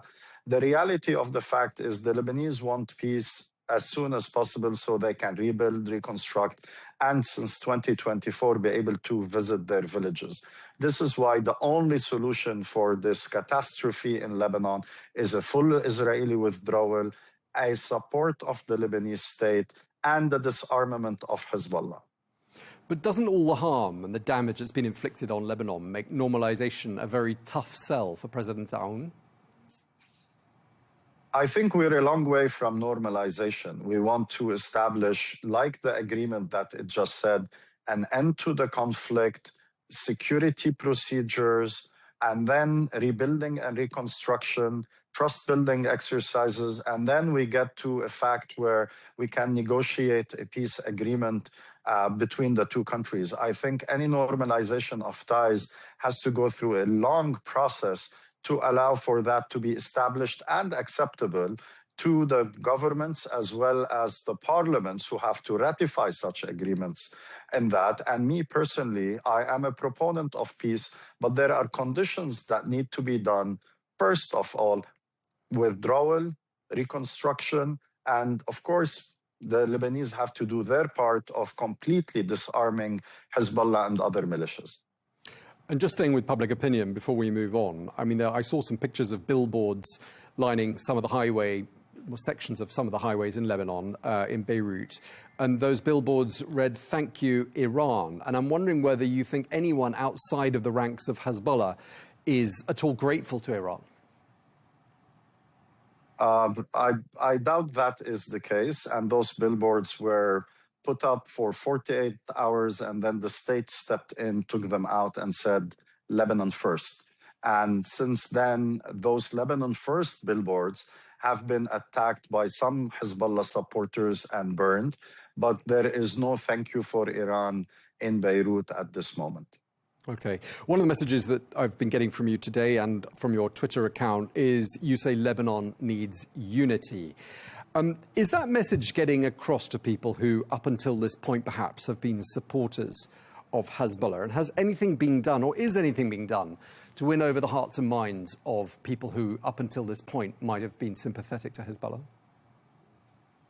I think that all depends on the efforts. There's a lot of efforts that are being done recently. I joined with about another 450 people who are educators, lawyers, academics and others and members of parliament in signing a declaration, an appeal to everyone in Lebanon that included Shiites and other people from all Lebanon. We're calling for that message of unity, for ending the state of war permanently, and for supporting our government for an independent decision and to secure the monopoly over weapons.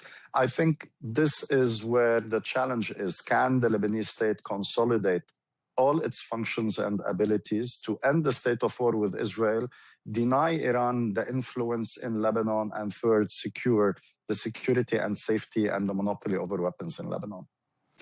And clearly, just thinking out loud, I mean, a reduced dependence on Hezbollah would perhaps make Hezbollah a less attractive proposition to certain segments of Lebanese society. What can be done to reduce that dependence? I mean, is it just a question of money? No, I think it's multifaceted. One definitely is the option of carrying weapons to fight Israel has proven to be very, very costly and damaging to the environment that actually supported that option, the people of the south of Lebanon. Second, I think there are state functions delivering electricity, securing a stable currency, providing loans, reconstruction money, educational institutions, healthcare coverage. There's a lot that people require after all the destruction. Lebanon went through a financial crisis in 2019, an explosion in 2020, a war 2024, another war in 2026.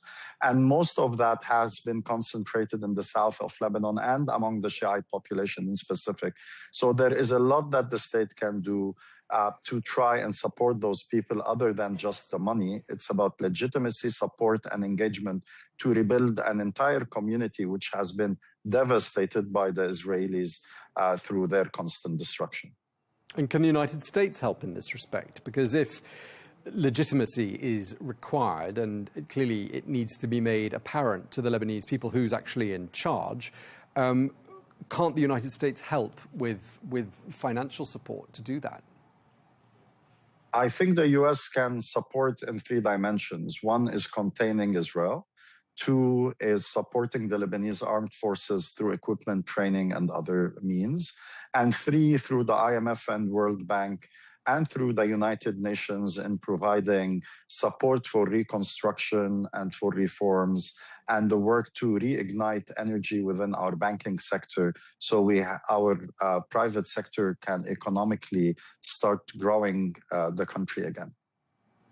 Just lastly, Iran, in all of the process of negotiations up until this point, has insisted that Lebanon is coupled with its own negotiations with the United States to bring about an end to the war. And I'm wondering whether that's turned out to be to Lebanon's advantage at all. How's that perceived in Lebanon? And is there a sense that perhaps Iran, by insisting that Lebanon is not forgotten, has kept Lebanon on the world radar? What are your thoughts? I think Iran is trying to maintain its network of influence within the region. Hezbollah is the crown jewel. They're also trying to do that with the Houthis. They're trying to do that in Iraq with the Hashd and the others. So for me, in Lebanon, Iran is trying to maintain its military influence, its social economic influence, and its political influence through Hezbollah. After the massive losses in Hezbollah's leadership, Hezbollah has become more susceptible and more directly controlled by the Iranian IRGC, and this is a big challenge for Lebanon. But I don't see the process of Iran negotiating with the US serving any other interest than Iran itself and its proxies, not Lebanon, not the countries where those proxies are active. If a proper solution were to be made, Iran would have opened up to the Lebanese state directly and asked the Lebanese state or supported the Lebanese state in what the Lebanese state is doing. So far, we refused the credentials of the Iranian ambassador, and he refused to leave the Lebanese territory. That is an anecdotal proof that Iran does not care about the state of Lebanon, is only working to protect Hezbollah as an entity loyal to it. Okay, and just lastly, going back to where we started, this territory along the border between Israel and Lebanon, 10 kilometers deep inside Lebanese territory, which is occupied by Israel. What's your feeling? What are Israel's intentions there? Do you think this is territorial expansionism taking place before your eyes? I think after the agreement signed a few days ago, we can basically have an agreement with a line that specifically says Israel has no territorial claims in Lebanon, signed on by the Israeli representative in DC after the approval of the government.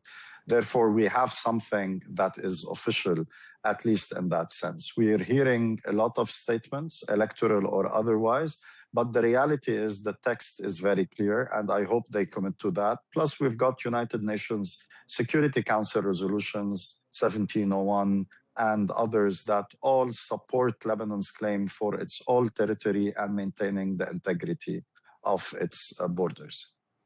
Okay, we're going to leave it there. Thank you very much indeed for speaking to us. Mark Dow, independent Lebanese MP. Thanks for your time, sir.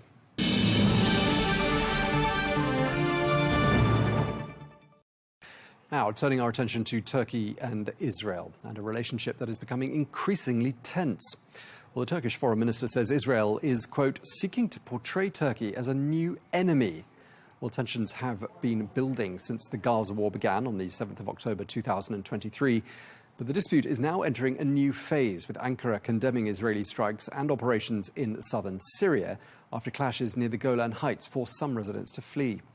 Well, another flashpoint is Israel's recognition of what it called the Armenian genocide under the Ottoman Empire back in 1915. That is another move that sparked anger in Ankara. Well, to discuss this further, I am joined by Cengiz Firat, who is a former Turkish ambassador. He joins us from Bodrum in Turkey. Thank you very much indeed for being with us, sir. We're also joined by Elhanan Miller, who is a research fellow at the Hartman Institute in Jerusalem. Thank you both very much indeed for joining us. We're talking here about two US allies, and we're talking about Turkey, the first Muslim-majority country to officially recognize Israel. And we're talking about two countries with a long history of cooperation over the years. So what we want to find out today is what has gone wrong in this relationship. Elhanan, let me start by asking you. I mean, there are plenty of hostile comments for me to choose from, directed from your country towards Turkey. We've heard from the former Israeli Prime Minister Naftali Bennett, for example, who's been saying Turkey is the new Iran. Then we've heard from Eylon Liel, who is a former Israeli ambassador to Turkey, who said Turkey has effectively become an enemy state to Israel. Why are these people making comments of that kind? Well, I think it's firstly quite unfortunate that we've come to that. I've personally visited Turkey numerous times, enjoyed it very much. Turkey has a sizable Jewish community, and it's a country that enjoyed quite close relations with Israel, even on the civilian level, not just on the security and state level. I think we've come to this because there's a sense that the Erdogan government is quite supportive of Hamas and quite sympathetic to the leadership in Gaza. Now, of course, many countries in the world are sympathetic to the Palestinians and specifically to the Gaza residents. But I believe that Erdogan and his government have gone beyond that. Turkey is the one that decided to cut financial and economic ties with Israel in recent years. And basically, most of those ties have ground to a halt. So I think that given the quite hawkish or belligerent stance of Turkey towards Israel, we've seen a series of moves that have been a continuous deterioration, culminating with the decision of our government this week to recognize the genocide of the Armenian people, which is something that's been pending or not happening for many, many years because Israel didn't want to take that move. And so it's both statements on the rhetorical level, as well as now for the first time an actual policy decision. Okay, so clearly plenty of irritants. Cengiz, we'll give you a chance to respond to those comments made there. And I also want to say that it's not just Israel making hostile comments towards Turkey. The Turkish foreign minister, Hakan Fidan, said, for example, Netanyahu's administration is seeking to declare Turkey the new enemy. I want to ask you, at what point did Israel's relations with Turkey deteriorate to this point? Well, I think for quite some time now, it's been brewing ever since the Mavi Marmara incident where Israeli commandos boarded the Gaza flotilla. Since then, I think things have been going downhill. The Turkish public opinion is very, very critical of how Israel has conducted itself in Gaza. And this was definitely before the hostilities that we saw in Gaza recently. All the massacres and, even the International Court of Justice goes as far as saying there was genocide being perpetrated. So that reverberates very much in Turkey. And it's not just a matter of government A, government B, government C. I think the Turkish public opinion at large is very sensitive to what's happening there. And it's not only Gaza, it's also what's happening in the West Bank, it's also what's happening in Lebanon, it's also what's happening in Syria, it's also what happened with Iran. We see from Ankar's perspective, from Turkey's perspective, we see an Israel that has lost its brakes. There's no common sense anymore. It's just going after instability in the region. We see it in this way, that they want to enlarge their lands, first with Gaza, then with Western. When you go to the west, you go towards Syria, the Druze population. You go north, you have the south of Lebanon, etc. So, and the West Bank to include that. And of course, I understand that the war in Iran came to a culmination because this is something that they've been willing to do, or Netanyahu's government has been willing to do for the past 40 years now. And it was a subject that they were on. Now, I really don't understand this mentality of whoever's against us, let's destroy them mentality. Who's next? Egypt? Who's next? Pakistan? Who's next? Turkey? Who's next? God will, if there's somebody who says, okay, we're not too happy with this, are you going to go after France as well? Are you going to go after the US as well? Okay, Jane. All right, you've given us plenty to think about there. Let me put some of your comments to Elhanan and ask you to respond to what we've just heard there. And I also want to ask you why all of a sudden on Sunday Israel's cabinet unanimously approved a proposal to formally recognize the Armenian genocide. Why now? Well, let me start with the first question. I think, firstly, I share many of the concerns of the ambassador about the policies of my government. There are many things that I would like to see changed. I would like to see a more tolerant and open policy towards Israel's allies. I would like to see a different policy on the Palestinian issue, specifically on the West Bank. I'd like to see a pathway to a two-state solution. So I share many of those concerns. I think part of the crisis between Israel and Turkey these days has to do with the fact that the Palestinian government is divided and has been since 2007 between Hamas and Fatah, or Hamas and the Palestinian Authority. And some international players have been taking sides. It's only natural. Some prefer one of the governments, some prefer the other. But in effect, that meant that Turkey found itself on the wrong side of, from Israel's perspective, of the Palestinian divide on the Hamas side. I think some of the damage can be undone given the upcoming elections and the likely change of government that we expect based on the polls. It won't be a radically different government. It won't be a left-wing government that will strive for peace agreements immediately, with the Palestinians at least. But I do envision some change there. The question about the Armenian genocide recognition, I think, has to do more with this state of belligerence and a government that is in some way willing to maybe use, contentious historic causes to somehow convey a message of anger and maybe even revenge to the Turkish government. Unfortunately, I don't think that the response by the Armenian government or even by Armenian figures was exactly what our foreign minister expected. They didn't exactly embrace this recognition. and even said that it's kind of being used cynically in a power politics game between Israel and Turkey. So I'm not sure that the return was what exactly Israel expected. Right. The Armenian Prime Minister said, stop trying to politicize this issue, which was presumably something that was not expected by Israel. And Turkey said to Israel in response, look at Gaza. It seemed to be drawing a parallel there, it seems, Cengiz, with the genocide taking place there. Is that right? I would say yes. I agree with the Israeli speaker on that issue. I mean, you don't have to look anywhere else. Just look at Armenia's reaction. They said, look, this is futile. This is not the proper moment to do this. Where were you in the last 40 years on this issue? We've been asking you to do this. Israel has refused, etc.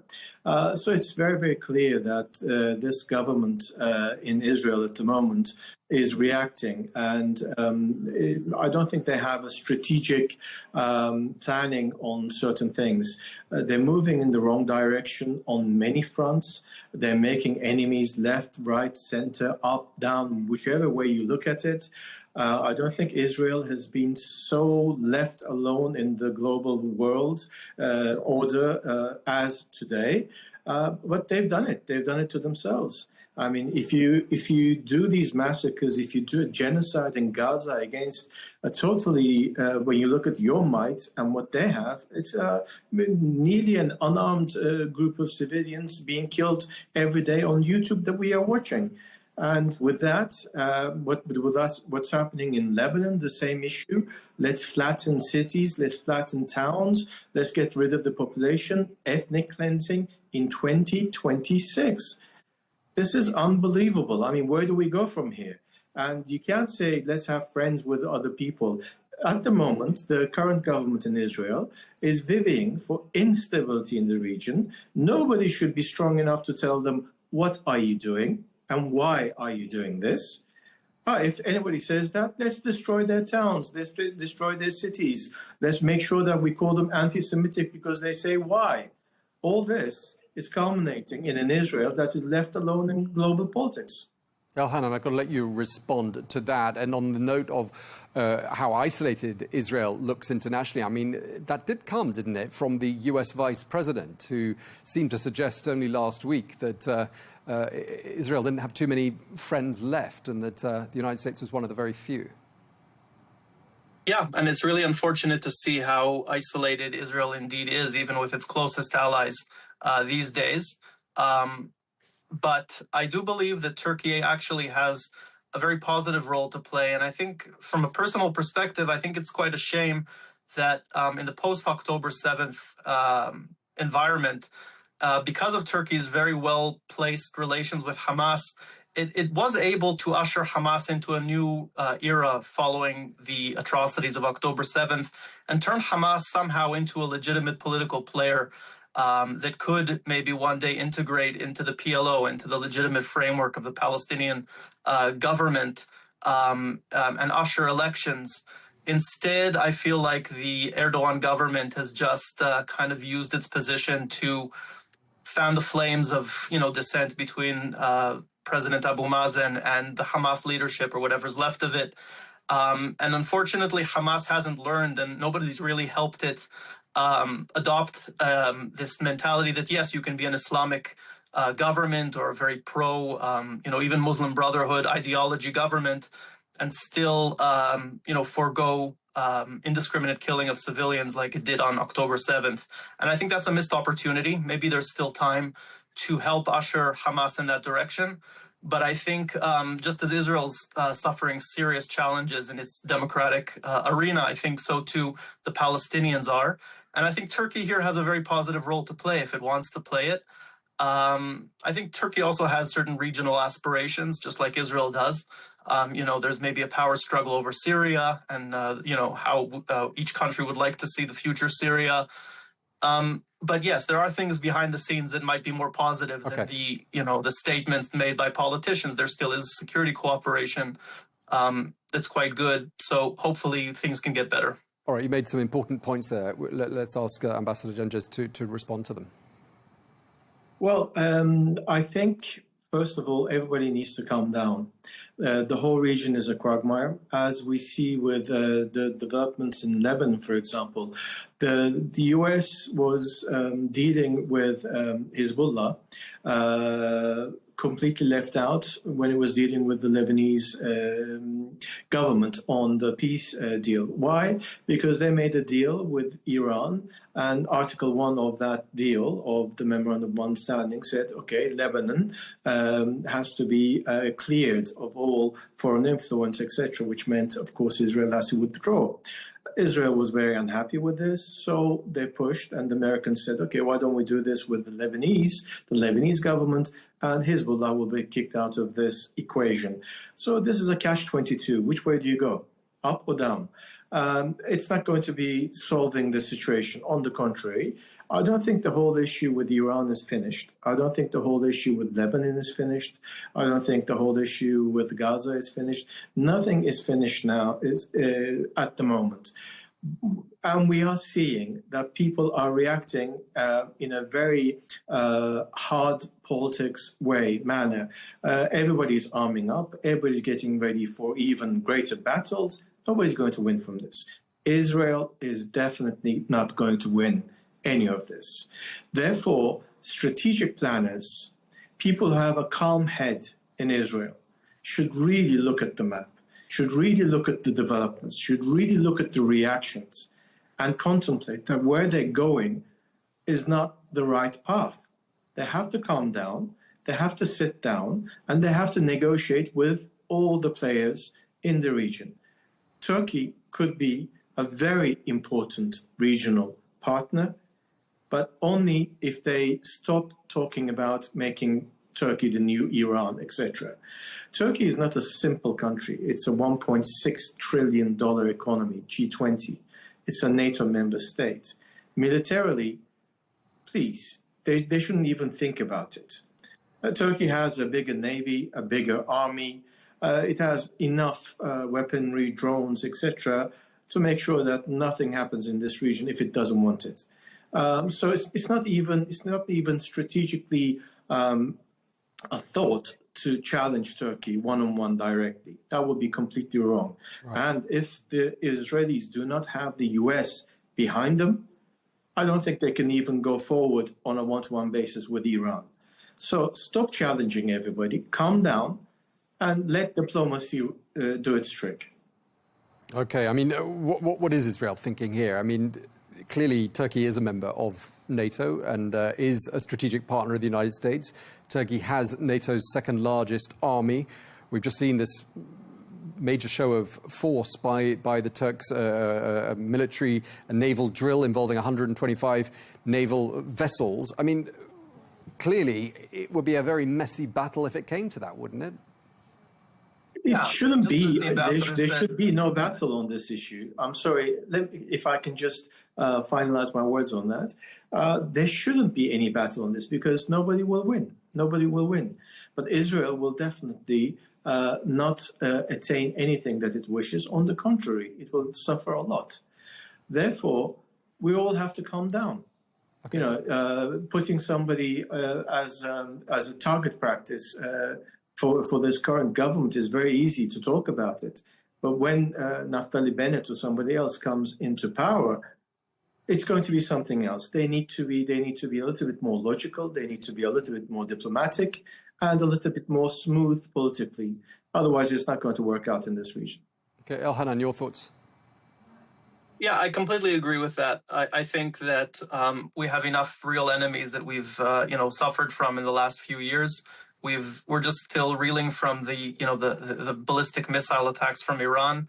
We know who our real strategic, existential, if you'd like, enemies are, and Turkey's not one of them. And I don't think that it's wise by our opposition, leadership to frame Turkey in that way. I think there are serious challenges diplomatically, but they need to be solved in diplomatic tools. So that's more the direction I would like our opposition vying for power to go in. And I think there's actually a convergence of interest in some very significant arenas, primarily Syria, our neighbor. You know, both Israel and Turkey would like to see Ahmed al-Shara evolve into the national leader that we want him to be, and he seems to be moving in that direction in many ways. I think that's something that Israel and Turkey can collaborate on, and probably are collaborating now militarily and strategically on that planning. I think Iran is another common foe of both countries, maybe not in the same way, but I think Turkey is also concerned about the expansionist strategies of the Islamic regime, the Islamic government of Tehran, and would also like to see those aspirations curtailed in not least in Syria, as well as other regional countries like Yemen, like Iraq.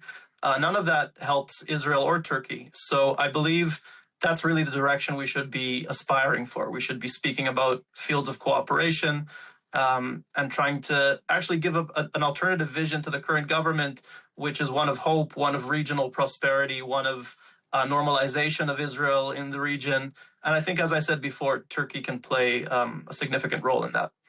Okay, we've got a couple of minutes left, and one thing that hasn't come up so far, and I'm surprised it hasn't been mentioned so far, is that the souring of this relationship does coincide with the tenure of the leaders of both countries, Prime Minister Netanyahu and President Erdogan.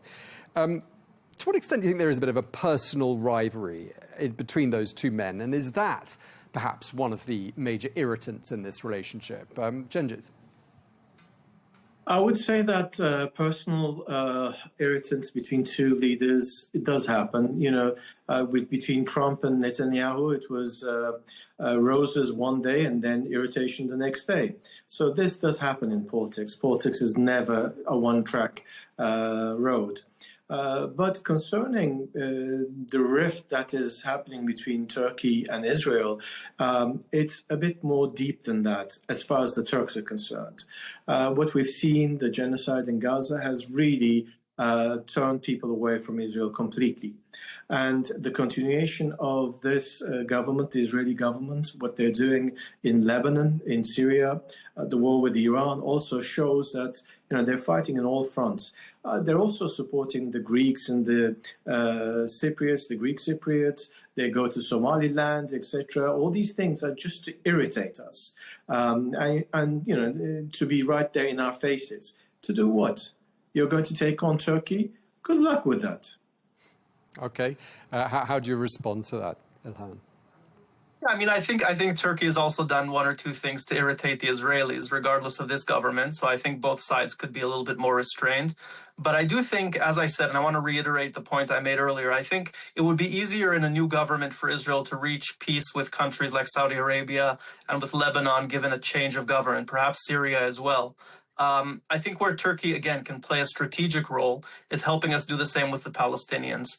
In many ways, the deterioration that we've seen culminating on October 7th is a product of the failure of the peace process and the rift within the Palestinian camp between Fatah and Hamas and the loss of hope. That's part of it. I think Turkey can help the Palestinians reunite under one government. And I think any peace that doesn't include the Palestinians in the coming years is doomed to fail in some way. And here, I think, not only in Syria, but in the Palestinian arena as well, Turkey can play a strategic role, and we'd be eternally indebted to it if it actually did step up and play that role. Okay, I'm going to give you each a final question. Ilhan, and I want to start with you so that we give Ambassador Firat the last word. Are we talking here about a rivalry or an adversary viewed from Israel's perspective with regards to Turkey? Well, it depends who you ask. I think at the moment it's a rivalry, maybe over power and influence in the region.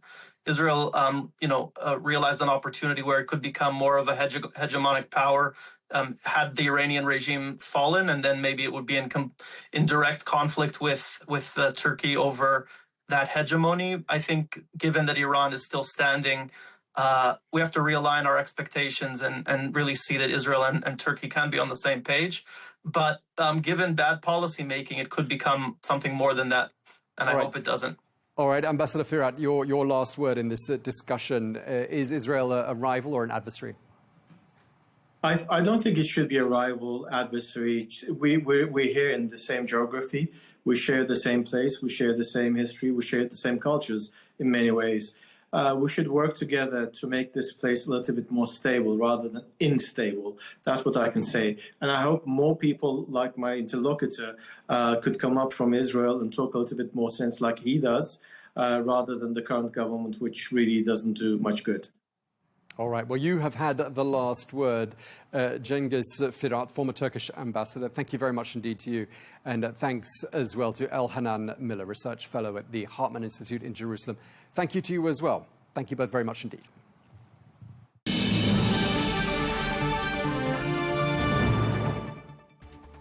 Well, that is all we have time for on Global News today. Thank you very much indeed for watching. Do join us again tomorrow for more exclusive interviews. Until then, goodbye.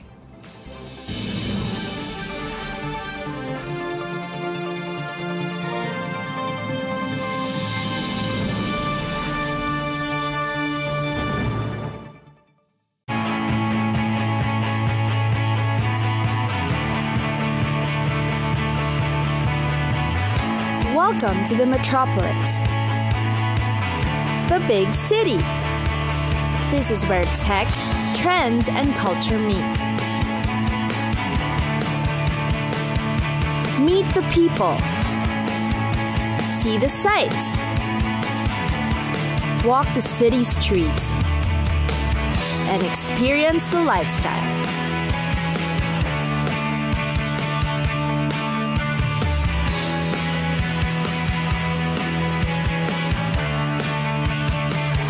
This is your first-class ticket to the cities of the world.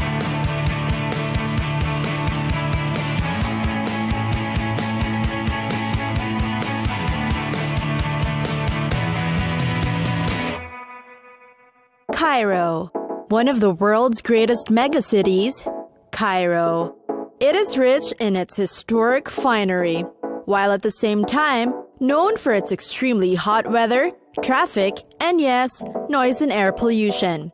While it is perhaps the city that tourists both love and hate, the experience makes it rather worth the challenges.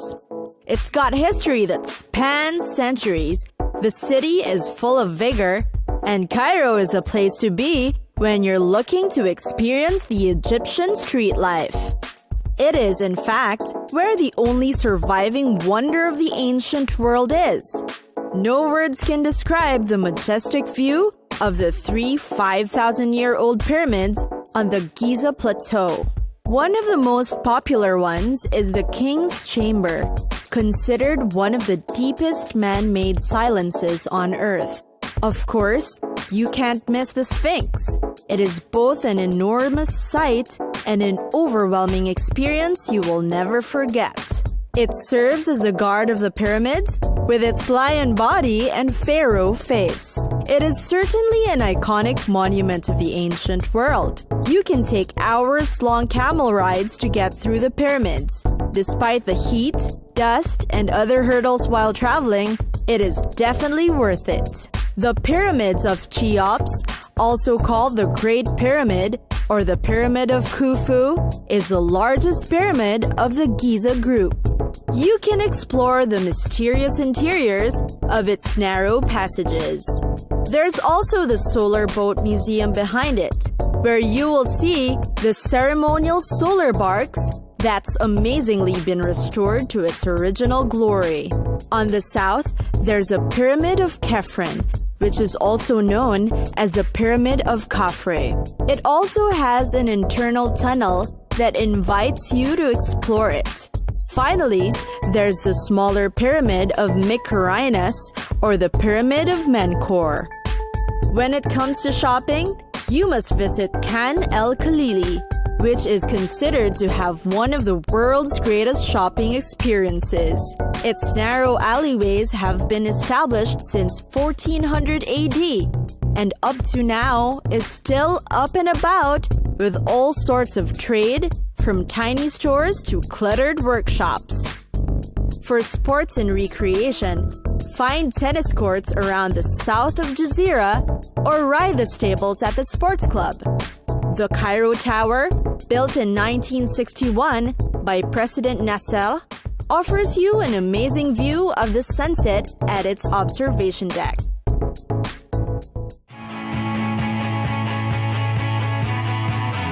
It's time for us to go. Pack your bags and get your tickets ready. And we'll see you on the next destination. Catch us again next time on Cities of the World.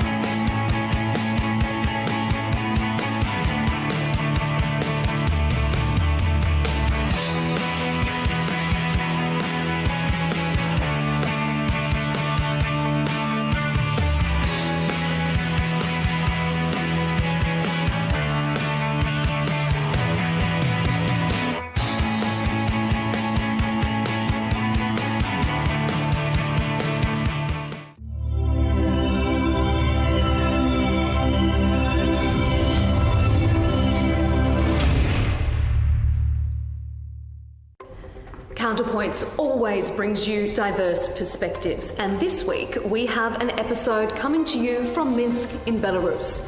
I'm Melinda Nucifora, and I sat down with the Belarusian President Alexander Lukashenko.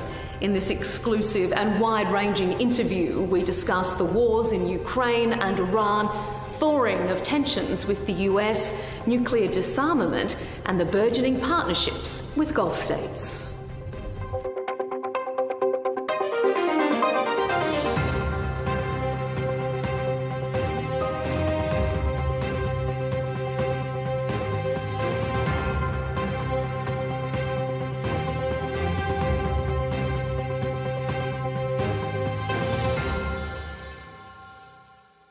President Alexander Lukashenko, thank you so much for joining us here on Arabiya English. It's a pleasure to have this time with you. Очень приятно. President, we are meeting here in Minsk during what is a very unstable time in our global world. There are more global conflicts now than at any time since World War II. Do you consider yourself an optimist or a pessimist about the world that we currently live in, sir? 50-50. Сейчас ситуация такая, но я... It's very nice to hear that it's 50-50. That's how the situation looks at the moment. But I would like to remain optimistic. You and I, and all of us, want to live good, normal lives in a calm country, as Belarus is. And I believe Australia, where most people live and work, is also a very nice place. As for New Zealand, I have never visited this country, but I believe it is very similar to Belarus. We all want to live in peace, in a good world, in a good country where, as you rightly said, people can work and still have time to rest. Unfortunately, for where our network is coming to our audience from, Al Arabiya, we're based in Riyadh. We live in an unstable region at this point in time. You yourself are in an unstable region. The war in Ukraine has been going on for 4 years, and it seems like there's not a huge hope in sight at present for peace. What do you think is preventing a peace deal, and what does a lasting peace look like for your region? Ну, вы знаете, у нас очень точно и правильно говорят, что надежда умирает последней. Well, you know, we usually say that hope dies last, and we never lose hope. And you are right to note that we are living now in regions that are probably the most dangerous in the world, where wars are taking place. So sometimes all you can do is hope, simply hope. And the hope for peace is always present. It's a classic idea, and not just a classic because it is a rule. There is always hope for peace. We always hope for peace. Our history proves that. Unlike your homeland, we have always lived here in this pot, and it has been boiling all the time at the crossroads of Asia and Europe. All of the most tragic wars and conflicts have occurred right here. We have taken part in wars that were not ours, but they were fought on our territory. And Australia, as we say, is at the end of the planet as we see it. It has always been calm, although that is only relatively true. Of course, something is always happening everywhere. Maybe not worse, but you certainly have some natural disasters that you know quite well compared to us. The world is unstable now, and it is because of people. It is not God who gave us these wars. It is we who have entered them. That is why we need to think how to stop these wars. And of course, what lies behind your question, not only the question of hope, but also whether we can stop these wars, especially here in our region, and not only in our region, but in yours as well, in the Middle East. I believe that we have this opportunity. It is very, very possible, even more possible now than it was before. And it depends on the will of a few people. And if that will and desire exists, these wars can be ended this year. And even the conflict between Russia and Ukraine can be ended this year. And if we speak about the Middle East, there are no other options. There are no other options for stopping the war. The war will be stopped this year, I hope even sooner, especially the tensions between the United States of America and Iran. But I do not believe that this is a war between the Americans and the Iranians. It is a war between Israel and Iran, into which the Americans became involved because of the position and policies of certain leaders in the United States of America. But the reality is, this war is going to stop. And I know the stance of the President of the United States of America, who carries a great deal of weight in this confrontation. He is focused on bringing this war to an end. And I would like to highlight once again that there is no other way out, no other solution. And this is what makes the conflict around the Strait of Hormuz different to the conflict in Ukraine. The conflict in Ukraine is a much more difficult one. So the circumstances themselves make it necessary for the leadership of America to stop their military pressure on Iran. And Israel's actions will depend on the stance of the United States of America. That's why this year, I believe these conflicts can be stopped. And it's not a hope, I'm sure they will be stopped. You've raised the conflict in Iran, so perhaps I'll jump to that and we can get into that more deeply, and then we can return to Ukraine. Because I feel like you're saying there that you think that the US can stop the conflict with Iran. Do you think the US can make Israel stop its aggression as well? Does Donald Trump have that power? Абсолютно может. Of course it can, and some recent developments do support that. You know, there has been a conflict between Trump and Netanyahu in the media, where Trump, in his own manner, said that Netanyahu was still attacking Lebanon. But one of Iran's conditions was that Lebanon should not be attacked while efforts to reach an agreement were underway. And Trump, in his own manner, stepped in when military actions were taking place in Lebanon. And when Trump took notice of that, something happened. They managed to stop the conflict. And that proved that Israel is fully dependent on the United States of America. And Donald Trump was right when he said that if Israel did not listen to him, it would be left alone. And Israel is afraid of that, because it is located not far from Iran, and Iran has all of the capabilities and means to strike Israel. And if there are no American missiles in Israel used by Israel, then that defense system will be broken, and they will see and experience things they would never want to experience. So recent actions and recent developments do prove that Israel is dependent on the United States of America. And that is understandable even without these recent developments.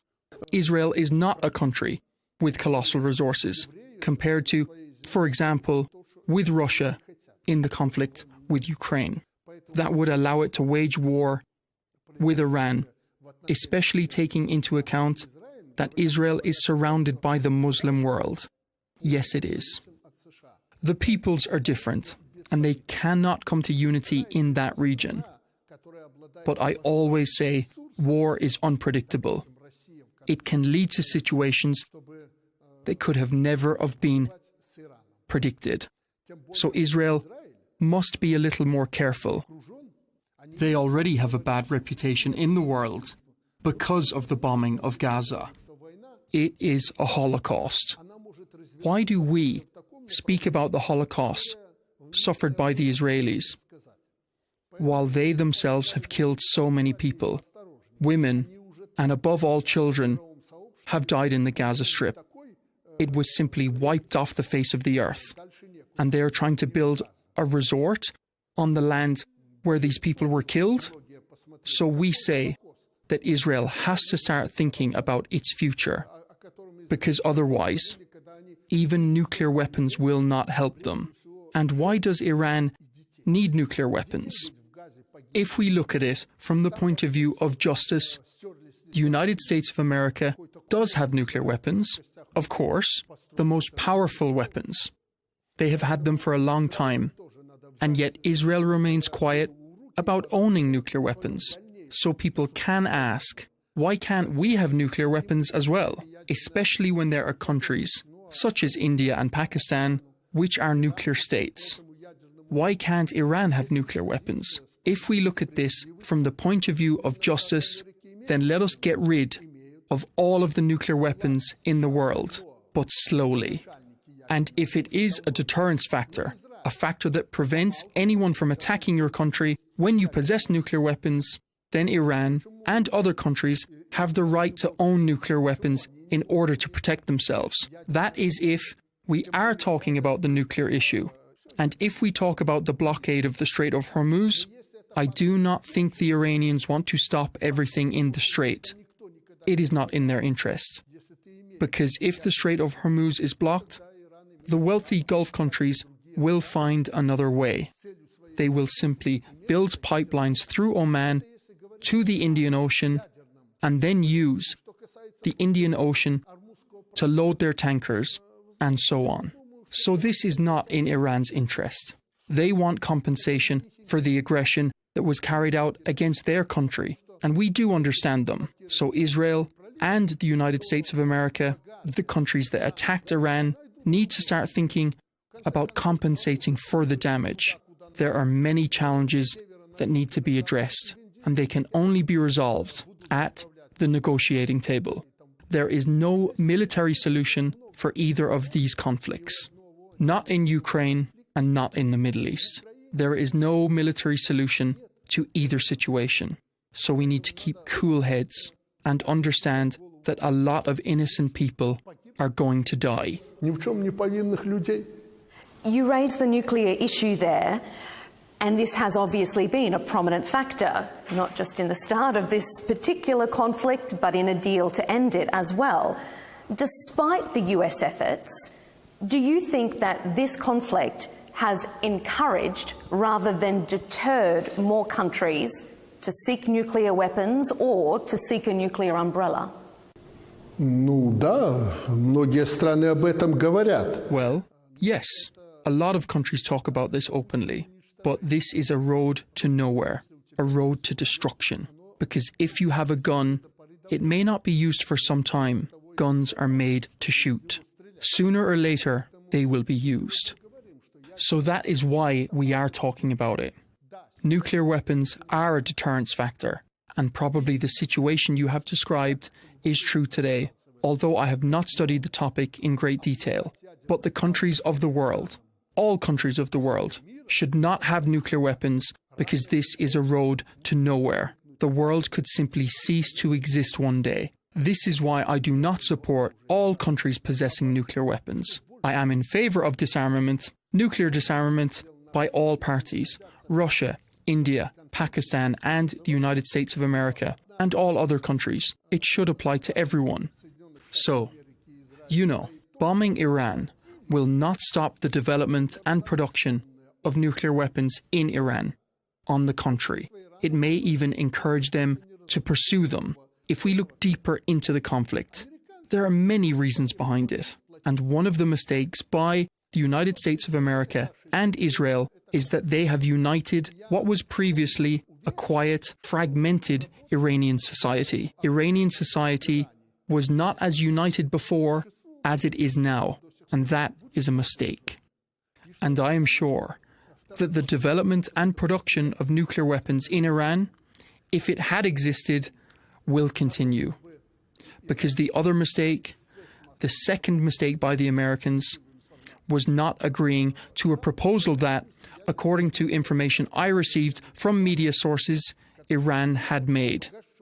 Iran offered to transfer the nuclear materials used for producing weapons to China and Russia. So why did the Americans not agree to Iran transferring this enriched uranium to China? Why did they not agree on that? Because China is a nuclear power, it produces nuclear fuel, and no one forbids China from doing so. They could have done it. Would it have given China such a great advantage? Because China does not have as many nuclear missiles as Russia and the United States of America. So, perhaps it should have been transferred to China, where it would have been under control. I can give you an example from Belarus. Belarus possesses nuclear material, but it is under the supervision of the International Atomic Energy Agency. We agreed to this arrangement some time ago. As a result, the international community does not object to the fact that Belarus possesses these materials, because they are under the international oversight and control, and there has been no serious concerns about that. The IAEA controls it, and the same could have happened with China. If that enriched uranium or polonium could have contributed to the production of new missiles in China, well, an additional 10 missiles would not have been a problem.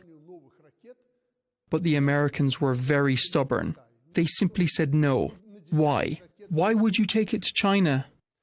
Because it is our main rival? And yes, we acknowledge that fact. China is a rival, and it is developing at a much faster pace than the United States of America. Iran could have transferred the material to China. Iran is not going to give it to the United States of America. Never. That is based on politics and ideology. How can they give these materials to what they see as the aggressor?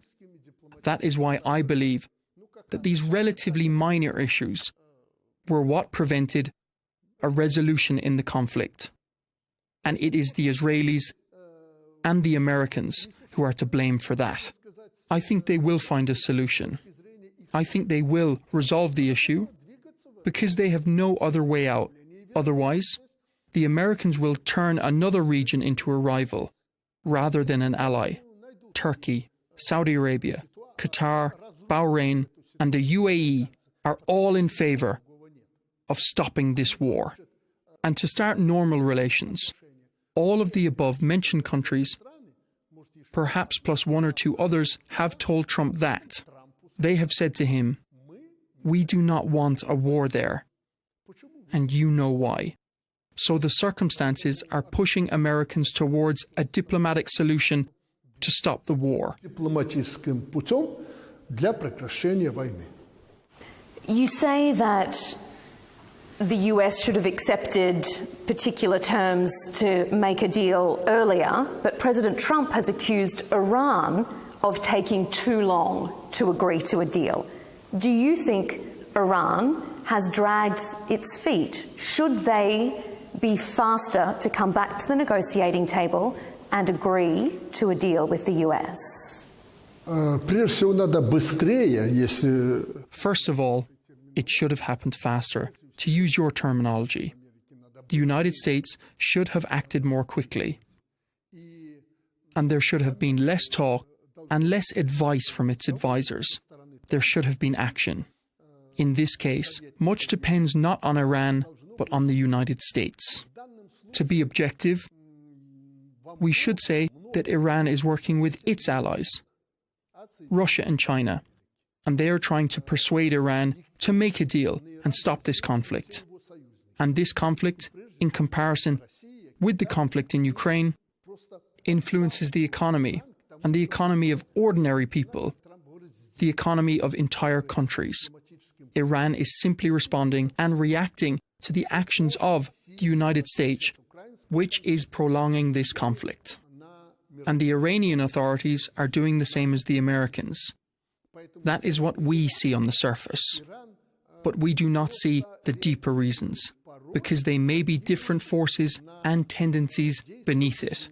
In the United States, something can be said in the morning, and something completely different can be said in the evening. This is why it is so difficult to understand what is really going on. I would like to propose to analyze the objective reasons which influence the conflicting parties, the United States, Israel and Iran. But objective reasons push to the end of this conflict. К тому, чтобы конфликт этот был закончен.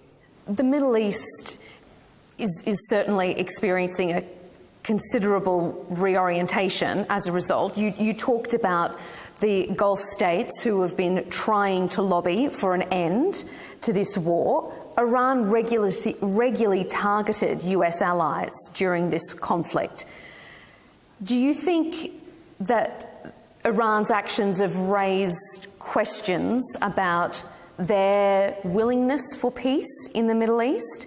And do you think it's raised questions about the US's ability to defend their allies in the Middle East? Вы правильно расставили эти акценты. You are putting emphasis in the right places. Yes, Russia and China are encouraging Iran, as is India, to stop this conflict. Pakistan, by the way, has also held negotiations, and they are encouraging Iran in a friendly way to make a deal. On the other hand, as I've already mentioned, and as I know for sure, Turkey, Saudi Arabia, Iraq, Bahrain and the UAE, and all of the Gulf states have told Trump they want this conflict to be resolved diplomatically. These are wealthy and influential countries. With Iran, they have some serious disagreements, and of course they are not friends. But the authorities of the United Arab Emirates actually told the United States and Trump that it is necessary to negotiate and to stop this war. And it is clear why. This is why they are allies of the United States and indirectly of Israel, but primarily the United States. Muslim countries have never been allies of Israel, but because they host American military bases on their territory, they are allies of the United States. So the parties to this conflict are being pushed by different countries to stop this war. But Iran has attacked United States military bases located in the Persian Gulf, in Arab countries. So from Iran's point of view, they are acting appropriately because this is a war. And drones launched by Iran sometimes also strike residential areas where civilians live. But this is one of the drawbacks of these drones. It can also be the result of signal jamming and other technical factors. There are different reasons why drones end up striking areas that were not their intended targets. We see the same situation in the conflict between Russia and Ukraine. These are also parties to the conflict, but drones also enter airspace of the Republic of Belarus. One drone from Ukraine actually entered Belarusian airspace and exploded here. So the same happens in the Middle East. Iran attacks military bases of the United States because, from Iran's point of view, the United States is the aggressor that attacked Iran. That is why, from their point of view, there is a certain logic to it. So yes, on the one hand, there is Israel and the United States, and on the other hand, there is Iran, and they are in conflict. At the same time, they are being pushed by other countries towards a peaceful solution. As you mentioned, peace is being reshaped in the Middle East. I think this is a temporary phenomenon, to some extent. But the situation will never be the same as it was before. It is being reshaped. The world will never be the same as it was before this conflict. So when we start a conflict, we should always think about the aftermath. For example, the United States attacked Iran, and what was the result? None of the problems that were raised were resolved. None of the goals of the United States sought to achieve were accomplished. On the contrary, the opposite happened. That is why, whenever you intervene in the affairs of another country or attack another country, you should think about the consequences and the outcome. Iran cannot be defeated. You can destroy certain things in Iran, and there could be a ground operation, but the United States will never launch a large-scale ground operation or even a limited one, because it could result in thousands of American soldiers being killed, and America could not withstand that, given the situation that is unfolding in the United States today, the opposition to the authorities and the ruling Republican Party. So do you think that the US made a fundamental miscalculation in this conflict? It is a fatal miscalculation. It is a fatal error of the United States. They shouldn't have done that. Do you think the US did it of their own volition, or were they coerced, to say the least, by an ally? Well, look, Israel actually got the United States involved in this war. I know. I do not know whether that is a minor point or a major one. Time will tell. But the United States is not the kind of country that can be dragged into a war by a third party. So if the United States did not want to get involved, it would have not become involved. They think they can solve any problem through military operations. But it is not like that. So yes, Israel provoked the United States. The Israel lobby in the US, the Jewish lobby, is very strong in the United States. They are rich and powerful people in the United States, and they do have influence. But you are the president. You have national security advisors, the Department of Defense, the State Department, and other institutions. They should also have advised something more reasonable. The United States is not a country that lacks influence. That is why Israel could not simply draw this powerful country, the United States, into the conflict. The Americans wanted to become involved in this war. Belarus has found itself in the media a lot these past few weeks, primarily because Ukrainian President Volodymyr Zelensky has warned that Russia is planning to launch a new offensive on Ukraine from Belarus. Has President Putin raised this prospect with you? Is he pushing to open a new front from Belarus? Да, мы такую проблему обсуждали, но только не в том ключе. Yes, we discussed the issue with Putin, but not in the way the mass media discuss it. We often spoke with President Putin about the fact that it is inadmissible for the war in Ukraine to spill over into Belarus. First and foremost, Belarus, we do not want to enter the war. Belarus is vulnerable from a military point of view if Ukraine starts attacking Belarus as it attacks Russia. Because from this perspective of the Ukrainian armed forces, Belarus is within immediate reach. And we understand that all of our logistics and production facilities could come under attack. And by the way, Ukraine has stated that it already has 500 targets in the territory of Belarus. Belarusians do not want war, because Belarusians suffered greatly in previous wars. Many civilians were killed. And thirdly, if Russia were to attack Kiev from the territory of Belarus, then the front line for Russia, and consequently for Belarus, would expand by 1,500 kilometers along the Belarusian-Russian and the Belarusian-Ukrainian borders. We cannot protect this part of the border, especially if NATO armed forces, NATO troops, and the countries that support Ukraine were to deploy their troops on Ukrainian territory. Then, this war would become a war between Belarus and Russia on one side, and the NATO bloc on the other. I do not exclude the possibility that this could happen, but there are other aspects as well, humanitarian aspects and so on. For example, our families. I received information from the Belarusian intelligence services, which analysed public opinion in Ukraine and the views of Belarusians regarding this conflict. There are many Belarusians who have family members in Ukraine, and there are many Ukrainians living in Belarus with their families, and there are children.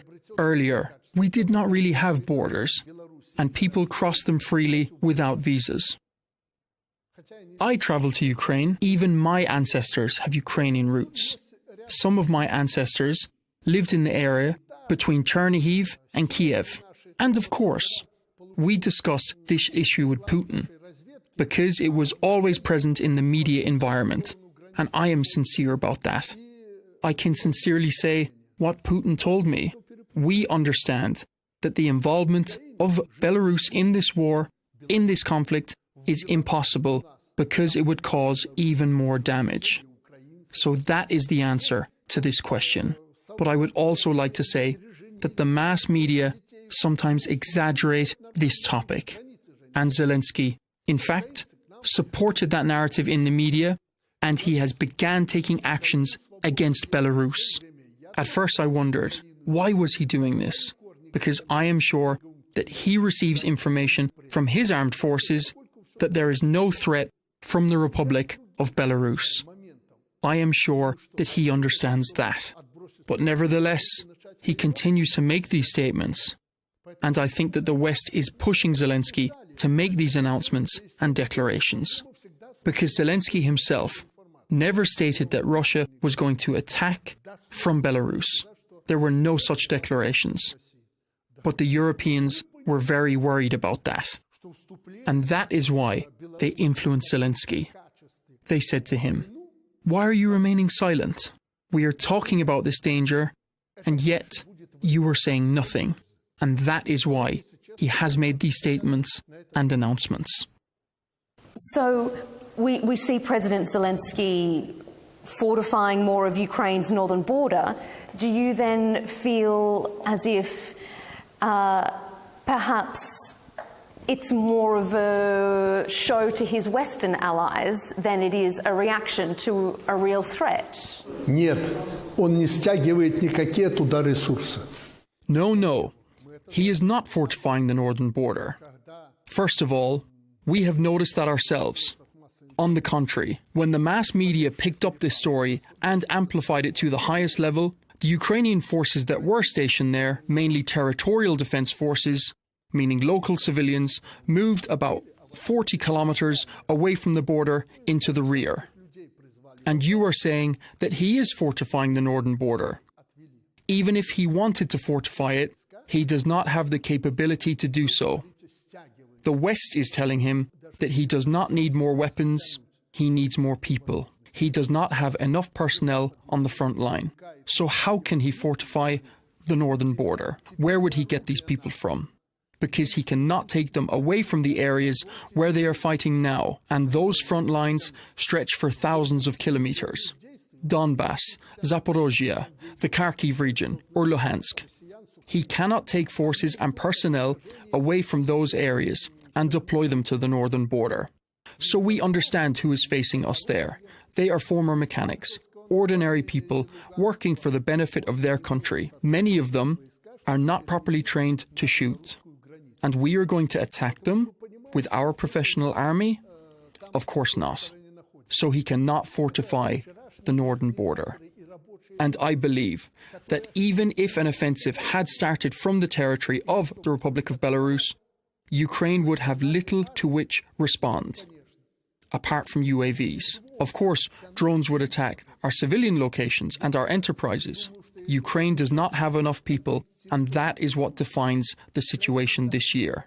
Of course, the Russians have sometimes faced manpower shortages, but we believe their situation cannot be compared with that of Ukraine.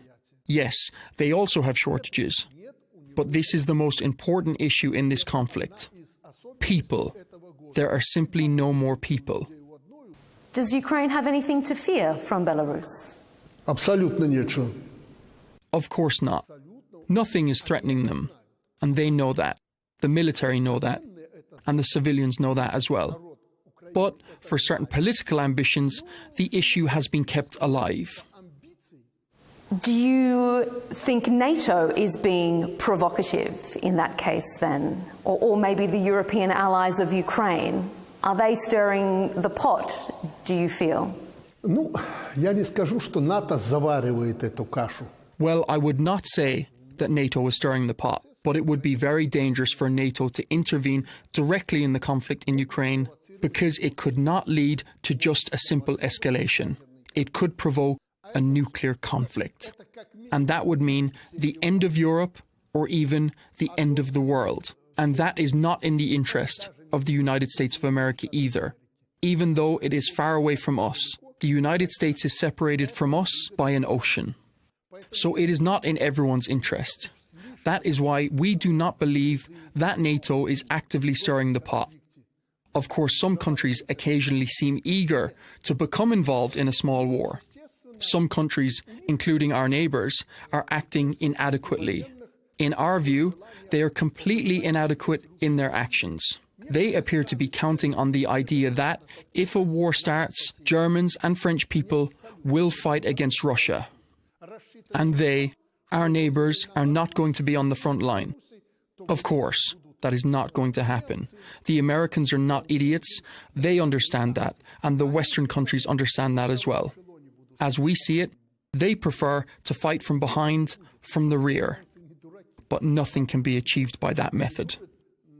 Well, some people would like to provoke some kind of NATO involvement, but I do not believe that is the overall position or the stance of the NATO leadership. Of course, you can point to the recent statements of the Big Three, France, Germany, and the United Kingdom, and to what they have said, including their list of 5 points for Russia. I have been thinking about those 5 points. The leading European countries are asking Russia to take the most extreme measures, and that is unbelievable. It's not going to happen. And we believe the European countries are now eager to start a dialogue. At the beginning of any dialogue, at the start of negotiations, both sides usually ask for as much as they can get. That gives both sides room to move later. So I believe that this is a position for the start of negotiations. The position of the Russian Federation has also been announced, and they need to sit down at the negotiating table and work through their positions, and they need to compromise. And if we want this war to end, that should happen. You say there needs to be compromises to bring this war to an end. What does a successful deal look like to your mind, do you think? Успешная сделка будет только тогда. Well, a successful agreement can only be achieved when both sides understand how many people have died in this war. Only then can something happen. It is not enough for Putin or the leadership alone to understand that this is already a dead end. Everyone has to understand it. Because the next step is escalation. Horrible escalation. And if everyone understands that, then we can achieve a compromise. What exact steps could be taken to reach that compromise? Well, I do have a position on this, but I do not want to get into it, because these issues will be discussed at the negotiating table. It is not for me to participate there, but for the stakeholders of this conflict. What I do know is we need to use every available opportunity to reach a compromise and to find the truth, a lasting truth. At the start of the conflict, you predicted a swift victory from Russia, and you were very critical of President Zelensky. You called him a scumbag. But recently you've invited him to a face-to-face meeting to discuss your differences. Do you think you can be a mediating force? And is your desire or your invitation to meet President Zelensky perhaps an acknowledgement that Belarus does see that Ukraine has been successful, or more successful than a lot of countries gave them credit for? Ну, давай по порядку. Ты 4-5. Well, let us start from the beginning. You have mentioned 4 or 5 points that I should respond to. First of all, at the beginning of the conflict, and judging by what was happening on the battlefield, not only I, but the whole of the world understood that the war was likely to end quickly with a victory for the Russian Federation. That assessment was connected to the fact that the Russian forces were already near Kiev at the time. They had advanced towards Kiev, especially the forces that entered from the north. They were already in Kiev. And then certain politicians and forces asked Putin to stop the offensive, to move back to Syria and to sign an agreement, a truce. There was an understanding that so many people were dying and that the war, let us be honest with each other, was not going as planned. Putin agreed to that. And he did withdraw his forces from Kiev. That happened. It is a fact. Before that decision, everyone understood that Ukraine only had a few days left. Many believe that it was a mistake by the Russians to withdraw when they were already in Kiev. Well, it is a matter of perception. Some believe it was a mistake. I think it was a step taken by Russia with the aim of restoring peace between the two parties in the conflict. And after the forces were withdrawn, peace did not follow. So judge for yourself who is to blame. But we, and I personally, evaluated the situation based on the objective realities on the front line. If the Russians had not withdrawn their forces, and our military experts think the same, if they had continued their offensive in Kiev, there would have been no Zelensky left, nor anyone else. I do know that certain parties, and perhaps the Vatican, as well as the Israeli intermediaries, were saying they understood Zelensky was going to sign a truce, and that was the basis for my statement. But then the war continued. It is now in its 5th year, and well, no one has achieved all of their aims. But to be fair, the Russians are moving forward and they have been more successful. And if the Russians achieve their goal of encircling the agglomeration, as they call it, and of taking control of part of the Donetsk region, where the Ukrainian forces are currently located, then everything will be at risk for them as well. Because we understand that the majority of the Ukrainian forces are concentrated there in the Donetsk region. That is why they will not have any other chances. They understand that. They have been quite effective in their use of drones. But the Russians have also achieved a high level in countering UAVs and using them in combat. That is why they are not only attacking on the front line. Russia uses missiles and drones across the territory of Ukraine. And Ukrainians attack monuments, residential areas, and oil production facilities across the territory of the Russian Federation. This is war. But if we talk about the front line, the Russians are moving forward, step by step. Slowly, but they are moving forward. And I will speak frankly. Ukrainians are sometimes quite effective in defense, but they are not as effective as the Russians. I'm sorry, but I just have 2 more points to make.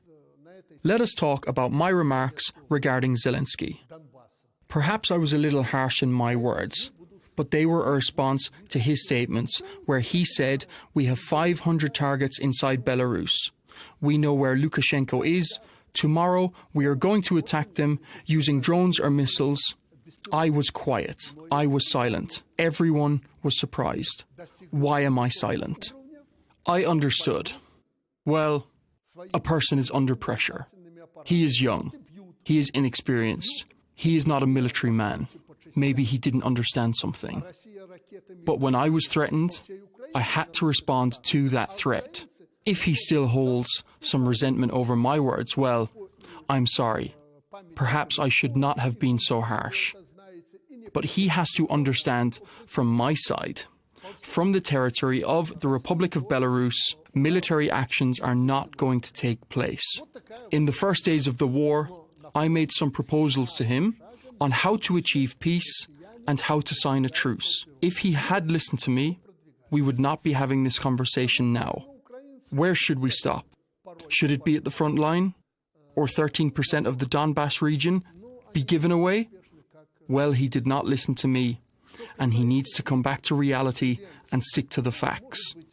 He should not provoke me, Belarus, or the Belarusian people, because there are many people in Belarus who want peace, just as he and the Ukrainians do.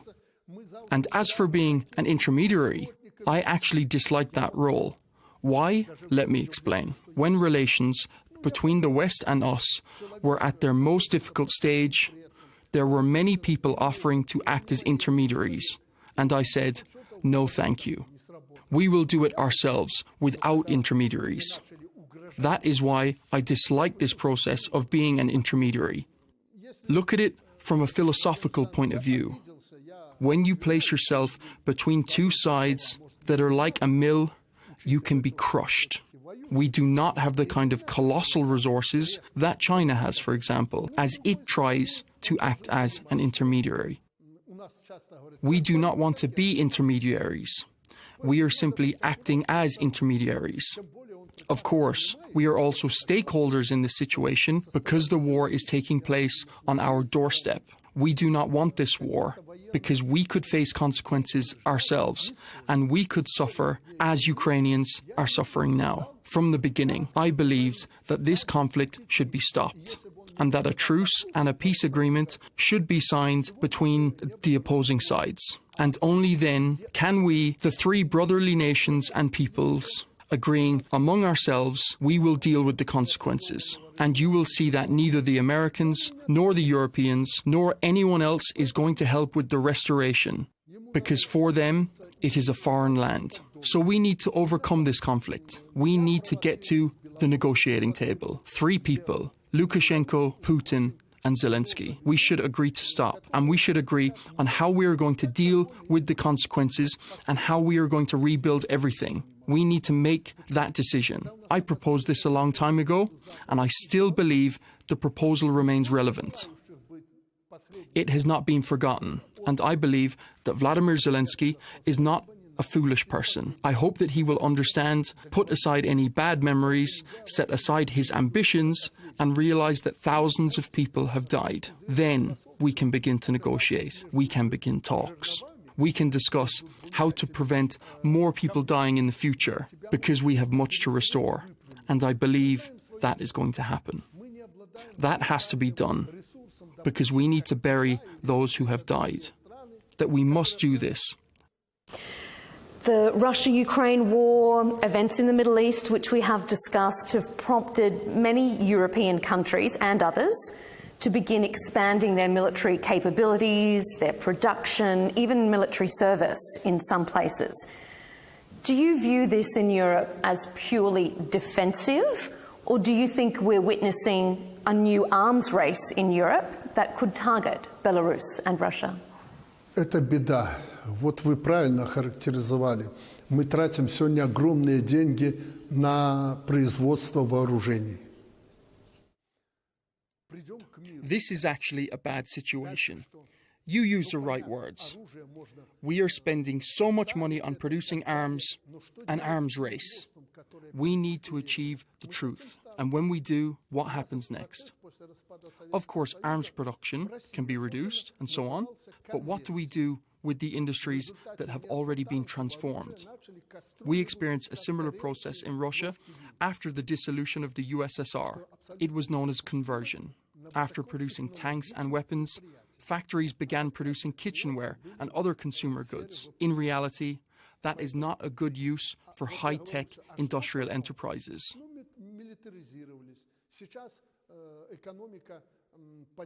And our enterprises were high-tech. So I am always asking, what is going to happen next? Yes, we have militarized. And of course, the economy is benefiting from that militarization. But we need to look ahead and think about what will happen after we achieve the truth. We will need food products, clothing, civilian vehicles, and everything else that people use, not tanks, aircraft, and weapons. That is the number one issue that we should not forget about. And if we talk about conscription, mandatory military service, you were right to say that this is probably a situation that is developing in the West, because on our territory, nothing has changed. We do conscript all those eligible based on their age. So this is not a problem for us. There are certain units that are staffed by professional soldiers and contract personnel. I believe that was a wise decision. So we have conscription, but we also have contract service. And some countries have said that they believe they need to conscript people who do not want to serve. That will be a problem in the West. And those who are not currently in the military do not want to join it. They will face this problem. And they will have to change the mindset of the population, and that will be a challenge in the West, in America, and in other Western countries. And the last question was, what is happening in Belarus? Well, it is not a problem for us, as I have already said. Nothing is happening. Nothing is changing. We are simply concerned that the conflict does not escalate and that the war does not spread into the territory of the Republic of Belarus. И последнее вы спрашиваете, как в Беларуси. Я только что сказал, нас эта проблема не волнует в плане призыва. Нас волнует, чтобы не было эскалации, не было войны на территории Беларуси. Let's discuss Belarus's relations with the US, because President Trump has certainly been paving the way for better relations with Belarus. We've seen sanction relief in return for the release of prisoners. Do you think the US could pressure other European countries to improve their relations with Belarus if they wanted to? Если коротко говорить, если американцы захотят надавить. Well, to put it briefly, if the Americans want to put pressure on someone or influence decisions of certain countries, of course, they can do so. Some countries are already under their influence, and this has been discussed in the mass media. Well, it is not a particularly important issue for us, but there is the question of American influence on neighbouring countries. We believe it would be helpful if they could assist in normalising relations with our neighbouring countries. We have never refused any kind of help. But I would like you to know that the dialogue is not taking place only with Americans. We are also in close contact with representatives of European countries. Much of this is public. And I must say, the first official contacts we had, surprisingly, were with the United Kingdom around 2 years ago. We discussed many issues, including the conflict in Ukraine. I shared my point of view, and I met with the new leadership of certain agencies and institutions in the United Kingdom. And they told me I was right. But the solution I proposed at the time was not adopted, and the situation has become more complicated. I said then that war is the kind of thing that can lead to completely unpredictable consequences and outcomes. Situations can develop in ways that seem completely illogical. That is why we remain in contact with some of our neighbours, such as Lithuania and Poland. There have been exchanges of people who were accused of espionage or convicted of certain crimes. As you know, before such prisoner exchanges can take place, many leaders have to communicate. Donald Trump was also involved in that negotiation process. So I will tell you sincerely, we started these negotiations with the Americans and we are ready to continue the talks, but as equal partners. We are not here to be dictated to.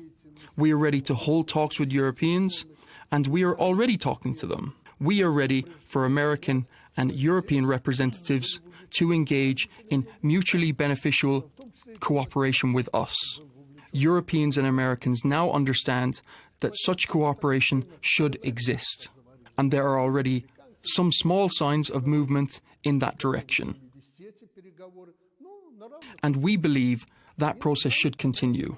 And I would like to emphasize once again that we are not negotiating only with the Americans, we are also negotiating with Europeans.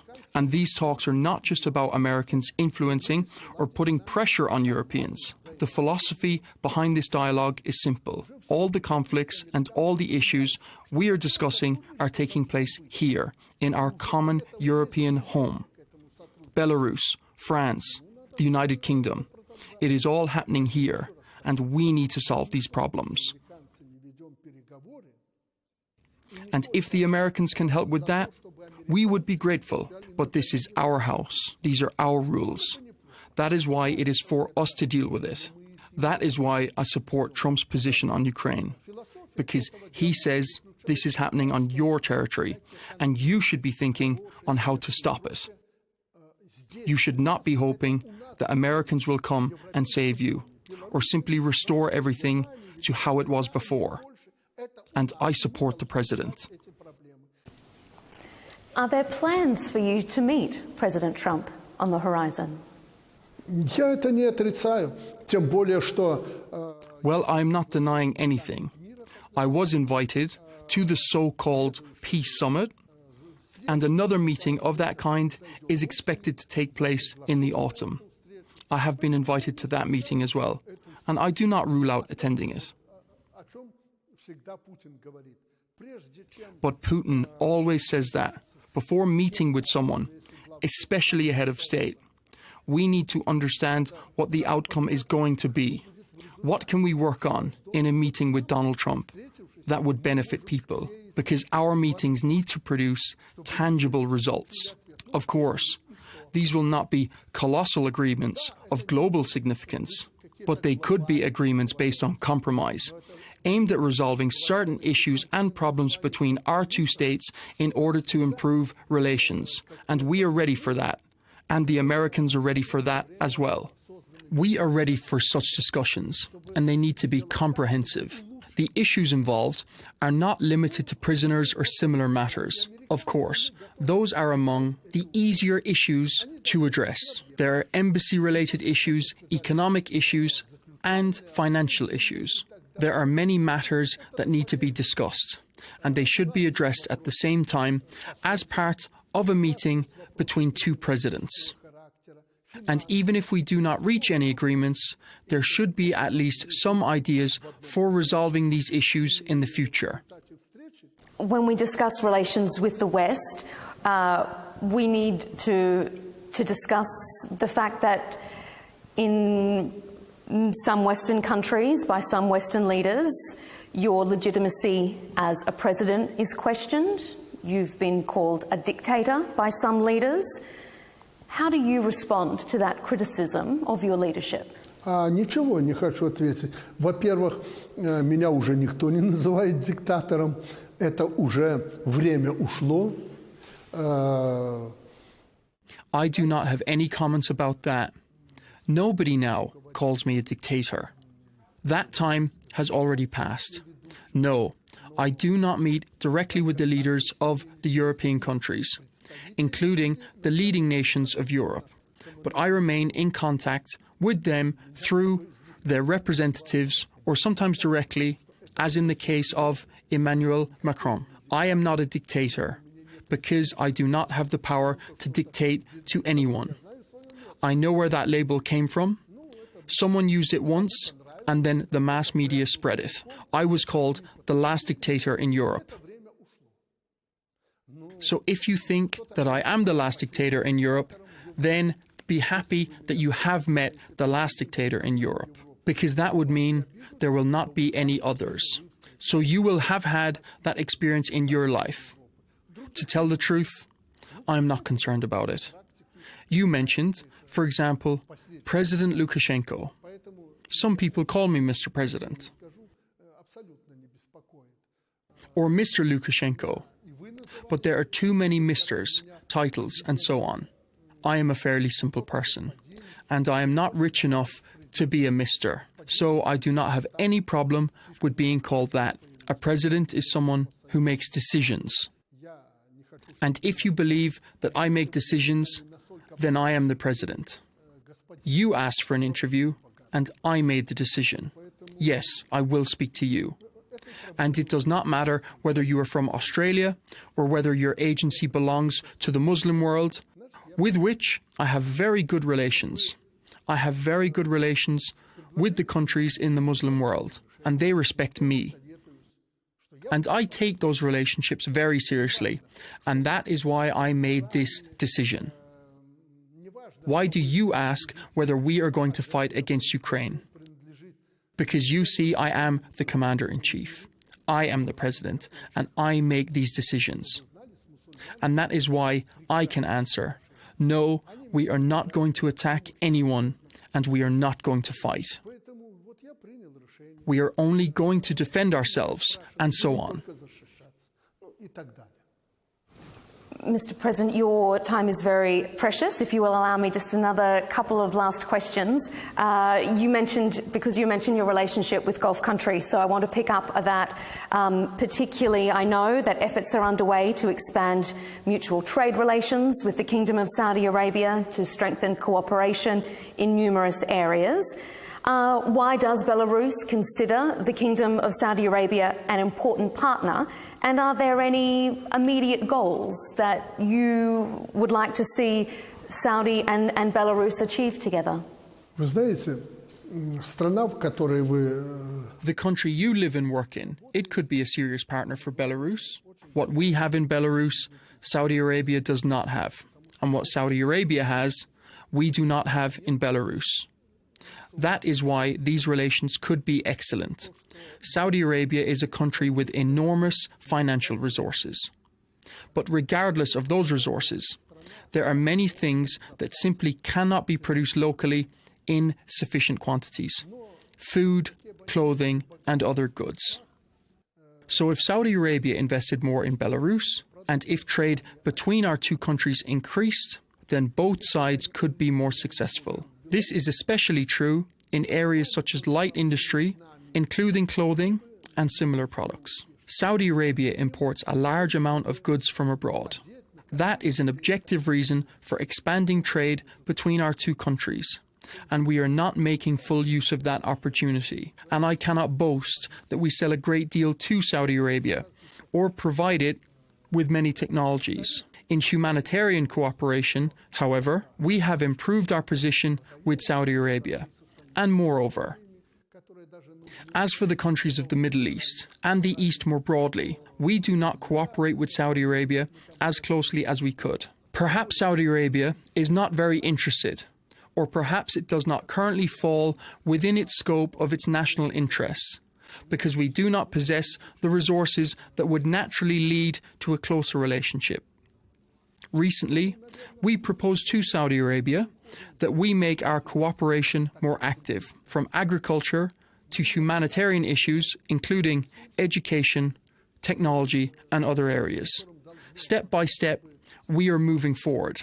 But I should say sincerely that the progress is very slow, and that is not the fault of Belarus. With the United Arab Emirates, Oman, and some of the smaller countries, Bahrain and Kuwait, we have better relations, but they could be even stronger. And now we are planning to move forward in ways that serve both our interests and the interests of Oman.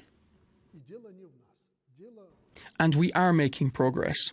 We have good relations with the United Arab Emirates, and we have had good relations with Iran, and we would like those relations to become even stronger. Of course, we have plans, concrete plans. We have roadmaps for cooperation and interaction. In the near future, once this conflict has ended, we are ready to move forward more actively in this direction.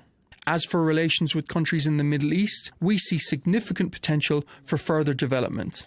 We have already taken steps to strengthen cooperation with Saudi Arabia and other countries in the region, particularly in trade, investment, technology, and humanitarian cooperation. Let's finish on a global perspective. There has been a dramatic shift in the global order. The long-standing, I guess you could say, rules-based order seems to have been shattered. Instead, we see America First policies, we see the rise of countries like China and others in the global south. How is Belarus adapting to this new global realignment? And do you think the world is safer or less stable than it was before? Мир, к сожалению, не стал безопаснее. Я вначале говорил, что у меня так 50-50, 50/50. Unfortunately, the world has not become safer.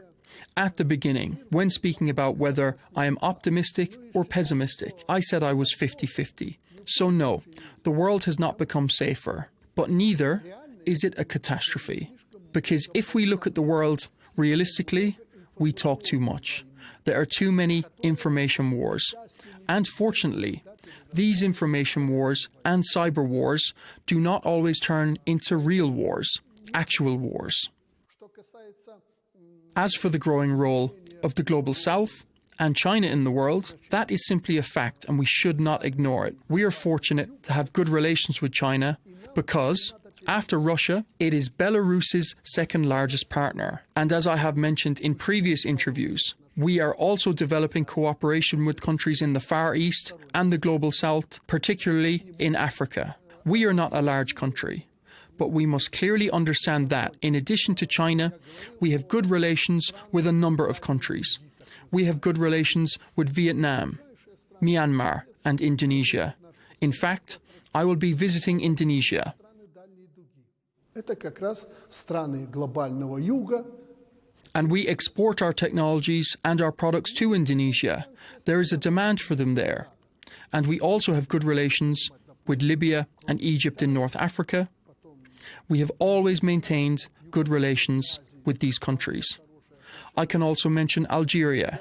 And then there is Zimbabwe in southeastern Africa. We have developed good relations there as well. Recently, we held talks with Ghana and reached agreements on a number of contracts aimed at expanding our trade relations. This gives us a presence in West Africa, representing the westernmost point of our engagement on the African continent. Oman is helping us develop relations with countries such as Tanzania and Kenya.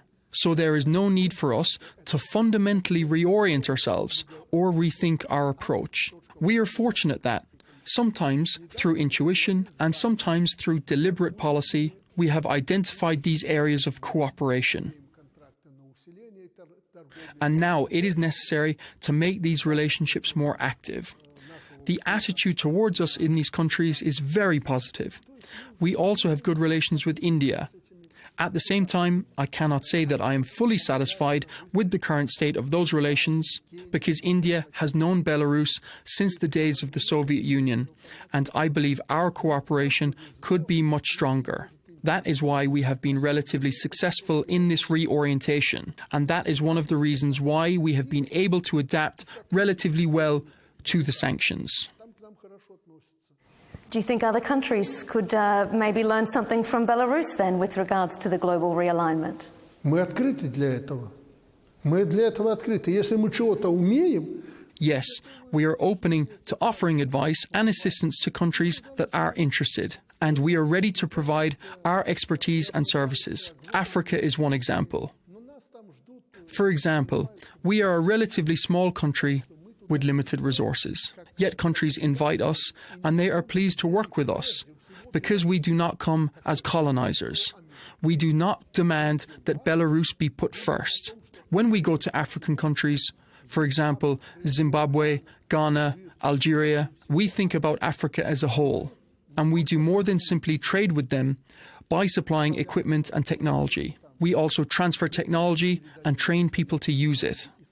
We are ready to invite their specialists to Belarus for training, or send our own specialists and experts to Africa to train local personnel there. That is our approach, and that is why it has been received so positively. President Alexander Lukashenko, thank you so much for giving your time and speaking with us here on Al Arabiya English. Your perspectives across a very broad interview has been greatly appreciated. Thank you for speaking with us.